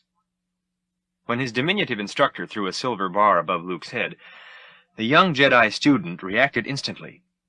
In a flash, he turned to slice the bar into 4 shiny segments before it fell to the ground. Yoda was pleased and smiled at Luke's accomplishment. "4 this time. The Force you feel." But Luke was suddenly distracted. He sensed something dangerous, something evil. "Something's not right," he said to Yoda. "I feel danger. Death." He looked around him, trying to see what it was that emitted so powerful an aura. As he turned, he saw a huge tangled tree, its blackened bark dry and crumbling. The base of the tree was surrounded by a small pond of water, where the gigantic roots had grown to form the opening to a darkly sinister cave. Luke gently lifted Yoda from his neck and set him on the ground. Transfixed, the Jedi student stared at the dark monstrosity. Breathing hard, he found himself unable to speak. "You brought me here purposely," Luke said at last. Yoda sat on a tangled root and put his gimmer stick in his mouth. Calmly looking at Luke, he said nothing. Luke shivered. "I feel cold," he said, still gazing at the tree. "This tree is strong with the dark side of the Force. A servant of evil it is. Into it you must go." Luke felt a tremor of apprehension. "What's in there?" "Only what you take with you," Yoda said cryptically. Luke looked warily at Yoda, and then at the tree. He silently resolved to take his courage, his willingness to learn, and step within that darkness to face whatever it was that awaited him. He would take nothing more than... No. He would also bring his lightsaber. Lighting his weapon, Luke stepped through the shallow waters of the pond and toward the dark opening between those great and foreboding roots. But the Jedi Master's voice stopped him. "Your weapon!" Yoda reproved. "You won't need it." Luke paused and looked again at the tree. Go into that evil cave completely unarmed? As skilled as Luke was becoming, he did not feel quite equal to that test. He gripped his saber tighter and shook his head. Yoda shrugged and placidly gnawed his gimmer stick. Taking a deep breath, Luke cautiously stepped into the grotesque tree cave. The dark inside the cave was so thick that Luke could feel it against his skin, so black that the light thrown by his laser sword was quickly absorbed and illuminated scarcely more than a meter in front of him. As he slowly moved forward, slimy, dripping things brushed against his face, and the moisture from the soggy cave floor began to seep into his boots. As he pushed through the blackness, his eyes began to grow accustomed to the dark. He saw a corridor before him, but as he moved toward it, he was surprised by a thick, sticky membrane that completely enveloped him. Like the web of some gigantic spider, the mass clung tightly to Luke's body. Thrashing at it with his lightsaber, Luke finally managed to disentangle himself and clear a path ahead. He held his glowing sword in front of him and noticed an object on the cave floor. Pointing his lightsaber downward, Luke illuminated a black, shiny beetle the size of his hand. In an instant, the thing scurried up the slimy wall to join a cluster of its mates. Luke caught his breath and stepped back. At that moment he considered hunting for the exit, but he braced himself and ventured still deeper into the dark chamber. He felt the space about him widen as he moved forward, using his lightsaber as a dim beacon. He strained to see in the darkness, trying his best to hear, but there was no sound at all. Nothing. Then, a very loud hiss. The sound was familiar. He froze where he stood. He had heard that hiss even in his nightmares. It was the labored breath of a thing that had once been a man. Out of the darkness a light appeared, the blue flame of a just-ignited laser sword. In its illumination, Luke saw the looming figure of Darth Vader raise his lighted weapon to attack, and then lunge. Prepared by his disciplined Jedi training, Luke was ready. He raised his own lightsaber and perfectly sidestepped Vader's attack. In the same movement, Luke turned to Vader and, with his mind and body completely focused, the youth summoned the Force.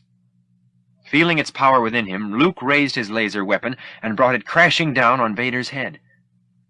With one powerful stroke, the Dark Lord's head was severed from his body. Head and helmet crashed to the ground and rolled about the cave floor with a loud metallic bang.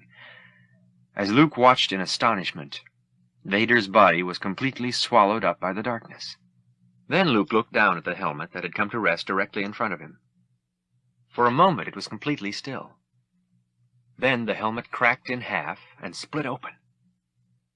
As Luke watched in shocked disbelief, the broken helmet fell aside to reveal not the unknown, imagined face of Darth Vader, but Luke's own face, looking up at him. He gasped, horrified at the sight, and then, as suddenly as it had appeared, the decapitated head faded away as if in a ghostly vision. Luke stared at the dark space where the head and pieces of helmet had lain. His mind reeled. The emotions that raged inside of him were almost too much to bear. The tree, he told himself. It was all some trick of this ugly cave, some charade of Yoda's, arranged because he had come into the tree carrying a weapon. He wondered if he were really fighting himself, or if he had fallen prey to the temptations of the dark side of the Force. He might himself become a figure as evil as Darth Vader. And he wondered if there might be some even darker meaning behind the unsettling vision. It was a long while before Luke Skywalker was able to move from that deep, dark cave. Meanwhile, sitting on the root, the little Jedi Master calmly gnawed his gimmer stick. Chapter 11. It was dawn on the gaseous Bespin planet. As the Millennium Falcon began its approach through the planet's atmosphere, it soared past several of Bespin's many moons. The planet itself glowed with the same soft pink hue of dawn that tinted the hull of the powerful pirate starship. As the ship neared, it swerved to avoid a billowing canyon of clouds that swirled up around the planet. When Han Solo finally lowered his ship through the clouds, he and his crew got their first glimpse of the gaseous world of Bespin. And as they maneuvered through the clouds, they noticed that they were being followed by some kind of flying vehicle. Han recognized the craft as a twin-pod cloud car, but was surprised when the car began to bank close to his freighter. The Falcon suddenly lurched as a round of laser fire struck its hull. No one on the Falcon had expected this kind of greeting. The other craft transmitted a static-obscured message over the Falcon's radio system. "No!" Han snarled in reply.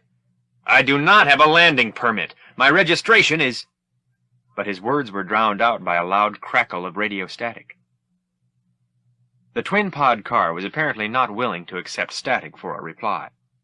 Again it opened up fire on the Falcon, shaking and rattling the ship with each strike. A clear warning voice came over the freighter's speakers. "Stand by. Any aggressive move will bring about your destruction." At this point, Han had no intention of making any aggressive moves. Bespin was their only hope of sanctuary, and he didn't plan to alienate his prospective hosts. "Rather touchy, aren't they?" the reactivated C-3PO asked. "I thought you knew these people," Leia chided, casting a suspicious look at Han. "Well," the Corellian hedged, "it's been a while." Chewbacca growled and barked, shaking his head meaningfully at Han. "That was a long time ago," he answered sharply. "I'm sure he's forgotten all about it." But he began to wonder if Lando had forgotten the past. "Permission granted to land on platform 327. Any deviation of flight pattern will bring about your—" Angrily, Han switched off the radio. Why was he being put through this harassment? He was coming here peacefully. Wasn't Lando going to let bygones be bygones? Chewbacca grunted and glanced at Solo, who turned to Leia and her worried robot. "He'll help us," he said, trying to reassure them all. "We go way back. Really, don't worry." Who's worried? She lied unconvincingly. By then they could clearly see the cloud city of Bespin through the cockpit window. The city was immense, and seemed to float in the clouds as it emerged through the white atmosphere. As the Millennium Falcon approached the city, it became evident that the expansive city structure was supported from below by a thin unipod. The base of this supporting stalk was a large round reactor that floated through its billowing sea of clouds. The Millennium Falcon dipped closer to the huge city and veered in the direction of its landing platforms, flying past the rising towers and spires that dotted the city's landscape. In and about these structures cruised more of the twin-pod cloud cars, gliding effortlessly through the mists. Han gently brought the Falcon in to land on platform 327. And, as the ship's ion engines whined to a stop, the captain and his crew could see the welcoming party moving toward the landing platforms with weapons drawn.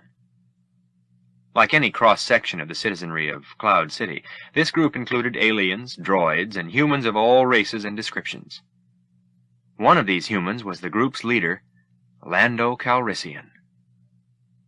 Lando, a handsome black man perhaps the same age as Solo, was clad in elegant gray pants, blue shirt, and a flowing blue cape. He stood, unsmiling, on landing platform 327, waiting for the Falcon's crew to disembark. Han Solo and Princess Leia appeared at the open door of their ship, with blasters drawn. Standing behind them was the giant Wookiee, his gun in hand and a bandolier of ammunition packs slung over his left shoulder. Han didn't speak, but quietly surveyed the menacing welcoming party that was marching across the platform toward them. An early morning wind began to sweep along the ground, making Lando's cloak fly up behind him like enormous, deep blue wings. "I don't like this," Leia whispered to Han. He didn't much like it either, but he wasn't going to let the princess know that. "It'll be all right," he said quietly. "Trust me." Then, cautioning her, he added, "But keep your eyes open. Wait here." Han and Chewbacca left Leia guarding the Falcon, and they walked down the ramp to face Calrissian and his motley army. The two parties moved toward each other until Han and Calrissian stopped, 3 meters apart, to face each other. For a long moment each one eyed the other silently. Finally Calrissian spoke, shaking his head and squinting at Han. "Why, you slimy, double-crossing, no-good swindler," he said grimly. "I can explain everything, old buddy," Han said quickly, "if you'll just listen." Still unsmiling, Lando surprised alien and human alike when he said, "Glad to see you." Han lifted an eyebrow skeptically. "No hard feelings?" "Are you kidding?" Lando asked coolly. Han was becoming nervous. Had he been forgiven or not? The guards and aides still had not lowered their weapons, and Lando's attitude was mystifying. Trying to conceal his worry, Han remarked gallantly, "I always said you were a gentleman." With that, the other man broke into a grin. "I'll bet," he chuckled. Han laughed in relief as the two old friends at last embraced each other like the long-lost accomplices they were. Lando waved at the Wookiee standing behind his boss. "How you doing, Chewbacca?" he asked amiably. "Still wasting your time with this clown, eh?" The Wookiee growled a reserved greeting. Calrissian was not certain what to make of that growl. Right. He half smiled, looking uncomfortable. But his attention was distracted from this shaggy mass of muscle and hair when he saw Leia beginning to walk down the ramp. This lovely vision was followed closely by her protocol droid, who cautiously glanced around as they walked toward Lando and Han. "Hello! What have we here?" Calrissian welcomed her admiringly. "I am Lando Calrissian, administrator of this facility. And who might you be?" The princess remained coolly polite. "You may call me Leia," she replied. Lando bowed formally and gently kissed the princess's hand. "And I," her robot companion said, introducing himself to the administrator, "am C-3PO, Human-Cyborg Relations, at your—" But before 3PO could finish his little speech, Han draped one arm about Lando's shoulder and steered him away from the princess. "She's traveling with me, Lando," he advised his old friend, "and I don't intend to gamble her away. So you might as well forget she exists." Lando looked longingly over his shoulder as he and Han began to walk across the landing platform, followed by Leia, 3PO, and Chewbacca.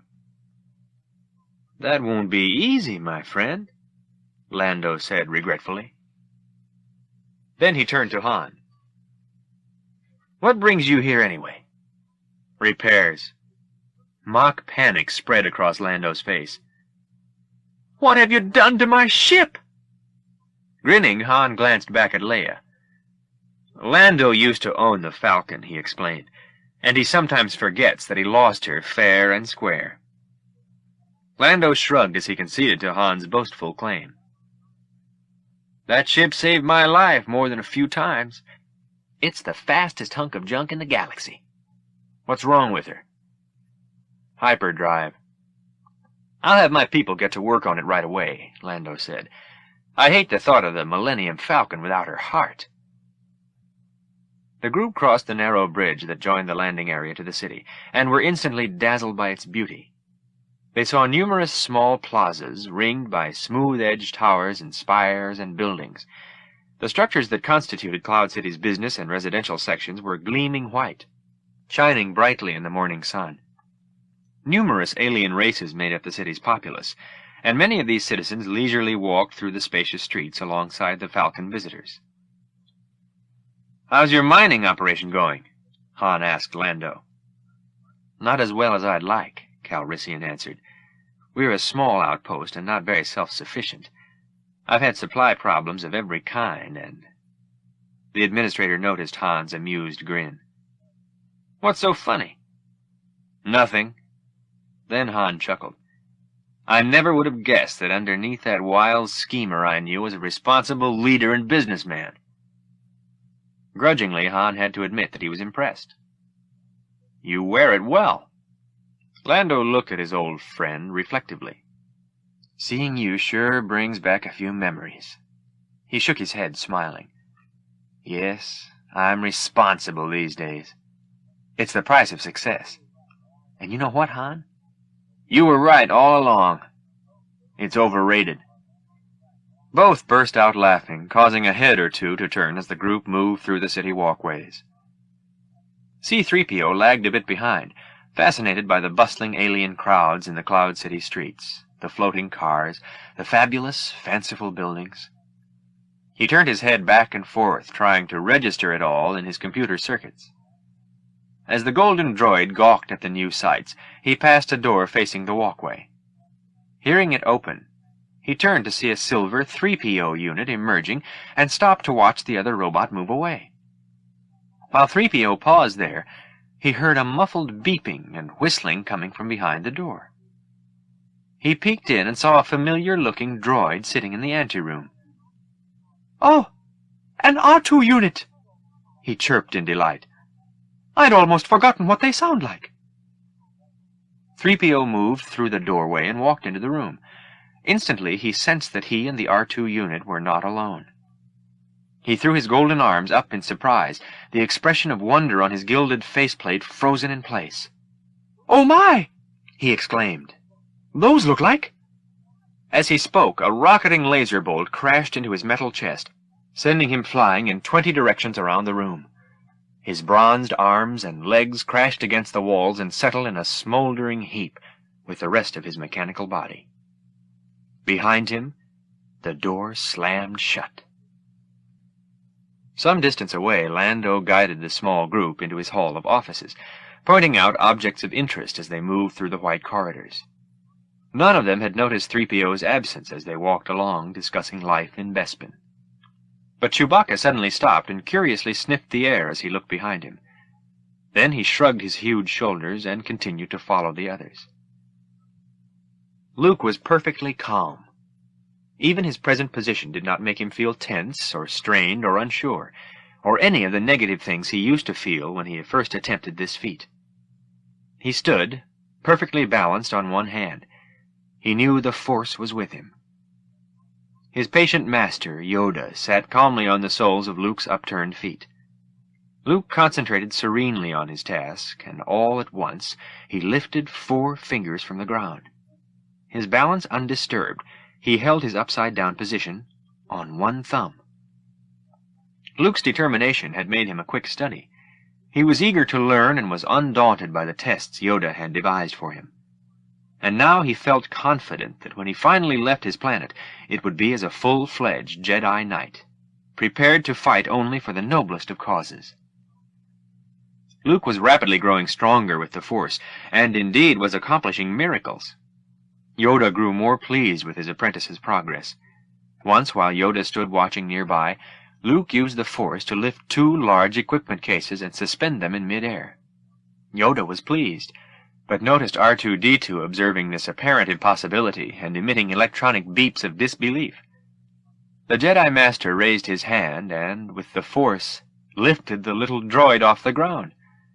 R2 hovered, his baffled internal circuits and sensors trying to detect the unseen power that held him suspended in the air. And suddenly the invisible hand played still another joke on him. While hanging in midair, the little robot was abruptly turned upside down.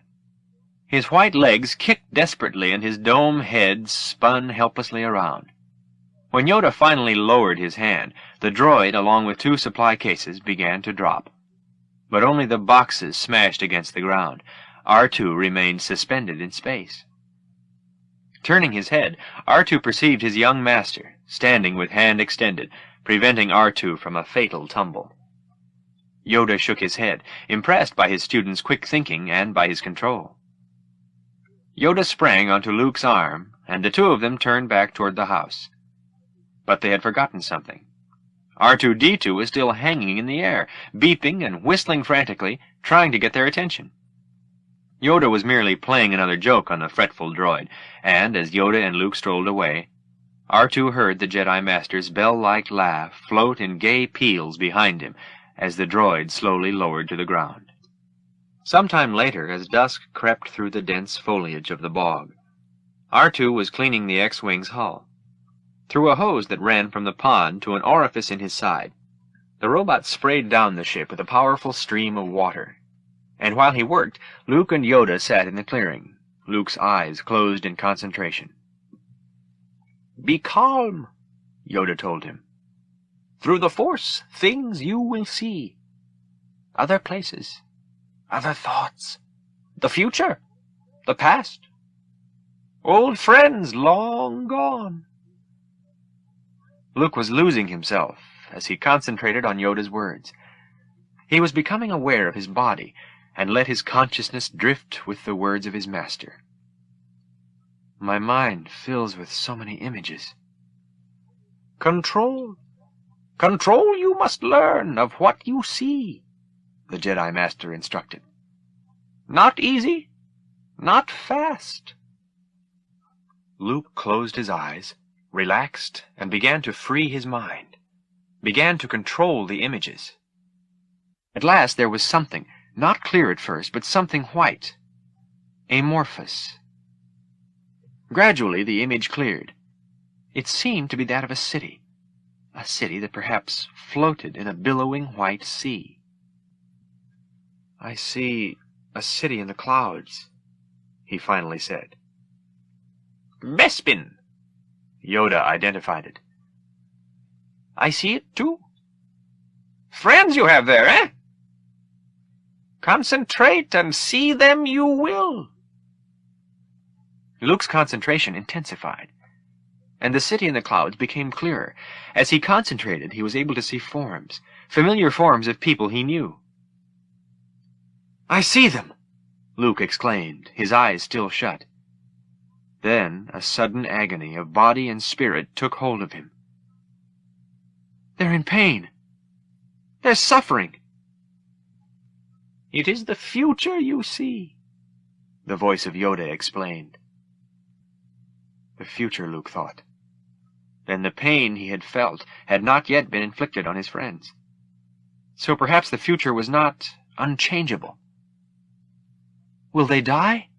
he asked his master. Yoda shook his head and shrugged gently. "Difficult to see. Always in motion is the future." Luke opened his eyes again. He stood up and quickly began to gather his equipment. "They're my friends," he said, guessing that the Jedi Master might try to dissuade him from doing what he knew he must. "And therefore," Yoda added, "decide you must how to serve them best. If you leave now, help them you could. But you would destroy all for which they have fought and suffered." His words stopped Luke cold. The youth sank to the ground, feeling a shroud of gloom envelop him. Could he really destroy everything he had worked for, and possibly also destroy his friends? But how could he not try to save them? R2 perceived his master's despair and rolled over to stand by him and provide what comfort he could. Chewbacca, who had grown concerned about C-3PO, slipped away from Han Solo and the others and began hunting for the missing droid. All he had to follow were his keen Wookiee instincts as he wandered through the unfamiliar white passageways and corridors of Bespin. Following his senses, Chewbacca finally came upon an enormous room in a corridor on the outside of the Cloud City. He approached the entrance to the room and heard the clamor of metallic objects clattering together. Along with the clanging, he heard the low grunting of creatures he had never encountered before.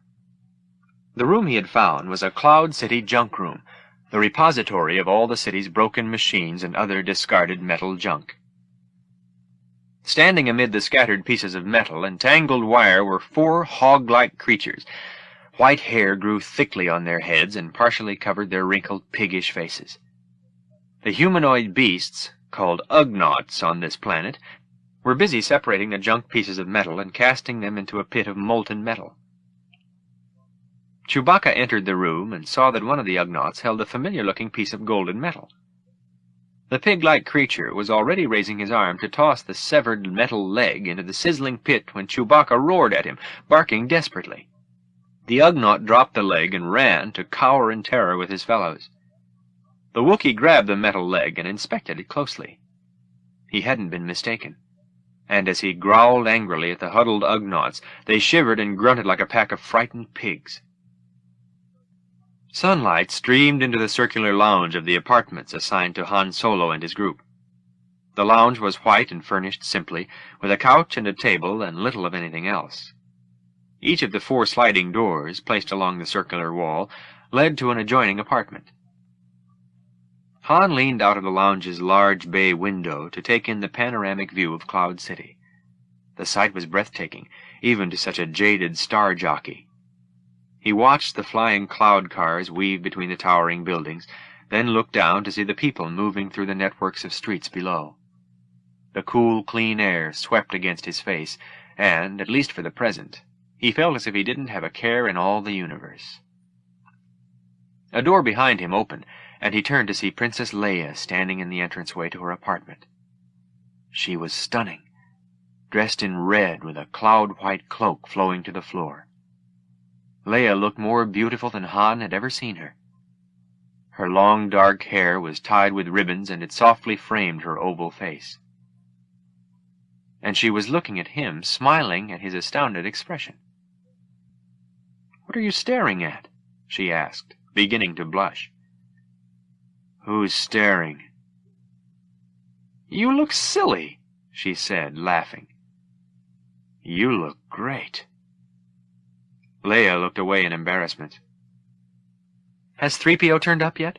She asked, trying to change the subject. Solo was taken off guard. Huh? Oh. Chewie went to look for him. He's been gone too long just to be lost. He patted the softly cushioned sofa. Come over here, he beckoned. I want to check this out. She thought about his invitation for a moment, then walked over and sat next to him on the couch. Han was overjoyed at her apparent compliance and leaned over to put his arm around her. But just before he had quite succeeded, she spoke again. I hope Luke made it to the fleet all right. Luke. He was becoming exasperated. How hard did he have to play at this game of hard to get? It was her game and her rules, but he had chosen to play. She was too lovely to resist. I'm sure he's fine, Han said soothingly. Probably sitting around wondering what we're doing right now. He moved closer and put his arm around her shoulders, pulling her closer to him. She gazed at him invitingly, and he moved to kiss her. Just then one of the doors zapped open. Chewbacca lumbered in carrying a large packing case filled with disturbingly familiar metal parts, the remains in bronzed bits and pieces of C-3PO. The Wookiee dropped the case on the table. Gesturing toward Han, he barked and growled in distress. What happened? Leia asked, moving closer to inspect the pile of disjointed parts. He found 3PO in a junk room. Leia gasped. What a mess! Chewie, do you think you can repair him? Chewbacca studied the collection of robot parts, then, looking back at the princess, shrugged his shoulders and howled. It looked to him like an impossible job. Why don't we just turn him over to Lando to fix? Han suggested. No thanks, Leia answered with a cold look in her eyes. Something's wrong here. Your friend Lando is very charming, but I don't trust him. Well, I do trust him, Han argued, defending his host. Listen, sweetheart, I'm not going to have you accusing my friend of... But he was interrupted by a buzz as a door slid open, and Lando Calrissian entered the lounge. Smiling cordially, he walked toward this small group. Sorry, am I interrupting anything? Not really, the princess said distantly. My dear, Lando said, ignoring her coldness toward him, your beauty is unparalleled. Truly you belong here with us among the clouds. She smiled icily. Thanks.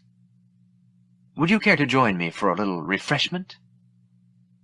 Han had to admit that he was a bit hungry, but for some reason he could not quite name, he felt a wave of suspicion about his friend flood over him. He didn't remember Calrissian being quite so polite, quite so smooth. Perhaps Leia was correct in her suspicions. His thoughts were interrupted by Chewbacca's enthusiastic bark at the mention of food. The big Wookiee was licking his lips at the prospect of a hearty meal. Everyone's invited, of course, Lando said. Leia took Lando's proffered arm, and as the group moved toward the door, Calrissian glimpsed the box of golden robot parts. Having problems with your droid? He asked. Han and Leia exchanged a quick glance. If Han was going to ask for Lando's help in repairing the droid, now was the moment. An accident, he grunted. Nothing we can't handle. They left the lounge, leaving behind them the shattered remains of the protocol droid. The group strolled through the long white corridors, and Leia walked between Han and Lando. Han wasn't at all certain he liked the prospect of competing with Lando for Leia's affections, especially under the circumstances. But they were dependent on Lando's good graces now. They had no other choice. Joining them as they walked was Lando's personal aide, a tall, bald man dressed in a gray jacket with ballooning yellow sleeves. The aide wore a radio device that wrapped around the back of his head and covered both his ears.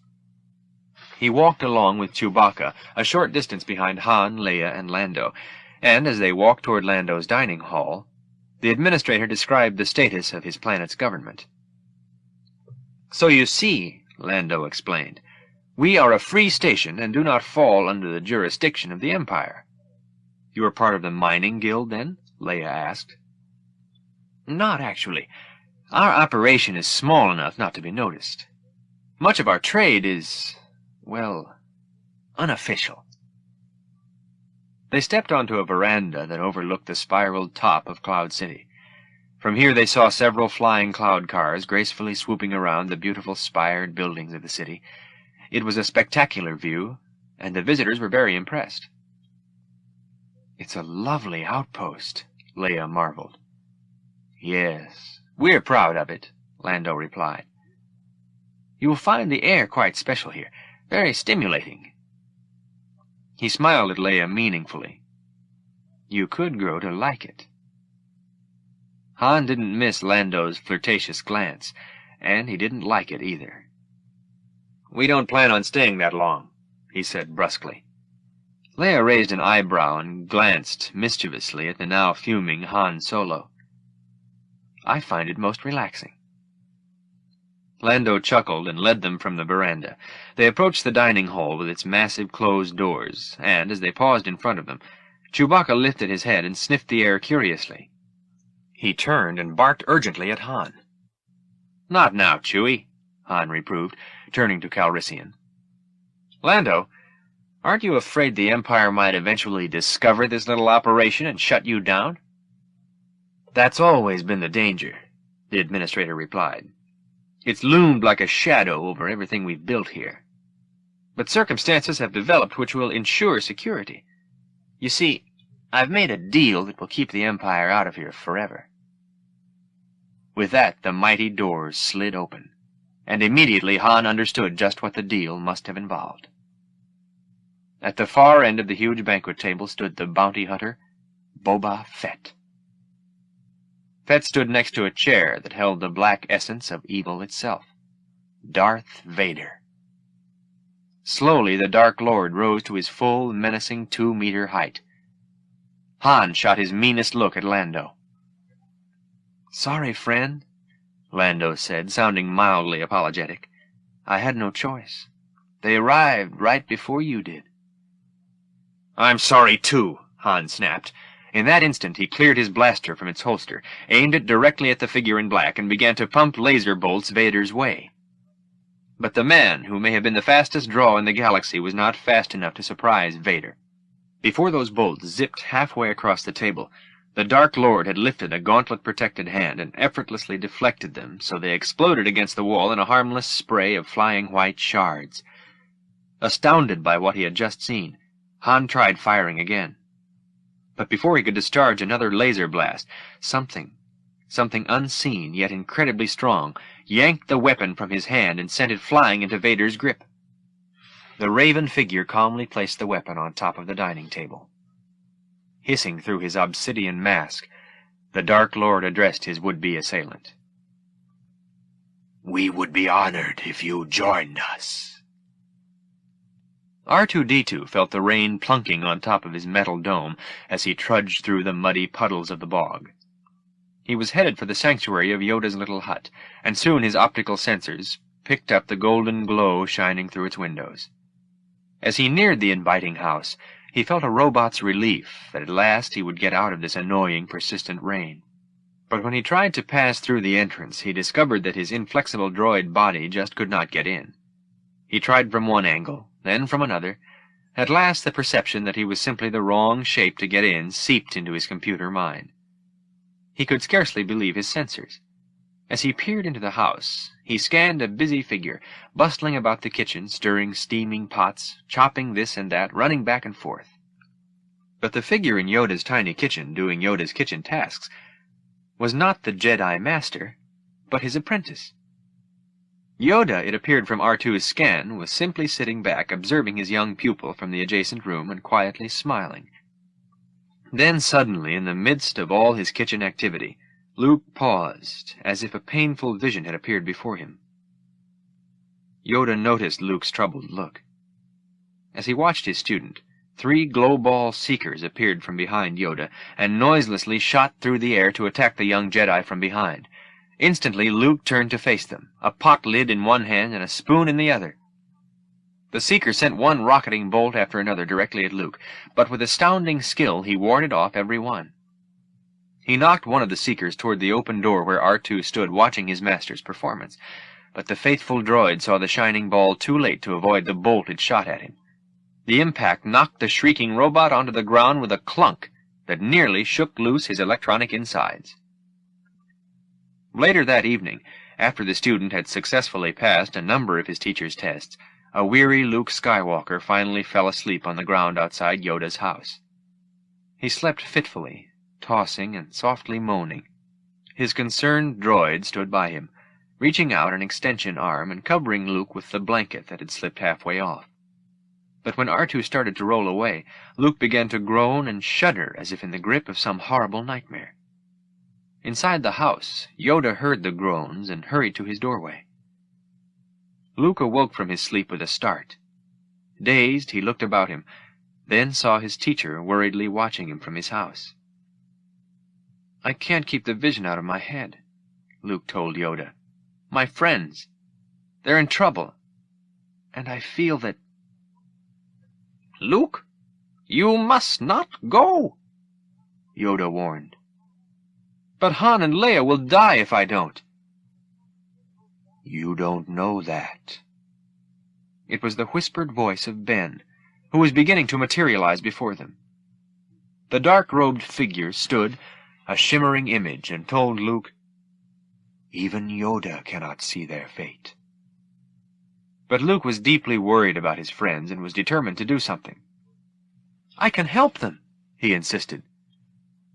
"You're not ready yet," Ben said gently. "You still have much to learn." "I feel the Force," Luke said. "But you cannot control it. This is a dangerous stage for you, Luke. You are now most susceptible to the temptations of the dark side." "Yes, yes," Yoda added. "To Obi-Wan you listen, young one. The tree. Remember your failure at the tree, eh?" Painfully Luke remembered, though he felt he had gained a great deal of strength and understanding in that experience. "I've learned much since then, and I'll return to finish, I promise that, Master." "You underestimate the Emperor," Ben told him gravely. "It is you he wants. That is why your friends suffer." "And that," Luke said, "is why I must go." Kenobi was firm. "I will not lose you to the Emperor as I once lost Vader." "You won't." "Only a fully trained Jedi Knight, with the Force as his ally, will conquer Vader and his Emperor," Ben emphasized. "If you end your training now, if you choose the quick and easy path, as Vader did, you will become an agent of evil, and the galaxy will be plunged deeper into the abyss of hate and despair." "Stopped they must be," Yoda interjected. "Do you hear? On this all depends." "You are the last Jedi, Luke. You are our only hope. Be patient." "And sacrifice Han and Leia?" the youth asked incredulously. "If you honor what they fight for," Yoda said, pausing for a long moment. "Yes." Great anguish overcame Luke. He wasn't certain that he could reconcile the advice of these two great mentors with his own feelings. His friends were in terrible danger, and of course he must save them, but his teachers thought he was not ready. That he might be too vulnerable to the powerful Vader and his Emperor, that he might bring harm to his friends and himself, and possibly be lost forever on the path of evil.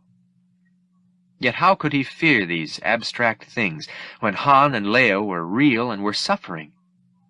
How could he permit himself to fear possible danger to himself when his friends were presently in real danger of death?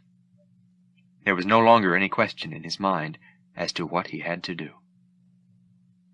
It was dusk the next day on the bog planet when R2-D2 settled himself into his nook behind the cockpit of Luke's X-Wing fighter. Yoda stood on one of the storage cases, watching Luke load the cases one by one into the fighter's underbelly as he worked in the glow of the X-Wing's lights. "I cannot protect you, Luke." The voice of Ben Kenobi came as his robed figure took solid form. "If you choose to face Vader, you will do it alone. Once you've made this decision, I cannot interfere." "I understand," Luke replied calmly.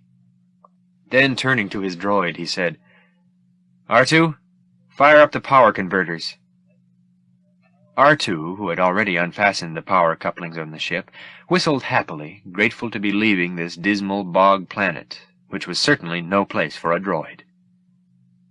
"Luke," Ben advised, "use the Force only for knowledge and for defense, not as a weapon. Don't give in to hate or anger. They lead the way to the dark side." Luke nodded, only half listening. His mind was on the long journey and on the difficult tasks ahead of him. He must save his friends, whose lives were in danger because of him. He climbed into the cockpit, then looked at his little Jedi master. Yoda was deeply concerned about his apprentice. "Strong is Vader," he warned ominously. "Clouded is your fate. Mind what you have learned. Notice everything. Everything.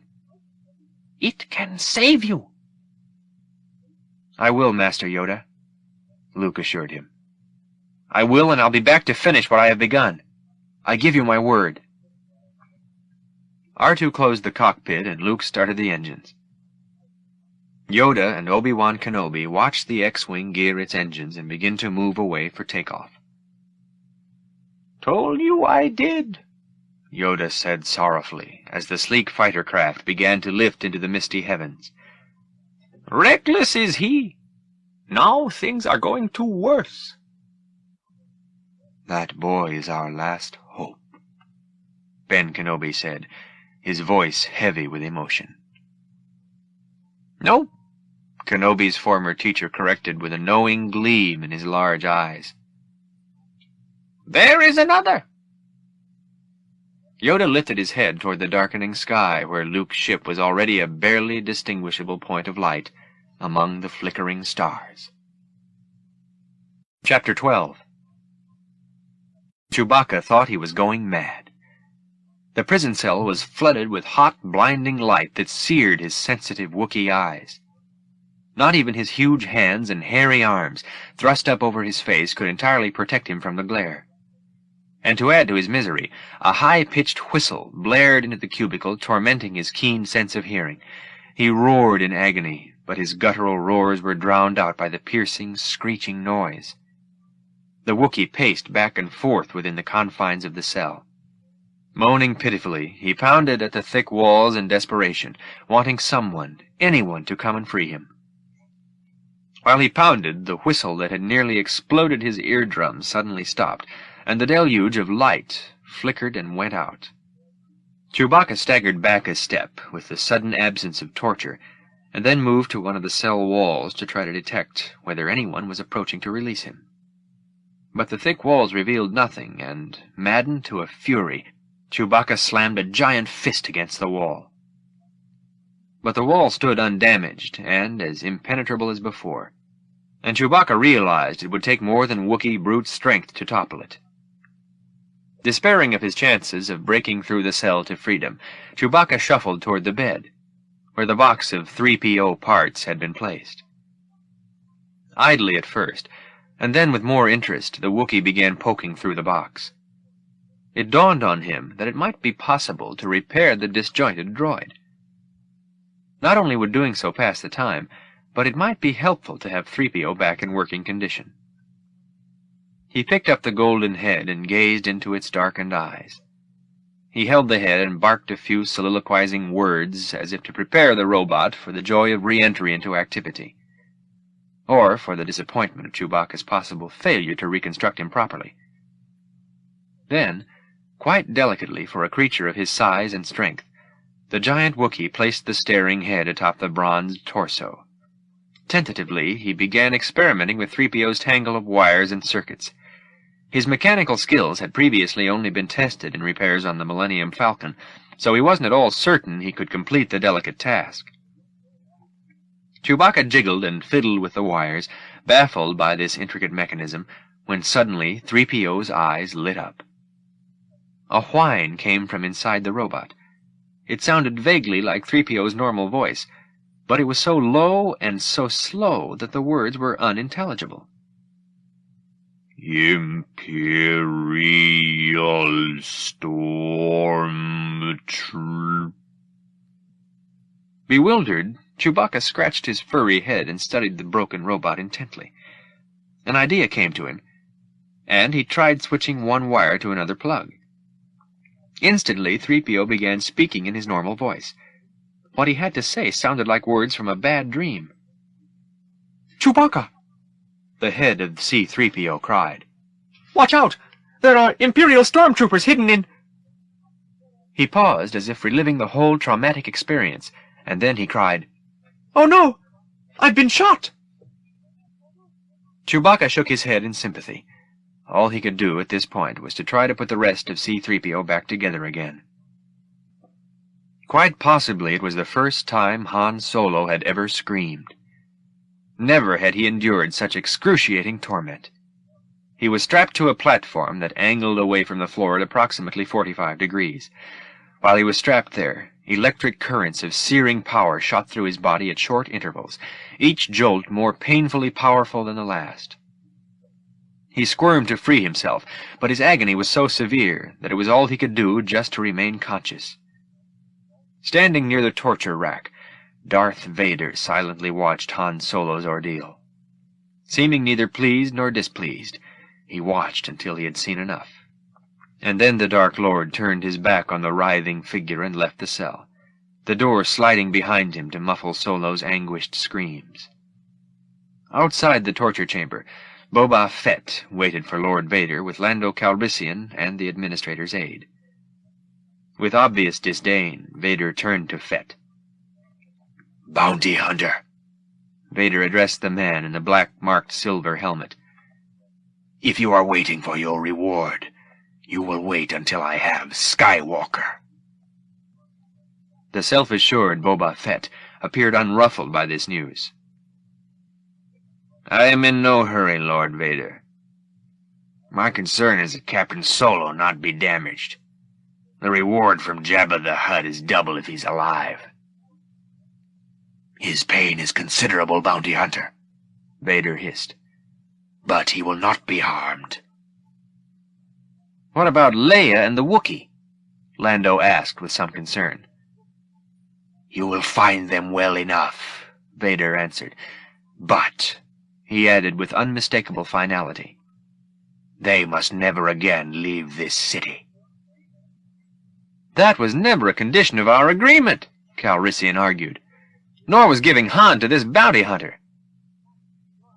"Perhaps you think you're being treated unfairly," Vader said sarcastically. "No," Lando said, glancing at his aide. "Good," Vader continued, adding a veiled threat. "It would be most unfortunate if I had to leave a permanent garrison here." Bowing his head reverently, Lando Calrissian waited until Darth Vader had turned and swept into a waiting elevator with the silver-armored bounty hunter. Then, taking his aide with him, the administrator of Cloud City strode swiftly down a white-walled corridor. "This deal's becoming worse all the time," Lando complained. "Maybe you should have tried to negotiate with him," the aide suggested. Lando looked at his aide grimly. He was beginning to realize that the deal with Darth Vader was giving nothing to him. And beyond that, it was bringing harm to people he might have called friends. Finally, he said, low enough not to be heard by any of Vader's spies, "I've got a bad feeling about this." C-3PO was at last beginning to feel something like his old self. The Wookiee had been busily working on reconnecting the droid's many wires and internal circuits, and just now was beginning to figure out how to attach the limbs. So far, he had reattached the head to the torso, and had successfully completed connecting an arm. The rest of 3PO's parts still lay on the table with wires and circuits hanging out of the severed joints.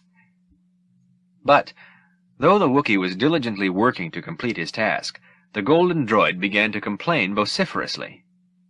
"Well, something's not right," he fussed, "because now I can't see." The patient Wookiee barked and adjusted a wire in 3PO's neck. At last the robot could see again, and he breathed a little mechanical sigh of relief. "There now. That's better."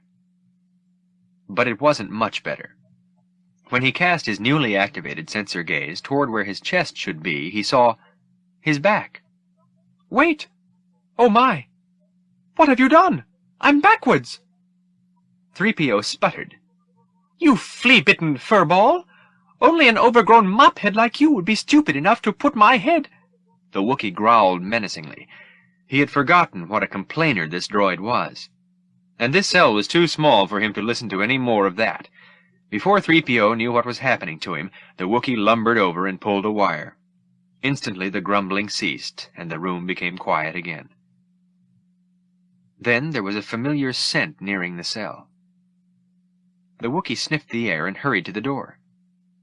The cell door buzzed open, and a ragged, exhausted Han Solo was shoved in by 2 Imperial stormtroopers. The troopers left, and Chewbacca quickly moved to his friend, embracing him with relief. Han's face was pale, with dark circles under his eyes. It seemed that he was on the verge of collapse, and Chewbacca barked his concern to his long-time companion. "No," Han said wearily. "I'm all right. I'm all right." The door opened once again, and Princess Leia was thrown into the cell by the stormtroopers. She was still dressed in her elegant cloak, but, like Han, she looked tired and disheveled. When the stormtroopers left and the door slid shut behind them, Chewbacca helped Leia over to Han. The two gazed at one another with great emotion, then reached out and tightly embraced. After a moment they kissed tenderly. While Han still held her, Leia weakly asked him, "Why are they doing this? I can't understand what they're up to." Han was as puzzled as she. "They had me howling on the scan grid, but they never asked me any questions." Then the door slid open again, admitting Lando and 2 of his Cloud City guards. "Get out of here, Lando!" Han snarled. If he had felt stronger, he would have leaped up to attack his traitorous friend. "Shut up a minute and listen," Lando snapped. "I'm doing what I can to make this easier for you." "This ought to be good," Han remarked caustically. "Vader has agreed to turn Leia and Chewie over to me," explained Lando. "They'll have to stay here, but at least they'll be safe." Leia gasped. "What about Han?" Lando looked solemnly at his friend. "I didn't know you had a price on your head. Vader has given you to the bounty hunter." The princess quickly looked at Han, concern flooding her eyes. "You don't know much about much," Han said to Calrissian, "if you think Vader won't want us dead before all this is over." "He doesn't want you all," Lando said. "He's after someone called Skywalker." The 2 prisoners caught their breath at the casual mention of that name. Han seemed puzzled. "Luke? I don't get it." The princess's mind was racing. All the facts were beginning to fit together into a terrible mosaic. In the past, Vader had wanted Leia because of her political importance in the war between Empire and Rebel Alliance. Now she was almost beneath his notice, useful only for one possible function. "Lord Vader has set a trap for him," Lando added, and Leia finished his statement. "We're the bait." "All this just to get the kid?" Han asked. "What's so important about him?" "Don't ask me, but he's on his way." "Luke's coming here?" Lando Calrissian nodded. "You fixed us all pretty good," Han growled, spitting his words at Lando. "Friend."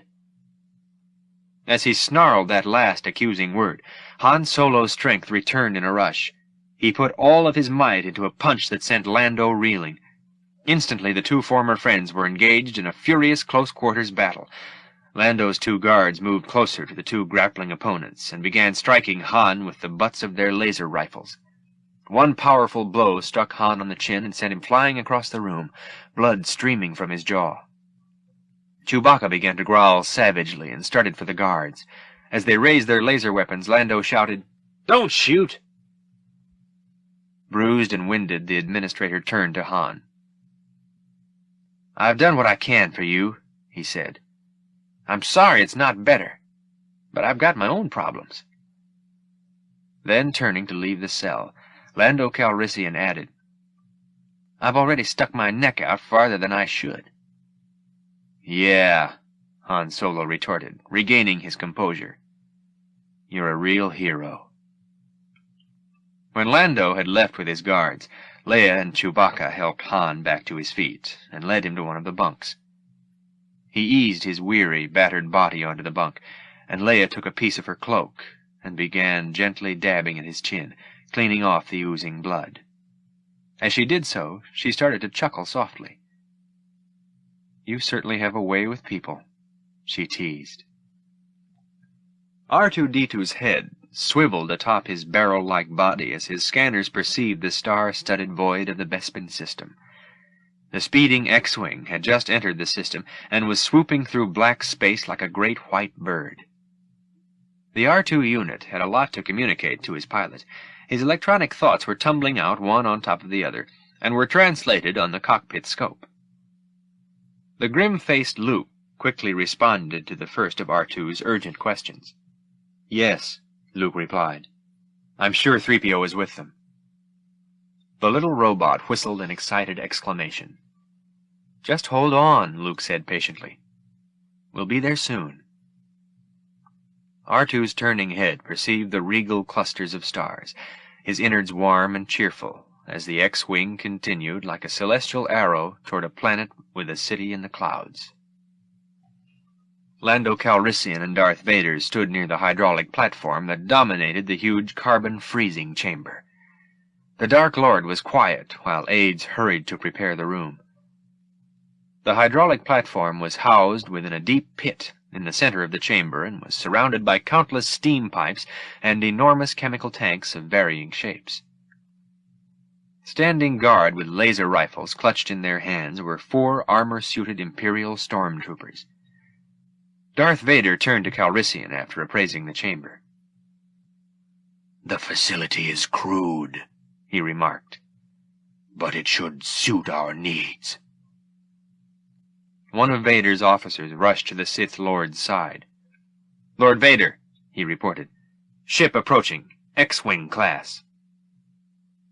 "Good," Vader said coldly. "Monitor Skywalker's progress and allow him to land. We'll have the chamber ready for him shortly." "We only use this facility for carbon freezing," the administrator of Cloud City said nervously. "If you put him in there, it might kill him." But Vader had already considered that possibility. He knew a way to find out just how powerful this freezing unit was. "I don't wish the Emperor's prize to be damaged. We'll test it first." He caught the attention of one of his stormtroopers. "Bring in Solo," the Dark Lord commanded. Lando quickly glanced at Vader. He hadn't been prepared for the pure evil that was manifested in this terrifying being. The X-Wing speedily made its descent and began to pierce the dense cloud blanket enveloping the planet. Luke checked his monitor screens with growing concern. Maybe R2 had more information than he was getting on his panel. He tapped out a question to the robot. "You haven't picked up any patrol ships?" R2-D2's reply was negative. And so Luke, thoroughly convinced that his arrival was thus far undetected, pressed his ship onward, toward the city of his troubled vision. 6 of the pig-like Ugnaughts frantically prepared the carbon freezing chamber for use, while Lando Calrissian and Darth Vader, now the true master of Cloud City, observed the hasty activity. As they scurried about the carbon-freezing platform, the Ugnaughts lowered a network of pipes, resembling some alien giant's circulatory system, into the pit. They raised the carbonite hoses and hammered them into place. Then the 6 humanoids lifted the heavy, coffin-like container and set it securely onto the platform. Boba Fett rushed in, leading a squad of 6 Imperial stormtroopers. The troopers shoved and pulled Han, Leia, and the Wookiee in front of them, forcing them to hurry into the chamber. Strapped to the Wookiee's broad back was a partially reassembled C-3PO, whose unattached arm and legs were roughly bundled against his gilded torso. The droid's head, facing the opposite direction from Chewbacca's, frantically turned around to try to see where they were going and what lay in store for them. Vader turned to the bounty hunter. Put him in the carbon-freezing chamber. What if he doesn't survive? The calculating Boba Fett asked. He is worth a lot to me. The Empire will compensate you for your loss, Vader said succinctly. Anguished, Leia protested, "No!" Chewbacca threw back his maned head and gave out a bellowing Wookiee howl. Then he charged directly at the line of stormtroopers guarding Han. Screaming in panic, C-3PO raised his one functioning arm to protect his face. "Wait!" the robot yelled. "What are you doing?" But the Wookiee wrestled and grappled with the troopers, undaunted by their number or by 3PO's frightened shrieks. "Oh no, don't hit me!" the droid begged, trying to protect his disassembled parts with his arm. "No, he doesn't mean it. Calm down, you hairy fool!" More stormtroopers had come into the room and joined the fight. Some of the troopers began to club the Wookiee with the butts of their rifles, banging against 3PO in the process. "Ouch!" the droid screamed. "I didn't do anything!" The stormtroopers had begun to overpower Chewbacca, and were about to smash him in the face with their weapons, when, over the sounds of the fray, Han shouted, "Chewie, no! Stop it, Chewbacca!" Only Han Solo could deflect the maddened Wookiee from his battle. Straining against the hold of his guards, Han broke away from them and rushed over to break up the fight. Vader signaled his guards to let Han go and signaled the battling stormtroopers to stop the fight. Han gripped the massive forearms of his hairy friend to calm him down, then gave him a stern look. The flustered 3PO was still fussing and fuming. "Oh, yes! Stop! Stop!" Then, with a robotic sigh of relief, he said, "Thank heavens!" Han and Chewbacca faced each other, the former looking grimly into his friend's eyes. For a moment they embraced tightly. Then Han told the Wookiee, "Save your strength for another time, pal, when the odds are better." He mustered a reassuring wink, but the Wookiee was grief-stricken and barked a mournful wail. "Yeah," Han said, trying his best to crack a grin. "I know. I feel the same way. Keep well." Han Solo turned to one of the guards. "You'd better chain him until it's over." The subdued Chewbacca did not resist as the stormtrooper guards placed restraining bands around his wrists. Han gave his partner a final farewell hug, then turned to Princess Leia. He took her in his arms, and they embraced as if they would never let go. Then Leia pressed her lips to his in a lingering kiss of passion. When their kiss ended, tears were in her eyes. "I love you," she said softly. "I couldn't tell you before, but it's true." He smiled his familiar cocky smile. "Just remember that, because I'll be back." Then his face grew tender, and he kissed her gently on the forehead. Tears began to roll down her cheeks as Han turned away from her and walked quietly and fearlessly toward the waiting hydraulic platform. The Ugnaughts rushed to his side and positioned him on the platform, binding his arms and legs tightly onto the hydraulic deck. He stood alone and helpless, and gazed one last time at his friends. Chewbacca looked at his friend mournfully, 3PO's head peeking over the Wookiee's shoulder to get one last look at the brave man. The administrator, Calrissian, watched this ordeal, a solemn look of regret etched deeply into his face. And then there was Leia. Her face was contorted with the pain of her grief, as she stood regally trying to be strong. Leia's was the last face Han saw when he felt the hydraulic platform suddenly drop. As it dropped, the Wookiee bellowed a final, baleful farewell. In that terrible moment, the grieving Leia turned away and Lando grimaced in sorrow. Instantly, fiery liquid began to pour down into the pit in a great cascading shower of fluid and sparks. Chewbacca half turned from the horrifying spectacle, giving 3PO a better view of the process. "They're encasing him in carbonite," the droid reported. "It's high-quality alloy, much better than my own. He should be quite well protected. That is, if he survived the freezing process." Chewbacca quickly glanced over his shoulder at 3PO, silencing his technical description with an angry bark. When the liquid finally solidified, huge metal tongs lifted the smoldering figure from the pit. The figure, which was cooling rapidly, had a recognizably human shape, but was featureless and rocky like an unfinished sculpture. Some of the hogmen, their hands protected by thick black gloves, approached the metal-encased body of Han Solo and shoved the block over. After the figure crashed to the platform with a loud metallic clang, the Ugnaughts hoisted it into the casket-shaped container. Then they attached a box-like electronic device to its side and stepped away. Kneeling, Lando turned some knobs on the device and checked the gauge measuring the temperature of Han's body.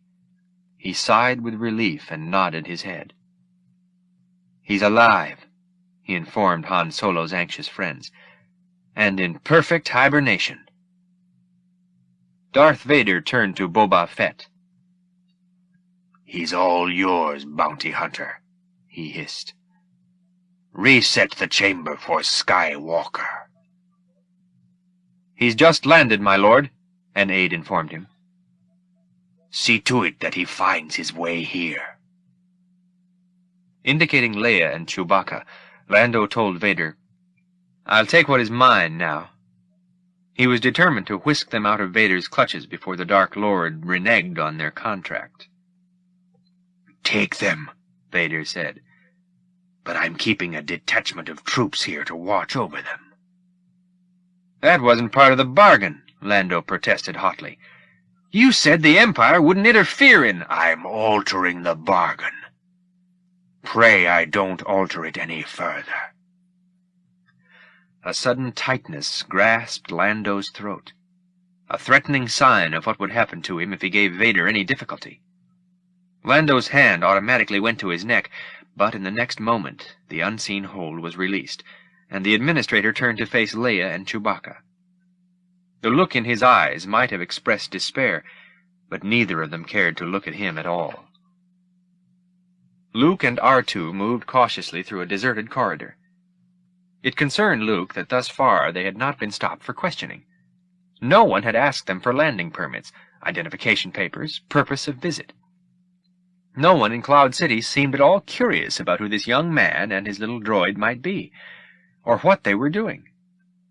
It all seemed rather ominous, and Luke was beginning to feel very uneasy. Suddenly he heard a sound at the far end of the corridor. Luke halted, pressing himself close against the corridor wall. R2, thrilled to think that they might be back among familiar droids and humans, began to whistle and beep excitedly. Luke glanced at him to be still, and the little robot emitted one last feeble squeak. Luke then peered around a corner and saw a group approaching from a side hallway. Leading the group was an imposing figure in battered armor and helmet. Behind him, 2 Cloud City armed guards pushed a transparent case down the corridor. From where Luke stood, it appeared the case contained a floating, statue-like human figure. Following the case were 2 Imperial stormtroopers, who spotted Luke. Instantly the troopers took aim and began to fire, but Luke dodged their laser bolts, and before they could shoot another round, the youth fired his blaster, ripping 2 sizzling holes into the stormtroopers' armored chests. As the troopers fell, the 2 guards quickly whisked the encased figure into another hallway, and the armor-clad figure leveled his laser blaster at Luke, sending a deadly bolt at him. The beam just missed the youth and nicked a large chunk out of the wall next to him, shattering it into a shower of dust-like particles. When the particles had cleared, Luke peeked back around the corner and saw that the nameless attacker, the guards, and the case had all disappeared behind a thick metal door. Hearing sounds behind him, Luke turned to see Leia, Chewbacca, C-3PO, and an unfamiliar man in a cloak moving down yet another hallway and guarded by a small band of Imperial stormtroopers. He gestured to catch the princess's attention. "Leia!" he shouted. "Luke, no!" she exclaimed, her voice charged with fear. "It's a trap!" Leaving R2 trailing behind, Luke ran off to follow them. But when he reached a small anteroom, Leia and the others had disappeared. Luke heard R2 whistling frantically as he scooted toward the anteroom. Yet, as the youth swiftly turned, he saw a mammoth metal door crash down in front of the startled robot with a thundering clang. With the slamming of that door, Luke was cut off from the main corridor, and when he turned to find another way out, he saw more metal doors bang shut in the other doorways of the chamber. Meanwhile, R2 stood somewhat dazed by the shock of his close call. If he had rolled just a tiny bit farther into the anteroom, that door would have squashed him into metal scrap. He pressed his metal nose against the door, then gave out a whistle of relief and wandered off in the opposite direction. The anteroom was full of hissing pipes and steam that belched from the floor. Luke began to explore the room and noticed an opening above his head, leading to a place he could not even imagine. He moved forward to get a better look, and as he did, the section of floor he stood on began to rise slowly upward. Luke rode up with the lifting platform, determined to face the foe he had traveled so far to meet. Keeping his blaster clutched in his hand, Luke rose into the carbon-freezing chamber. The room was deathly quiet, except for the hissing of steam escaping some of the pipes in the room.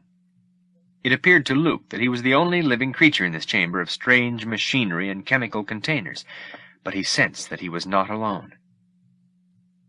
Vader. He spoke the name to himself as he looked around the chamber. "Lord Vader, I feel your presence. Show yourself." Luke taunted his unseen enemy. "Or do you fear me?"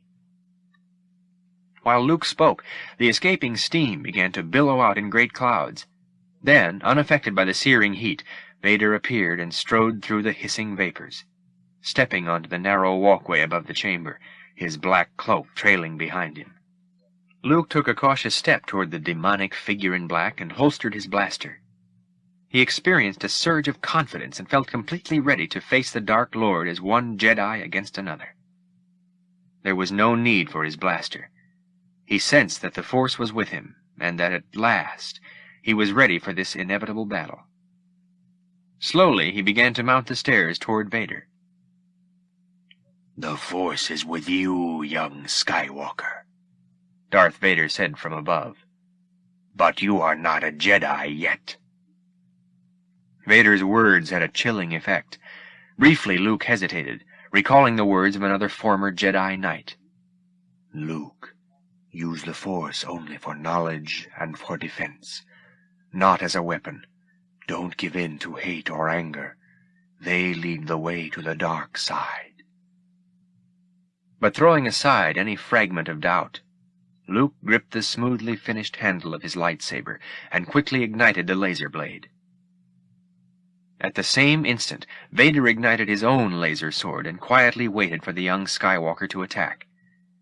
His great hatred for Vader impelled Luke to lunge at him savagely, bringing his sizzling blade down upon Vader's.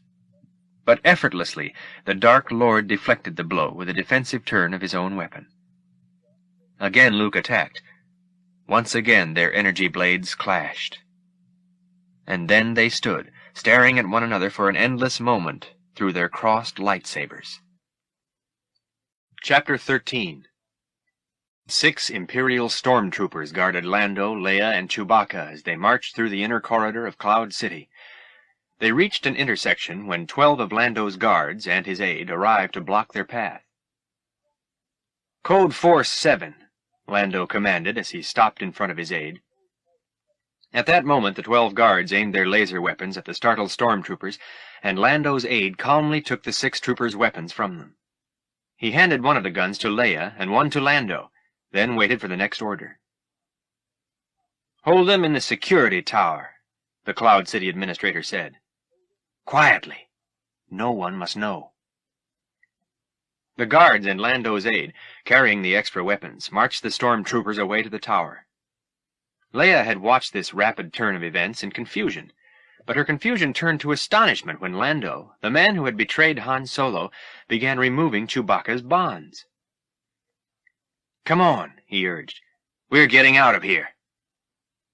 The Wookiee's giant hands were freed at last. Not caring to wait for explanations, Chewbacca turned toward the man who had freed him, and with a blood-curdling roar lunged at Lando and began to throttle him. "After what you did to Han," Leia said, "I wouldn't trust you to—" Lando, desperately trying to free himself from Chewbacca's ferocious grip, tried to explain. "I had no choice," he began, but the Wookiee interrupted him with an angry bark.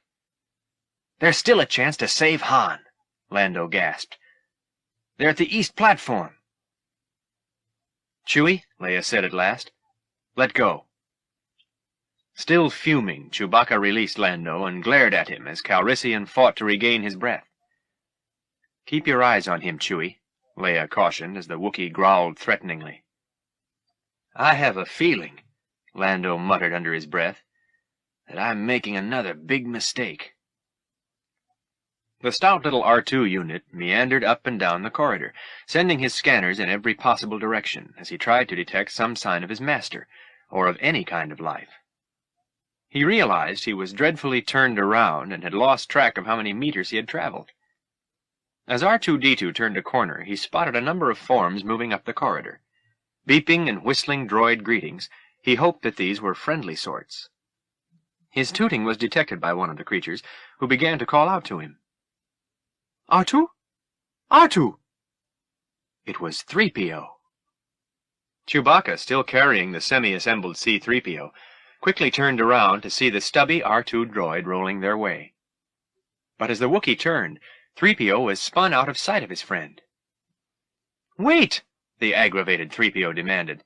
"Turn around, you woolly— R2, hurry! We're trying to save Han from the bounty hunter!" R2 scooted forward, beeping all the way, and 3PO patiently replied to his frantic questions. "I know, but Master Luke can take care of himself." At least that was what C-3PO kept telling himself as the group continued its search for Han.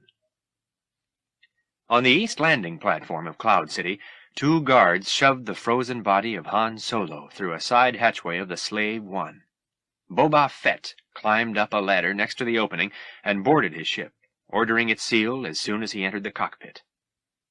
Fett ignited his ship's engines, and the craft began rolling across the platform for takeoff. Lando, Leia, and Chewbacca raced onto the platform in time only to see the Slave One lifting off and soaring into the orange and purple of the Cloud City sunset. Raising his blaster, Chewbacca howled and fired the weapon at the departing spaceship. "It's no use," Lando told him. "They're out of range." All but 3PO gazed at the departing craft. Still strapped to Chewbacca's back, he saw something that the others had not yet noticed. "Oh my! No!" he exclaimed.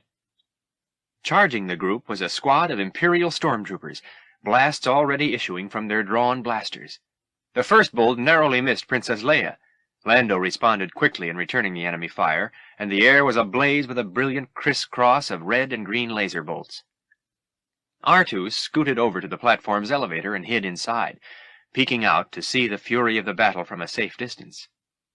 Lando shouted above the sounds of the blasters. "Come on, let's move!" he called, breaking for the open elevator and blasting at the stormtroopers as he ran. But Leia and Chewbacca did not move. They stood their ground and kept up a steady fire against the assault of the stormtroopers.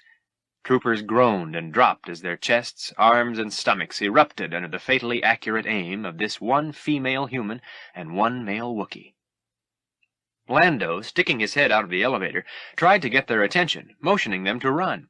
But the two seemed possessed as they blasted away, getting retaliation for all of their anger and captivity. and the loss of one they both loved. They were determined to extinguish the lives of these minions of the Galactic Empire. 3PO would gladly have been anywhere else. Unable to get away, all he could do was frantically yell for help. "R2, help me!" he screamed. "How did I get into this? What a fate worse than death it is to be strapped to the back of a Wookiee!"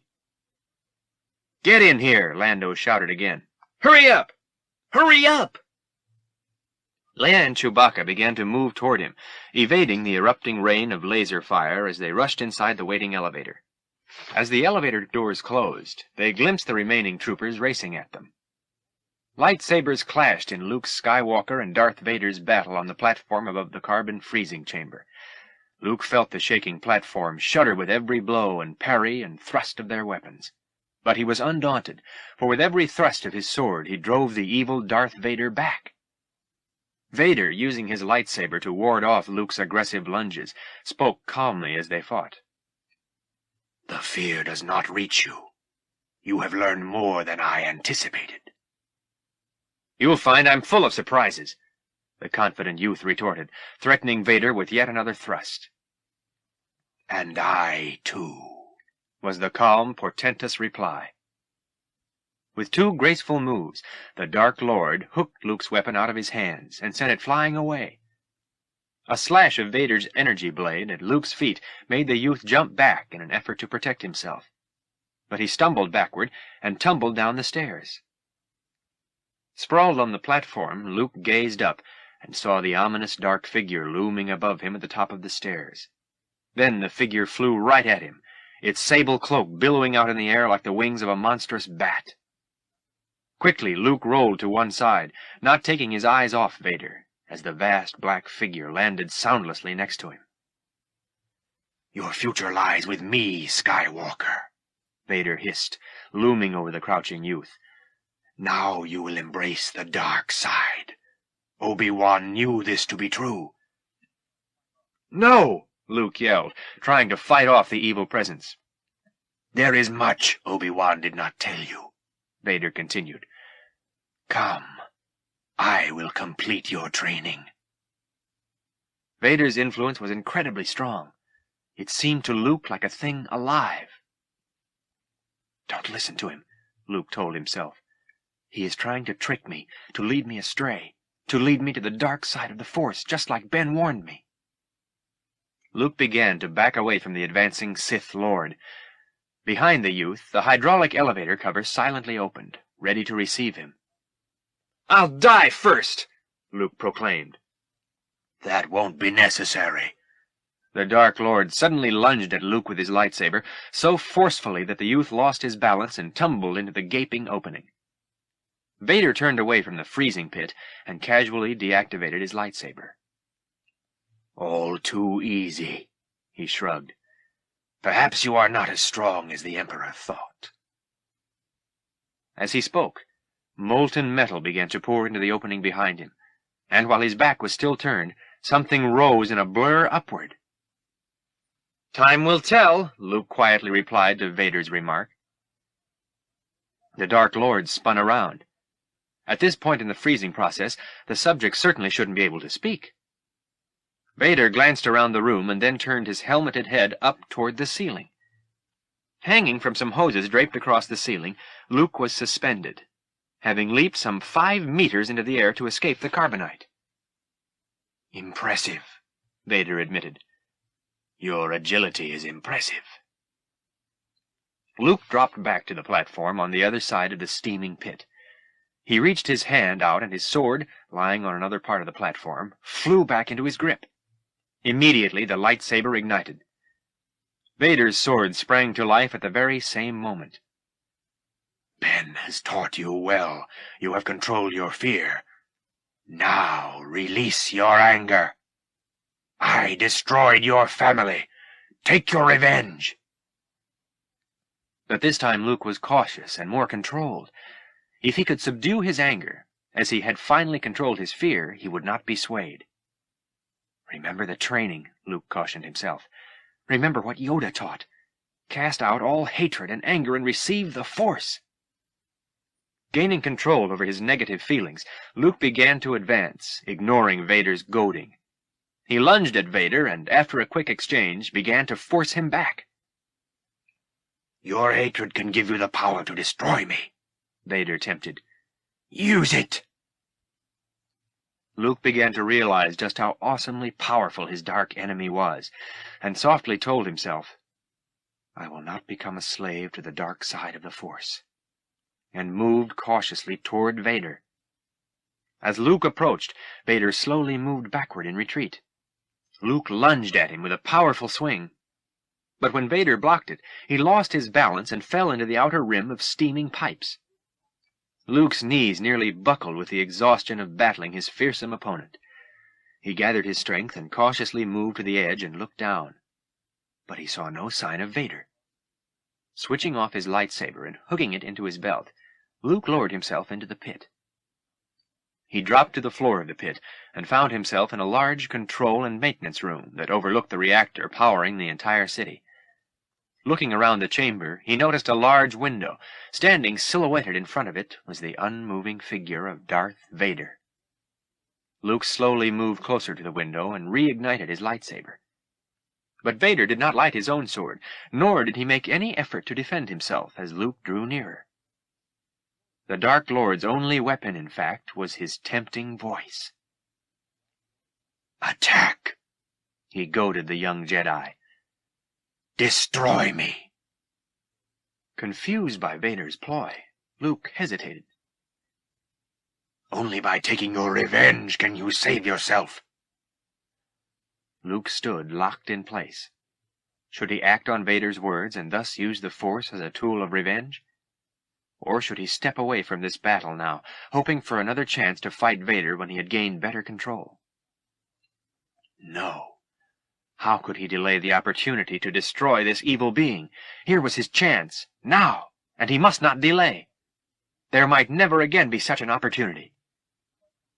Luke grasped his deadly lightsaber in both hands, tightly gripping the smooth handle like an ancient broadsword, and raising the weapon to deliver the blow that would slay this masked horror.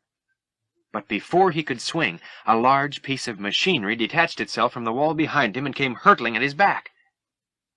Turning instantly, Luke flashed his lightsaber and cut the thing in half, and the two massive pieces crashed to the floor. A second piece of machinery sped toward the youth, and he again used the Force to deflect it. The weighty object bounced away as if it had struck an unseen shield. Then a large pipe came tumbling toward him through the air. But even as Luke repelled that enormous object, tools and pieces of machinery came flying at him from all directions. Then wires that pulled themselves out of the walls came twisting and sparking and whipping at him. Bombarded on all sides, Luke did what he could to deflect the assault, but he was beginning to get bloodied and bruised in the attempt.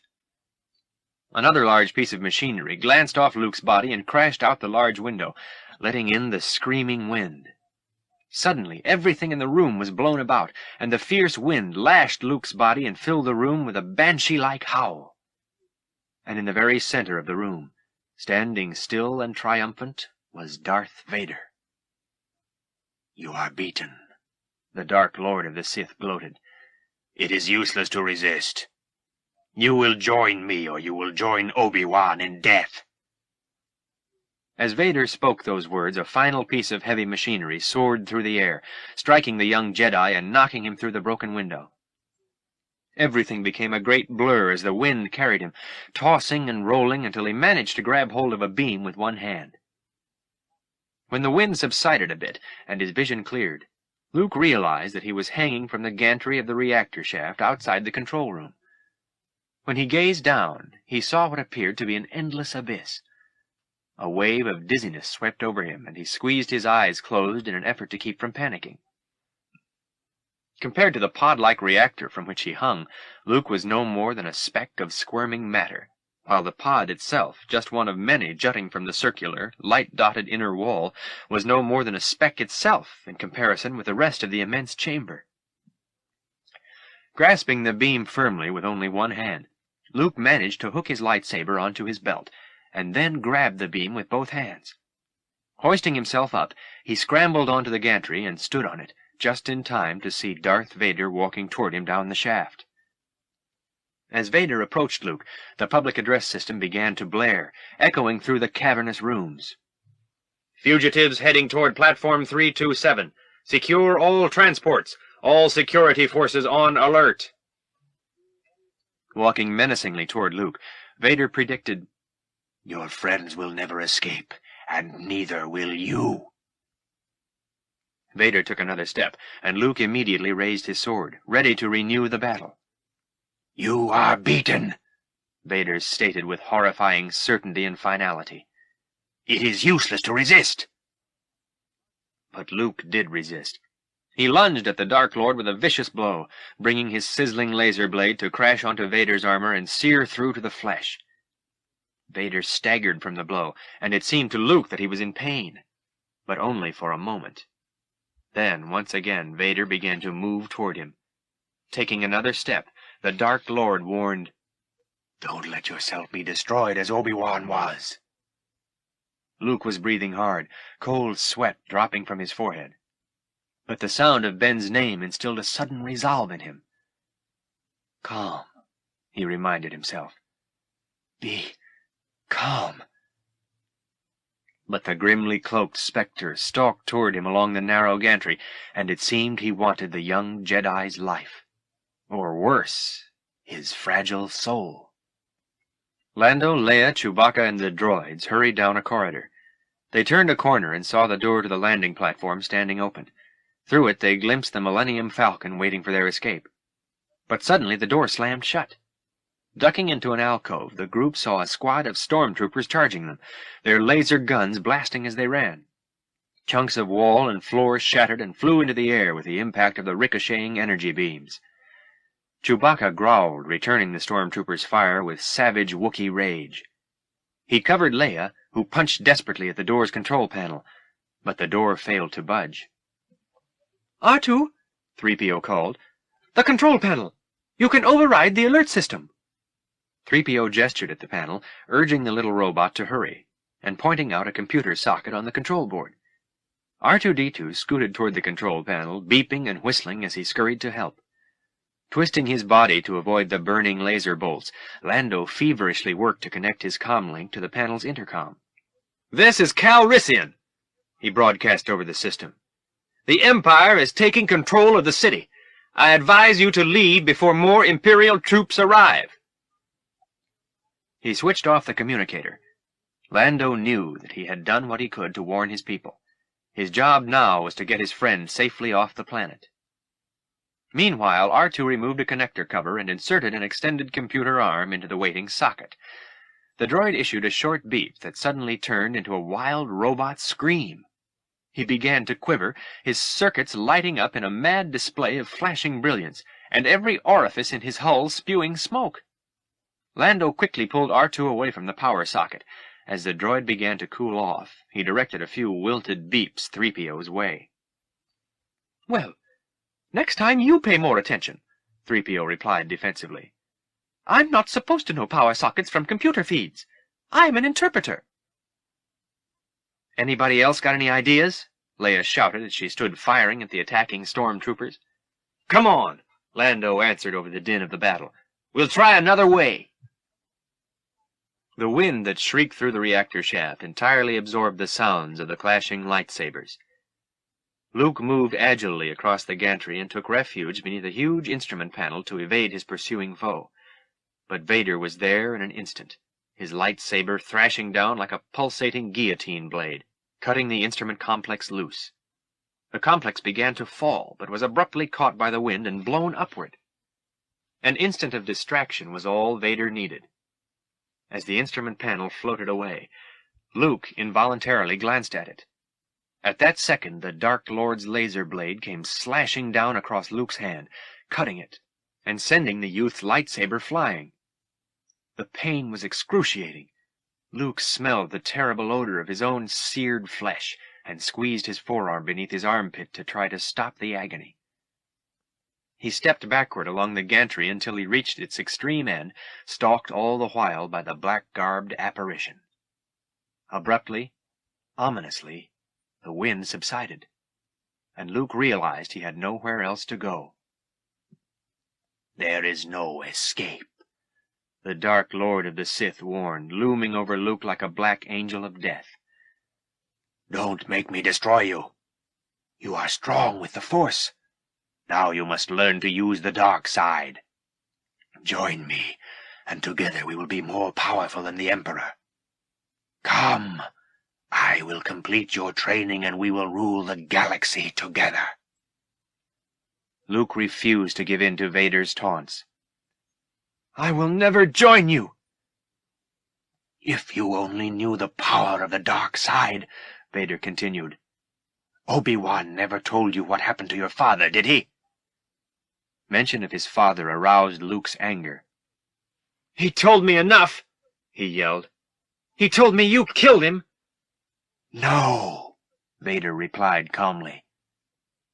"I am your father." Stunned, Luke stared with disbelief at the black-clad warrior, and then pulled away at this revelation. The two warriors stood staring at one another, father and son. "No! No, that's not true!" Luke said, refusing to believe what he had just heard. "That's impossible!" "Search your feelings," Vader said, sounding like an evil version of Yoda. "You know it to be true." Then Vader turned off the blade of his lightsaber and extended a steady and inviting hand. Bewildered and horror-stricken at Vader's words, Luke shouted, "No! No!" Vader continued persuasively, "Luke, you can destroy the Emperor. He has foreseen this. It is your destiny. Join me, and together we can rule the galaxy as father and son. Come with me. It is the only way." Luke's mind whirled with those words. Everything was finally beginning to coalesce in his brain. Or was it? He wondered if Vader were telling him the truth, if the training of Yoda, the teaching of saintly old Ben, his own strivings for good and his abhorrence of evil, if everything he had fought for were no more than a lie.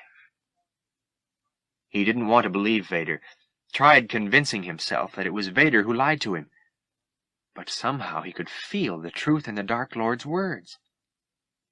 But if Darth Vader did speak the truth, why, he wondered, had Ben Kenobi lied to him? Why? His mind screamed louder than any wind the Dark Lord could ever summon against him. The answers no longer seemed to matter. His father. With the calmness that Ben himself and Yoda the Jedi Master had taught him, Luke Skywalker made perhaps what might be his final decision of all. "Never!" Luke shouted as he stepped out into the empty abyss beneath him. For all its unperceived depth, Luke might have been falling to another galaxy. Darth Vader moved to the end of the gantry to watch as Luke tumbled away. A strong wind began to blow, billowing Vader's black cloak out behind him as he stood looking over the edge. Skywalker's body quickly plunged downward. Toppling head over foot, the wounded Jedi desperately reached out to grab at something to stop his fall. The Dark Lord watched until he saw the youth's body sucked into a large exhaust pipe in the side of the reactor shaft. When Luke vanished, Vader quickly turned and hurried off the platform. Luke sped through the exhaust shaft, trying to grab the sides to slow his fall, but the smooth, shiny sides of the pipe had no handholds or ridges for Luke to grasp. At last he came to the end of the tunnel-like pipe, his feet striking hard against a circular grill. The grill, which opened over an apparently bottomless drop, was knocked out by the impact of Luke's momentum, and he felt his body start to slide out through the opening. Frantically clawing at the smooth interior of the pipe, Luke began to call out for assistance. Ben, help me!" he pleaded desperately. Even as he called out, he felt his fingers slip along the inside of the pipe, while his body inched ever closer to the yawning opening. Cloud City was in chaos. As soon as Lando Calrissian's broadcast was heard throughout the city, its residents began to panic. Some of them packed a few belongings, others just rushed out into the streets seeking escape. Soon the streets were filled with running humans and aliens, rushing chaotically through the city. Imperial stormtroopers charged after the fleeing inhabitants, exchanging laser fire with them in a raging, clamorous battle. In one of the city's central corridors, Lando, Leia, and Chewbacca held off a squad of stormtroopers by blasting heavy rounds of laser bolts at the Imperial warriors. It was urgent that Lando and the others hold their ground, for they had come upon another entrance that would lead them to the landing platform. If only R2 succeeded in opening the door!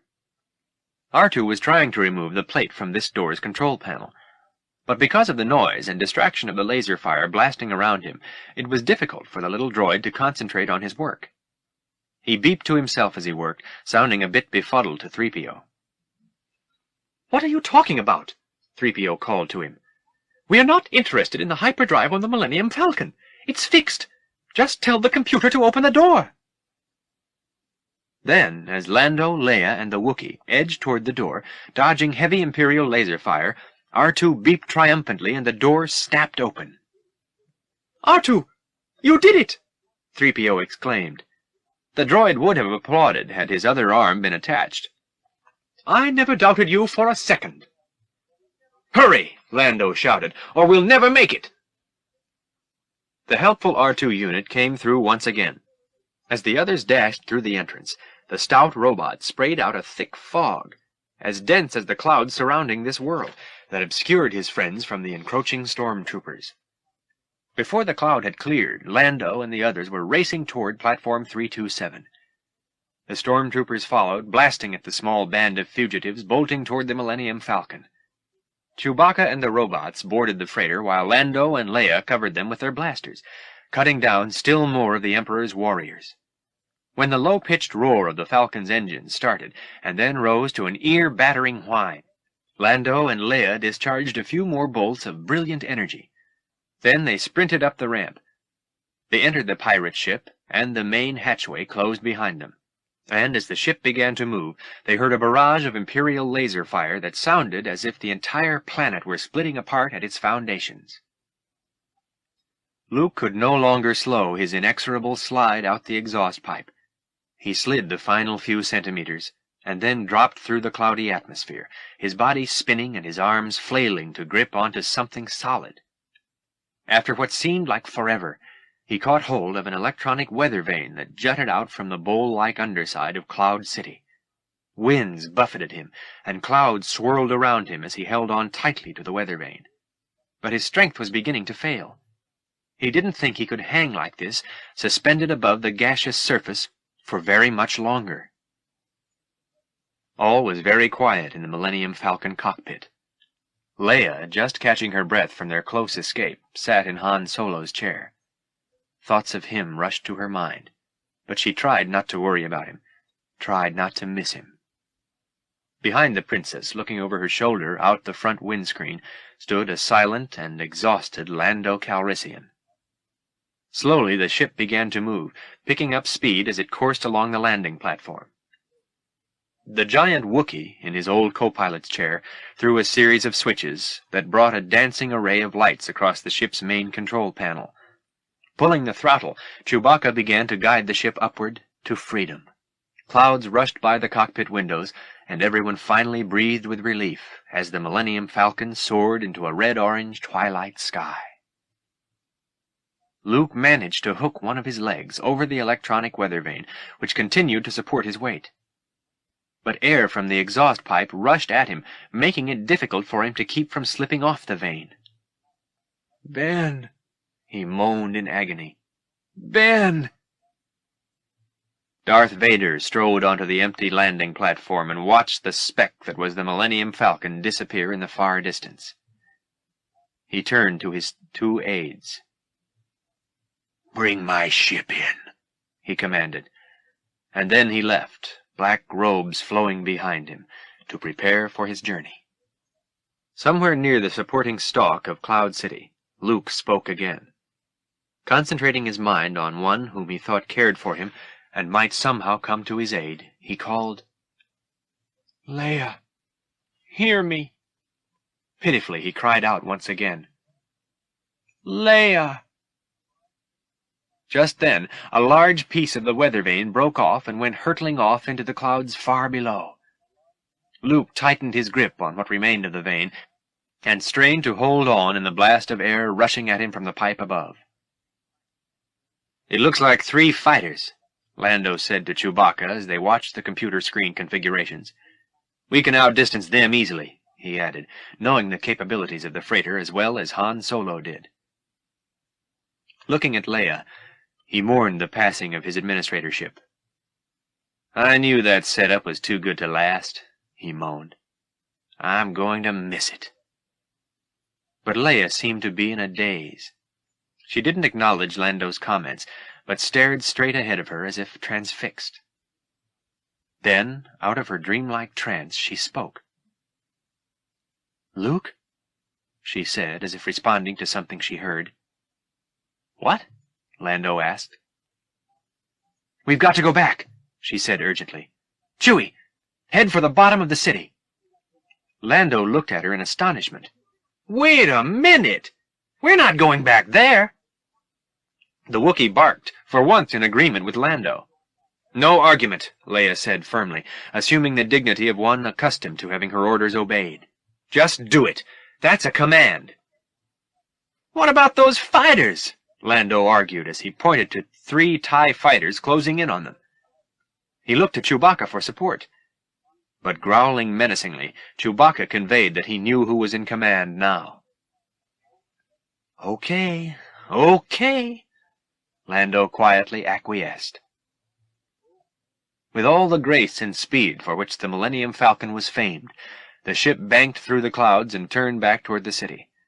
And as the freighter continued on what could become a suicide run, the 3 pursuing TIE fighters matched its turn. Luke Skywalker was unaware of the Millennium Falcon's approach. Barely conscious, he somehow maintained his hold on the creaking and swaying weather vane. The device bent under the weight of his body, then completely broke off from its foundations, and sent Luke tumbling helplessly through the sky. And this time he knew there would be nothing for him to cling to as he fell. "Look!" Lando exclaimed, indicating a figure plunging in the distance. "Someone's falling!" Leia managed to remain calm. She knew that panic now would doom them all. "Get under him, Chewie," she told the pilot. "It's Luke." Chewbacca immediately responded and carefully eased the Millennium Falcon on a descent trajectory. "Lando," Leia called, turning to him, "open the top hatch." As he rushed out of the cockpit, Lando thought it a strategy worthy of Solo himself. Chewbacca and Leia could see Luke's plunging body more clearly, and the Wookiee guided the ship toward him. As Chewie retarded the ship's speed drastically, the plummeting form skimmed the windscreen and then landed with a thud against the outer hull. Lando opened the upper hatch. In the distance he glimpsed the 3 TIE fighters approaching the Falcon, their laser guns brightening the twilight sky with streaks of hot destruction. Lando stretched his body out of the hatch and reached to grasp the battered warrior and pull him inside the ship. Just then the Falcon lurched as a bolt exploded near it and almost threw Luke's body overboard. But Lando caught his hand and held on tightly. The Millennium Falcon veered away from Cloud City and soared through the thick, billowing cloud cover. Swerving to avoid the blinding flak from the TIE fighters, Princess Leia and the Wookiee pilot struggled to keep their ship skyborne. But explosions burst all around the cockpit, the din competing with Chewbacca's howl as he frantically worked the controls. Leia switched on the intercom. "Lando, is he all right?" She shouted over the noise in the cockpit. "Lando, did you hear me?" From the rear of the cockpit she heard a voice that wasn't Lando's. "He'll survive," Luke replied faintly. Leia and Chewbacca turned to see Luke, battered and bloodied and wrapped in a blanket, being helped into the cockpit by Lando. The princess jumped up from her chair and hugged him ecstatically. Chewbacca, still trying to guide the ship out of the TIE fighter's range of fire, threw back his head and barked in jubilation. Behind the Millennium Falcon, the planet of clouds was receding farther in the distance. But the TIE fighters kept up their close pursuit, firing their laser weapons and rocking the pirate craft with each on-target hit. Working diligently in the Falcon's hold, R2-D2 struggled against the constant lunging and tossing to reassemble his golden friend. Meticulously trying to undo the mistakes of the well-intentioned Wookiee, the little droid beeped as he performed the intricate task. "Very good," the protocol droid praised. His head was on properly, and his second arm was nearly completely reattached. "Good as new." R2 beeped apprehensively. "No, R2, don't worry. I'm sure we'll make it this time." But in the cockpit, Lando was not so optimistic. He saw the warning lights on the control panel begin to flash. Suddenly, alarms all over the ship went on. "The deflector shields are going," he reported to Leia and Chewbacca. Leia looked over Lando's shoulder and noticed another blip, ominously large, that had appeared on the radar scope. "That's another ship," she said. "Much bigger, trying to cut us off." Luke quietly gazed out the cockpit window toward the starry void. Almost to himself, he said, "It's Vader."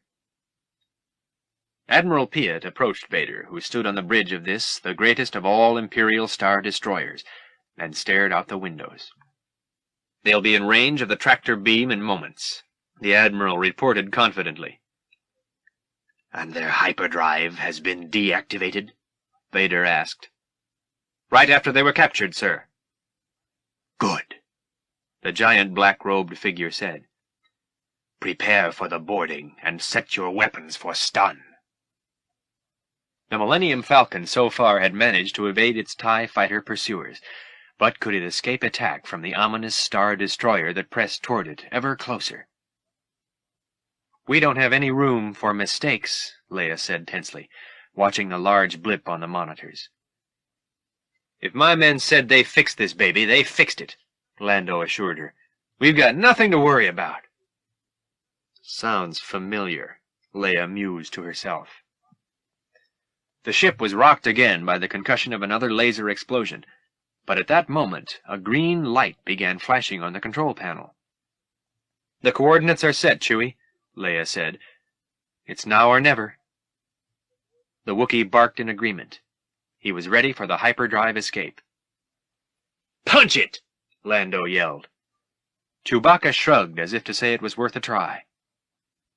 He pulled back on the light-speed throttle, suddenly altering the sound of the ion engines. All on board were praying in human and droid fashion that the system would work. They had no other hope of escape. But abruptly the sound choked and died, and Chewbacca roared a howl of desperate frustration. Again the hyperdrive system had failed them. And still the Millennium Falcon lurched with the TIE fighter's fire. From his Imperial Star Destroyer, Darth Vader watched in fascination as the TIE fighters relentlessly fired at the Millennium Falcon. Vader's ship was closing in on the fleeing Falcon. It would not be long before the Dark Lord had Skywalker completely in his power. And Luke sensed it, too. Quietly he gazed out, knowing that Vader was near, that his victory over the weakened Jedi would soon be complete. His body was battered, was exhausted. His spirit was prepared to succumb to his fate. There was no reason to fight any more. There was nothing left to believe in. "Ben," he whispered in utter despair. "Why didn't you tell me?" Lando tried to adjust some controls, and Chewbacca leaped from his chair to race to the hold. Leia took Chewbacca's seat and helped Lando as they flew the Falcon through the exploding flak. As the Wookiee ran into the hold, he passed R2, who was still working on 3PO. The R2 unit began to beep in great consternation as he scanned the Wookiee frantically trying to fix the hyperdrive system. "I said we're doomed," the panicked 3PO told R2. "The lightspeed engines are malfunctioning again." R2 beeped as he connected a leg. "How could you know what's wrong?" the golden droid scoffed. "Ouch! Mind my foot, and stop chattering on so." Lando's voice sounded in the hold through the intercom. "Chewie, check the secondary deviation controls." Chewbacca dropped into the hold's pit. He fought to loosen a section of the paneling with an enormous wrench, but it failed to budge. Roaring in frustration, he gripped the tool like a club and bashed the panel with all his strength. Suddenly, the cockpit control panel sprayed Lando and the princess with a shower of sparks. They jumped back in their seats in surprise, but Luke didn't seem to notice anything happening around him. His head hung in discouragement and deep pain. "I won't be able to resist him," he muttered softly. Again Lando banked the Millennium Falcon, trying to shed the pursuers. But the distance between freighter and TIE fighters was narrowing by the moment. In the Millennium Falcon's hold, R2 raced to a control panel, leaving an outraged 3PO to stand sputtering in place on his one attached leg. R2 worked swiftly, relying only on mechanical instinct to reprogram the circuit board. Lights flashed brightly with each of R2's adjustments, when suddenly, from deep within the Falcon's hyperspeed engines, a new and powerful hum resonated throughout the ship. The freighter tilted suddenly, sending the whistling R2 droid rolling across the floor into the pit to land on the startled Chewbacca. Lando, who had been standing near the control panel, tumbled back against the cockpit wall, but as he fell back, he saw the stars outside become blinding, infinite streaks of light. "We did it!" Lando yelled triumphantly. The Millennium Falcon had shot victoriously into hyperdrive. Darth Vader stood silently. He gazed at the black void where, a moment before, the Millennium Falcon had been. His deep, black silence brought terror to the two men standing near him. Admiral Piet and his captain waited, chills of fear coursing through their bodies, and wondered how soon they would feel the invisible, vice-like talons around their throats. But the Dark Lord did not move. He stood, silently contemplative, with his hands behind his back. Then he turned and slowly walked off the bridge, his ebon cloak billowing behind him. Chapter 14. The Millennium Falcon was at last safely docked on a huge rebel cruiser. Gleaming in the distance was a glorious red glow that radiated from a large red star, a glow that shed its crimson light on the battered hull of the small freighter craft. Luke Skywalker rested in the medical center of the rebel star cruiser, where he was attended by the surgeon droid called 21B. The youth sat quietly, thoughtfully, while 21B gently began to look at his wounded hand. Gazing up, Luke saw Leia, followed by C-3PO and R2-D2, entering the medical center to check his progress and, perhaps, bring him a little cheer. But Luke knew that the best therapy he had received yet aboard this cruiser was in the radiant image before him. Princess Leia was smiling. Her eyes were wide and sparkling with a wondrous glow. She looked just as she had that first time he saw her. A lifetime ago, it seemed, when R2-D2 first projected her holographic image. And in her floor-length, high-necked gown of purest white, she looked angelic. Raising his hand, Luke offered it to the expert service of 21B. The surgeon droid examined the bionic hand that was skillfully fused to Luke's arm. Then the robot wrapped a soft, metallized strip about the hand and attached a small electronic unit to the strip, tightening it slightly. Luke made a fist with his new hand and felt the healing pulsations imparted by 21B's apparatus. Then he let his hand and arm relax. Leia and the two droids moved closer to Luke as a voice came over an intercom loudspeaker. It was Lando. "Luke," the voice blared, "we are ready for takeoff." Lando Calrissian sat in the Millennium Falcon's pilot's chair. He had missed his old freighter, but now that he was once again its captain, he felt quite uncomfortable. In his co-pilot's chair, the great Wookiee Chewbacca noticed his new captain's discomfort while he began to throw the switches to ready the ship for takeoff. Luke's voice came over Lando's comlink speaker. "I'll meet you on Tatooine." Again Lando spoke into his comlink microphone, but this time he spoke to Leia. "Don't worry, Leia," he said with emotion. "We'll find Han." And leaning over, Chewbacca barked his farewell into the microphone, a bark that may have transcended the limits of time and space to be heard by Han Solo, wherever the bounty hunter had taken him. It was Luke who spoke the final farewell, though he refused to say goodbye. Take care, my friends, he said with a new maturity in his voice. May the Force be with you. Leia stood alone at the great circular window of the rebel star cruiser, her slim, white-draped form dwarfed by the vast canopy of stars and the drifting ships of the fleet. She watched the majestic scarlet star that burned in the infinite black sea. Luke, with 3PO and R2 tagging along, moved to stand next to her. He understood what she was feeling, for he knew how terrible such a loss could be. Standing together, the group faced the inviting heavens and saw the Millennium Falcon moving into view, then veering off in another direction, to soar with great dignity through the rebel fleet. Soon the Millennium Falcon had left the fleet in its wake. They needed no words in this moment. Luke knew that Leia's mind and heart were with Han, no matter where he was or what his fate might be. As to his own destiny, he was now more uncertain about himself than he had ever been.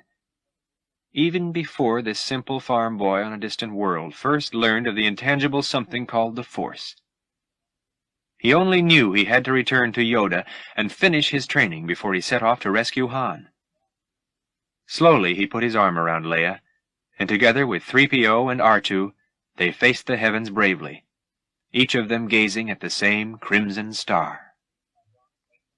End of The Empire Strikes Back by Donald F. Glut, based on a story by George Lucas.